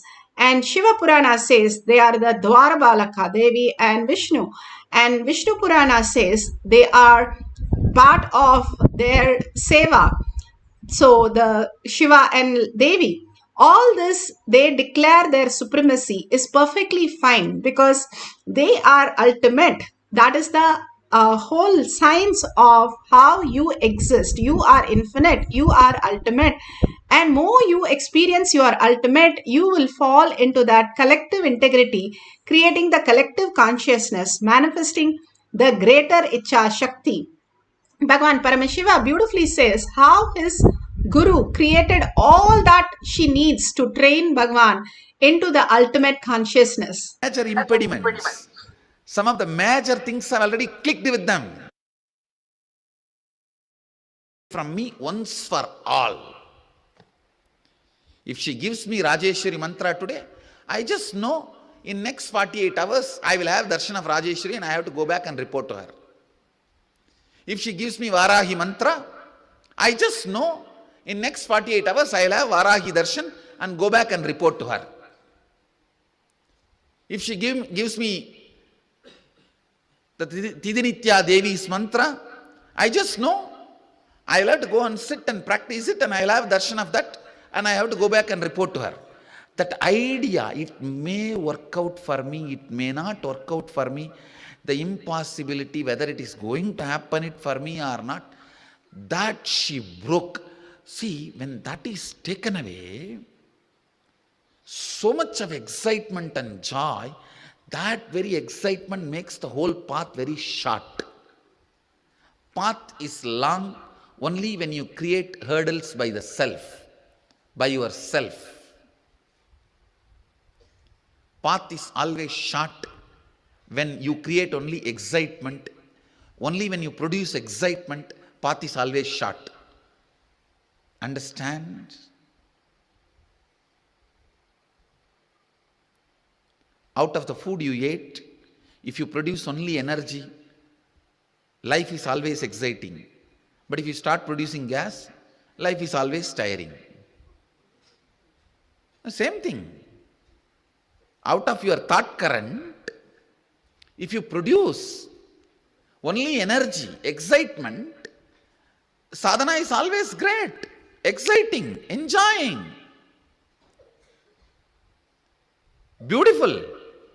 But out of the same thought current, if you produce again and again impossibility, SDHD, spiritual practice is tiresome.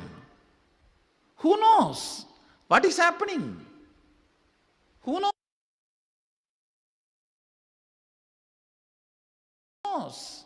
what is true, what is wrong, what is right? Will I have it? Will I get it? Or maybe it worked for him in those days when his body was without toxins. Now, who knows, my body is full of toxin, and will the same process work for me? You will have 1,000 stupid questions to make you strongly believe it is not possible, at least for you. That is what I call Dvandva Vigna. The second day, over, break up. If you fought with your girl, Bhagavan beautifully says how we just drop everything. We make a sankalpa on January 1st, like how we would do yoga, and then that's it. Not even the second day we do that, because the context is not there, how we exist. If the context is clear, the integrity will align and everything will start aligning to it. Understanding we are Paramashiva, the ultimate, and we want to raise to that level of Paramashiva, and everything that we do will start aligning. Like how you want to go to the moon, then you join NASA, then you have the integrity to do all the exercise that NASA gives to align yourself to become the NASA scientist to go to the moon.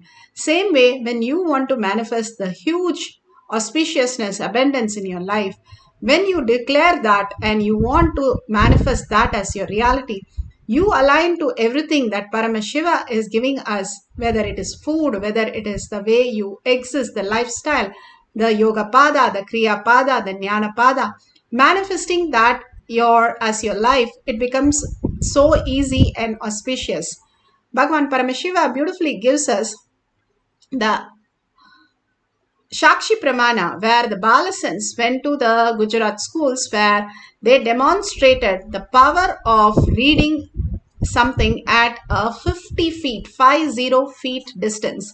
You can see the patches. It is a eye patch, which is the eyes are stuck, not just a eye band, but eye patches, which is used usually for the lazy eye correction, which is put on both the eyes so that they have only the third eye, which they can see through. So here the Balasans is demonstrating what he's seeing at a 50 feet distance.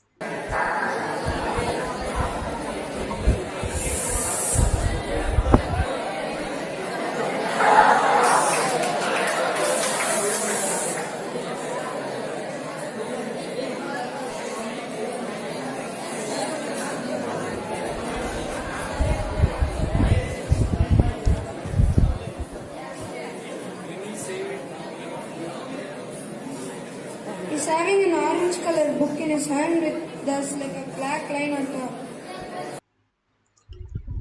Beautifully, he's able to see how he's holding an orange book with like a black strips that are covered at the top. All that we are going to do today is manifest the power of missing object, the clairvoyance, the power of doing something at a very different, the five senses experience at a very high distance.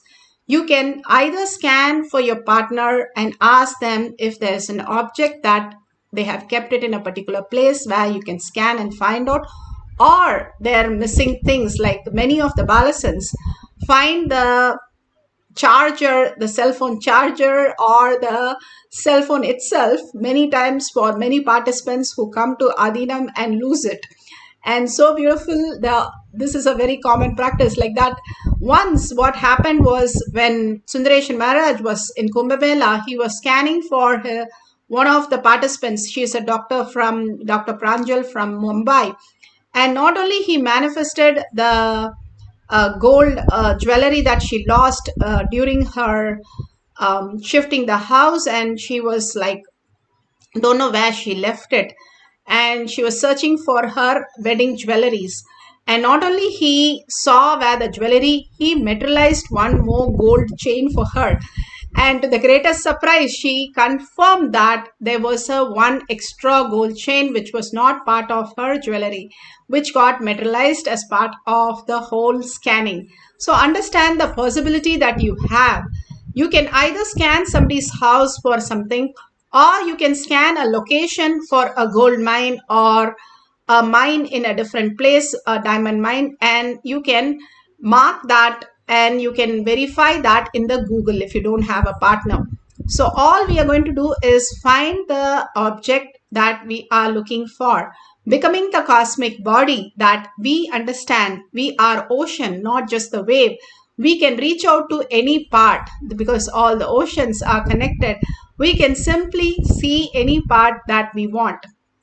So once you become the cosmic body, that you are consciousness, the more you raise into the higher frequency, you become the collective consciousness from the individual consciousness. The more you experience that oneness, you become that oneness that you can download any information in any space and you can bring it to this physical reality. So all we are going to do is sit straight with the head, neck and spine in a straight line. Bring Paramashiva to your third eye. Like Bhagavan says, the Ichcha Shakti to hold Paramashiva as your reality. Be very clear that you have 25 heads, 75 eyes and 50 hands. And you are Paramashiva. See yourself again and again as Paramashiva. Fall into that beautiful space of oneness. What is falling into that space of oneness? The mind goes outside. It has so many questions, opinions, judgments, all that knowledge that is being gained. But drop all that at Bhagavan's lotus feet and ask the mind to look inside. Inside there is nothing for the mind to narrate. So it has to dissolve itself and raise you to the space. Paramashiva is real. Consciousness is real. The pure space of consciousness. Experiencing the Nirvikalpa Samadhi. More and more indulge yourself into the inner space. Chant from your inner space deeply, continuously with the deep listening. Let's start manifesting the power of clairvoyance, finding the missing object.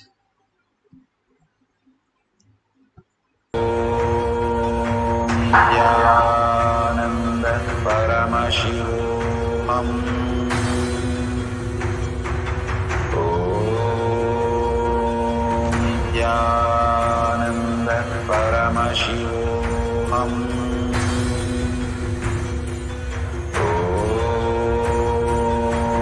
Nithyananda Paramashivoham. Om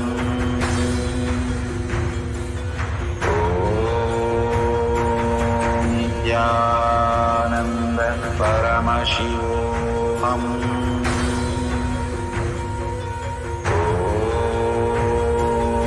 Nithyananda Paramashivoham. Om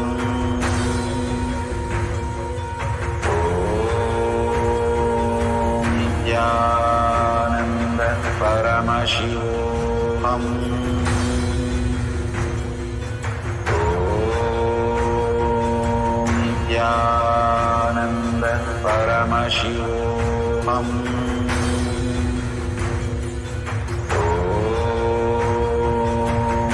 Nithyananda Paramashivoham.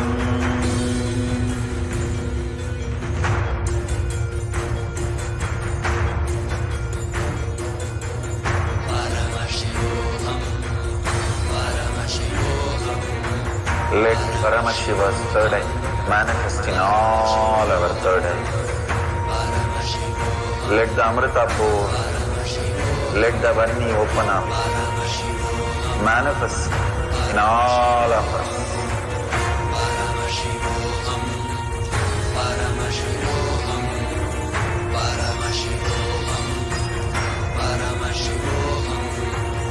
Let Paramashiva overflow, manifest the powers in all our third eye.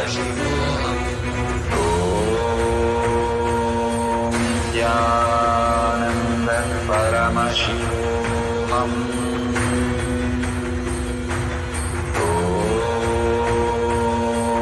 Nithyananda Paramashivoham.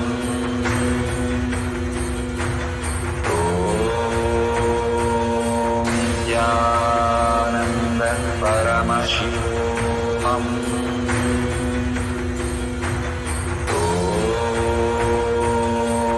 Nithyananda Paramashivoham. Om Nithyananda Paramashivoham.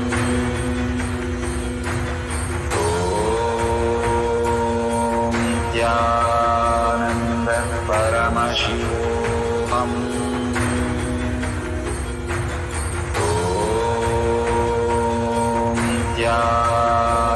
Nithyananda Paramashivoham. Om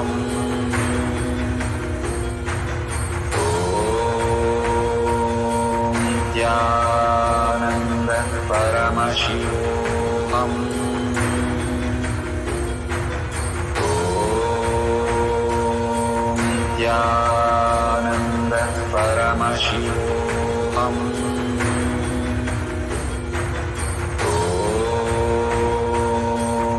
Nithyananda Paramashivoham. Om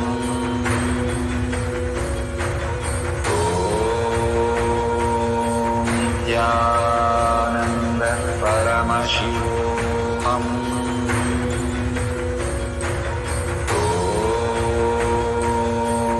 Nithyananda Paramashivoham.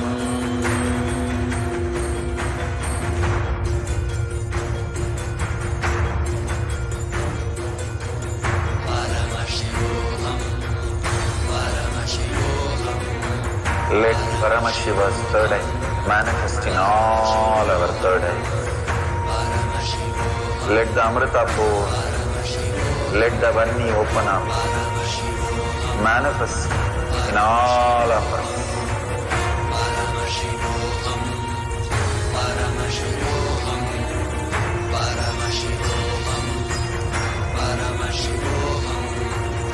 Let Paramashiva overflow, manifest the powers in all our third eye.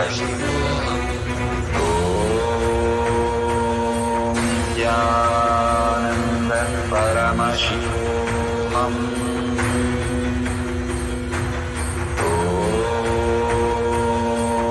Nithyananda Paramashivoham.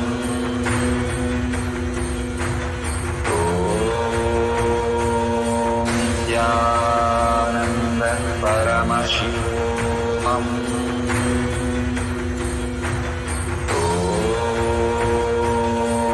Nithyananda Paramashivoham. Om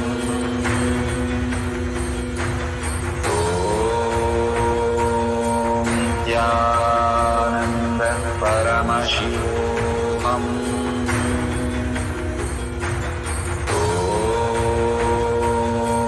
Nithyananda Paramashivoham. Om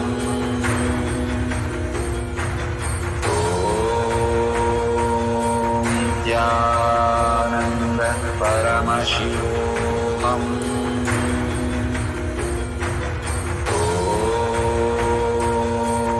Nithyananda Paramashivoham. Om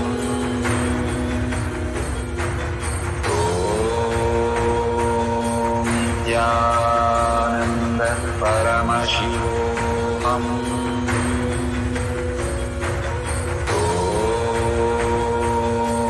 Nithyananda Paramashivoham. Om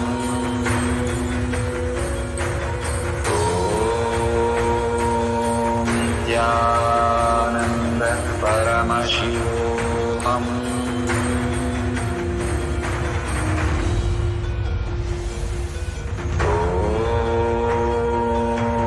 Nithyananda Paramashivoham. Om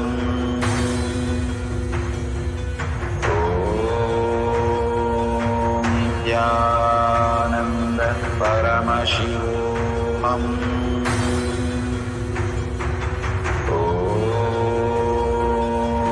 Nithyananda Paramashivoham.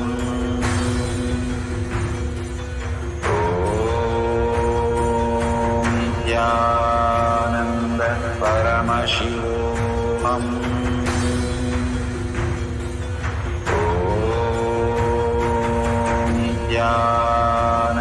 Nithyananda Paramashivoham. Om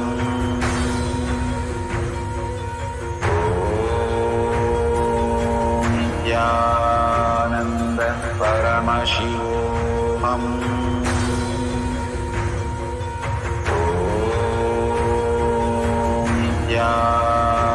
Nithyananda Paramashivoham. Om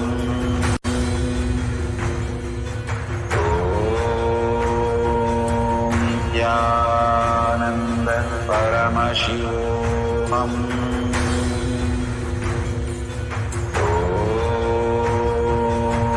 Nithyananda Paramashivoham.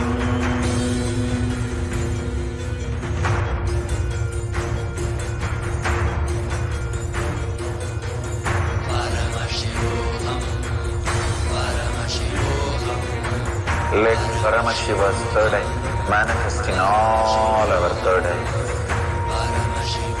Let the Amrita pour, let the Varni open up, manifest in all of us.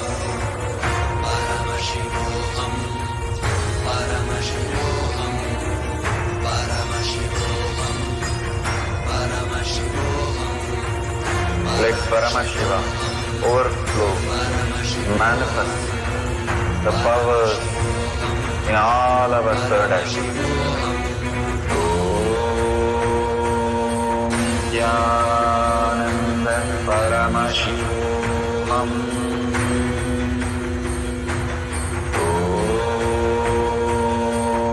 Nithyananda Paramashivoham.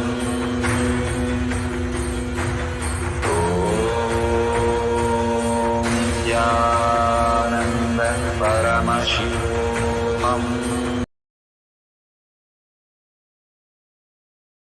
Slowly, very slowly, open your eyes and please go ahead, verify all the details, whatever Paramashiva has shown with your partner or with the Google, verify authentically. And if you can take a picture with the timestamp, always have a timestamp in your picture so that you can authentically take the picture and then Google, and you can take the picture of what the Google is showing or your partner and verify both and share it with the world. The power manifestation has three sections. One is the pramana, one is the manifestation, the third is the celebration. The materialistic world, that why we have, if everything is frequency and energy, is because for us to manifest and celebrate. Celebrate Paramashiva is real. Paramashiva is who you are. And celebrate that you have recognized the Paramashiva in you as your reality. When you celebrate all this greater truth, you start manifesting more and more deeper reality. You can share in tinyurl.com/powermanifestation or in your social media and tag it to your friends and families. Like, view others also, and whatever they are manifesting and whatever Paramashiva has shown, you can thank Bhagwan not only this session, but in your life also, how it has transformed you by this powerful cognition and power manifestation. Thank Bhagwan for all this, and make sure you have hashtag Paramashivoham Shakshi Pramana, hashtag Power Manifestation, hashtag KAILASA, hashtag Nithyananda. So thank you. And if you see a $sign at the end of the YouTube chat, please go ahead, click on it, and please, whatever you want to donate, thank you so much for your contribution. Let's surrender all this powerful cognition, power manifestation at Bhagwan's lotus feet in deep gratitude, thanking Bhagwan and thanking all of you who stayed back to manifest the powers of Paramashiva. Simple integrity, simple obedience, like Bhagwan says, doing the Yoga Pada, Kriya Pada, Jnana Pada, which is the satsang and power manifestation, to raise yourself to the higher states of consciousness. And thank you for being here, and thank you for donating, and thank you for sharing in the social media. With that, holding the space, Paramashiva is real in thought, word, and action. Seeing everybody, everything as Paramashiva as your reality. Holding that again and again as your powerful cognition, and ending the session with a Purna Mantra. Om Purnamada Purnamidam Purna Purnamudashyate Purnasya Purnamataya Purnamevavashishyate. Om Shanti Shanti Shanti. Hari Om Tat Sat Sarvam Bhagavate Sri Nithyananda Paramashivam Padukarpanamastu. Om Nithyanandam.